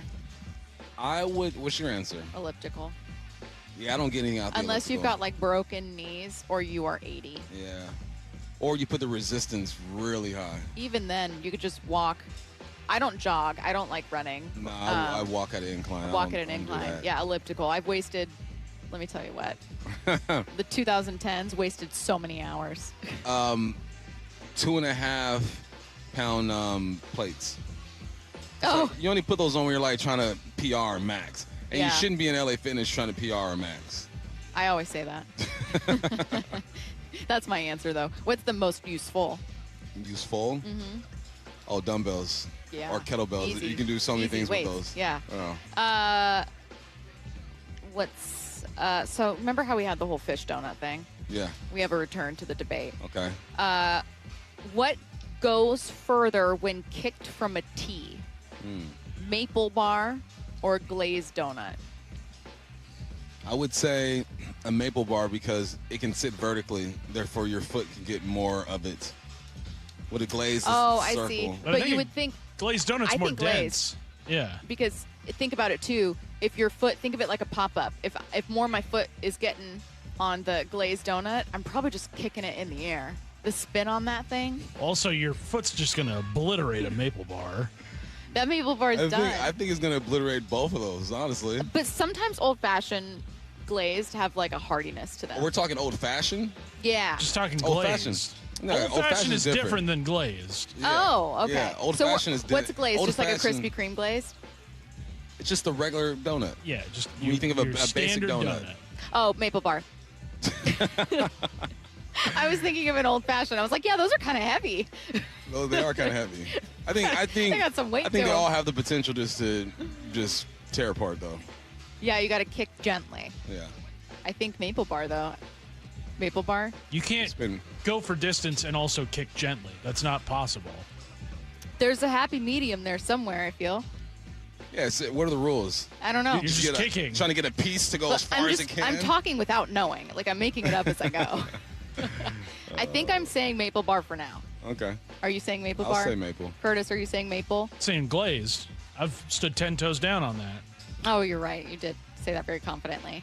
866-979-3776. What's something, Bump, that you learned as an analyst that would have helped you as a football player? I wouldn't say what I've learned. I would say who I've learned from. Because as an analyst, you get to interview the coaches before the games. And off air, off the record, they will tell you some crazy stuff about players, schemes, all that stuff. So I don't think it's what I learned. I think it's like who I've learned it from, like a different perspective from coaches. I feel like they were way more candid than my coaches were when I played. So there's nothing about football or scheme, the game itself, that you learned. It was like more individual players. I learned more from human beings than just watching film. Like I can watch film and Okay. try to figure it out, but if I can watch film and ask a question about it to a coach, I learn way more. 866-979-3776. Someone said, well, the glazed donut could roll, which if we're going distance from kind of getting it rolling, then because it's a ball shape, circle shape, tire shape. Tire, there you go. I'll tell you what, the maple bar isn't rolling. That I know. What's the status with Brendan Donovan? Is he going to be back in time to help his team reach the postseason? I don't know. He texted me yesterday. Oh, yeah? What did he say? He said, Bump, don't worry about it. I'll be back when I'm back. And I said, yeah, I agree. We're assuming, Curtis, that Brendan Donovan is coming back maybe in the Detroit series or afterwards, right? Because the whole thing was like he's back, but now he's on paternity leave because he and his wife just had a baby. Yes, I would imagine he's back. Probably tomorrow is my guess. Ooh. What's a fair expectation for Brendan Donovan being back? I mean, he started 0 for 8 in his in the minor, so I'll give him 0 for 6. Okay. And then we'll go from there. Curtis? I mean, Let just me rephrase. Passable. Like, yeah. Are you looking to Brennan Donovan as being able to actually help the team? Yeah. I think so. Yeah. Okay. At least Okay. offensively, yeah. That's I don't know what I they're going to needed ask to of know. him defensively. 866-979-3776. What's the best carnival ride? This person said when they were a kid, they loved bumper cars because they wanted to drive so bad. So the question was when you were a kid, but I'm just going to make it as like the best ride. When you're a kid or otherwise. One, you'll never catch me on a carnival ride ever again. Why? The fair? Oh, just because you realize that every ride's operated by like a 16-year-old looking at their phone? No, thank you. I used to like the one that just went in a circle, just kept doing loops.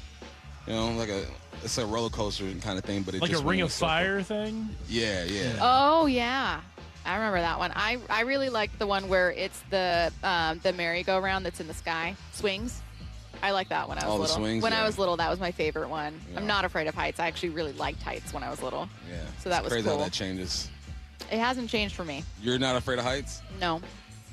Prove it. Well, I can't. How? Well, one day we're going to prove it. No, I'm not afraid of heights. I mean, I'm afraid of falling and dying. So, like, don't put me on stilts somewhere. But, like, if I'm in a very tall building, I do not understand. I don't think it's dumb, but, like, I do not have the phobia that people have of, like, I can't even stand next to it and look down. It takes me 10 minutes to get acclimated. Oh, no. I immediately walk to the window and look out. Really? Yeah. Maybe it's because I'm so short. It's like a whole new world. You know? I'm like, wow, I'm just taking it in up here. Take it all in. But, yeah. Curtis, are you afraid of heights? No. I think it's a pretty common fear, though. Yeah. Understandable. Space Needle, I feel that thing moving too. Yeah. They still haven't caught those guys that jumped off of it. Oh my God, they didn't? I Good for remember the them. story, but Still have not caught them. Nice. I mean, it's like there's like just video of them. They're not like masked, are they? Nah. Maybe They're wearing just don't- helmets. Yeah. Like that'll save crazy. you falling from 500 feet. I like the idea. Yeah, just in case you hit your head. What I need to know, tight pants contest between Dom Canzone and new Padre, Robbie Ray, who's winning. That's Robbie Ray. Yeah, it's Robbie Ray. I've never Okay. seen pants that tight in my life. And I've watched, Love Island UK. Think of like Europeans wearing tight pants seasons in 2017. Never seen pants tighter than Robbie Ray's pants. I can see the veins in his legs. It makes me feel claustrophobic. I see every muscle fiber he has in his quad. I think it takes a minute to get on. They're You don't, probably you don't slip into pants like that. You don't. I mean, my NFL pants were tight, and I just slipped those on. It's a certain material. It's probably a great tool, though, to just be checking your weight regularly. You know? You can't wear pants that tight and then, like, put on pounds during the season. Why keep Cade Anderson in AA instead of bringing him to Tacoma from the 253? PCL is not a friendly environment to pitchers. Guys are going to get lit up in the PCL. All right, I see. Perfect. Bob's walking over right now, and they are going to carry you over into a Seahawks practice that's continuing right now. Wyman and Bob up next. What's other top 5 things and things you definitely just shouldn't try to make sexy? Maybe a eulogy. Seattle Sports, home of Wyman and Bob, 2 to 7. Seahawks out here, Hard Knocks film crew is out here. You kind of have to look for them. They did take up the whole gravel parking lot out there with all their trailers. Oh, did they? Yeah, but I think Mike McDonald, this is right up his alley, right? Like how to ignore it and don't worry about all of that stuff. He's all about that. It's going to be interesting to watch what footage they use, and they're out there recording everything. They got it dialed in. They've done this before. On Seattle Sports. Watch live or later on the Seattle Sports YouTube channel. Santana, Oneness Tour 2026. The power, the energy. Come celebrate your favorite hits from Woodstock to Supernatural and beyond. With very special guest, the Doobie Brothers. This Thursday, White River Amphitheater. On sale now at livenation.com. Santana and Doobie Brothers, Oneness Tour 2026. Old windows cost you money and security. Lake Washington Windows and Doors installs energy-efficient, high-security windows that lower your bills and increase protection. With leak armor installation and lifetime warranties, you're protected for life. Choose LakeWashingtonWindows.com today.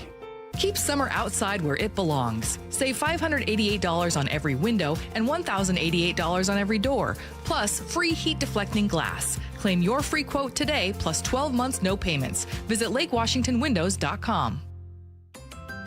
What if you could have the most reliable fiber-powered Wi-Fi? And get this, what if you could keep it at the same price for 5 years guaranteed? Now through August 24th, new Xfinity customers can get our best price on gig Wi-Fi this summer before it disappears. Just $50 a month for 5 years.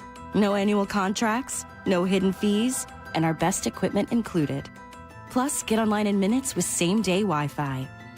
It's Wi-Fi that finds and fixes problems before you even notice them. Like super intelligent Wi-Fi with a sixth sense. Plus, it keeps you protected from online threats. And get Peacock Premium included for 2 years. Lock in your price and unlock the possibilities.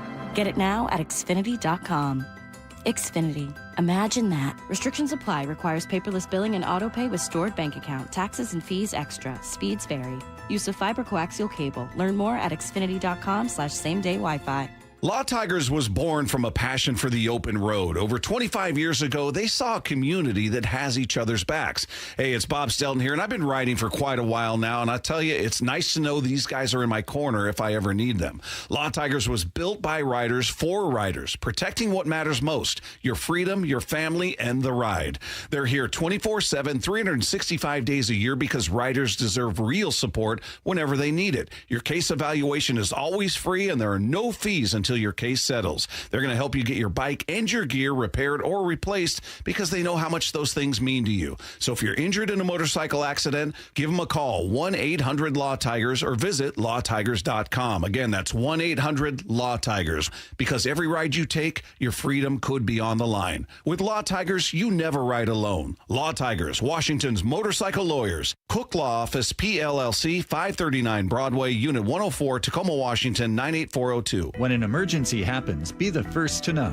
Alert Seattle helps you stay safer and connected. This free service includes alerts about severe weather, safety, health, utility disruptions, major traffic accidents, and more. If you live or work in Seattle, Alert Seattle is the city's official emergency alert system. Sign up for text, email, or phone alerts during emergencies near your home, work, school, and more. Text Seattle to 67283. AlertSeattle.gov to learn more and sign up. When your equipment is down, every minute counts. Levitt Machinery has the parts, technicians, and expertise to get you back up and running fast. Because if it's forked, we fix it. LevittMachinery.com. Need a lift? Stack it, reach it, lift it, Levitt. My goal is what's best for the customer. You know, I truly believe that I won't ever deviate from that. Lee Johnson Auto Family, the LJ way. The IRS finally caught up with Louie. I hadn't paid my taxes in 8 years. I owe the IRS a lot of money. Louie was in deep trouble. We're going to take your house, put a lien on your bank account, garnish your pay. They don't care. They're going to take your paycheck. Louie found out about Optima Tax Relief, the leading tax resolution firm. A-plus rated by the Better Business Bureau, they've resolved over $3 billion for their clients. Optima Tax, they help me. They calm me down. They make me feel comfortable, and I trust them. Louie has a lot to be thankful for. I don't owe the IRS anymore, and I'm able to live a comfortable life, a lot better life. It was because of Optima Tax. For tax help you can trust, call Optima now for a free consultation. Take it from Louie. If you owe the IRS, don't go it alone. Give Optima Tax a call. They can help you. Call 800-343-6460. 800-343-6460. 800-343-6460. Optima Tax Relief. Testimonial from an actual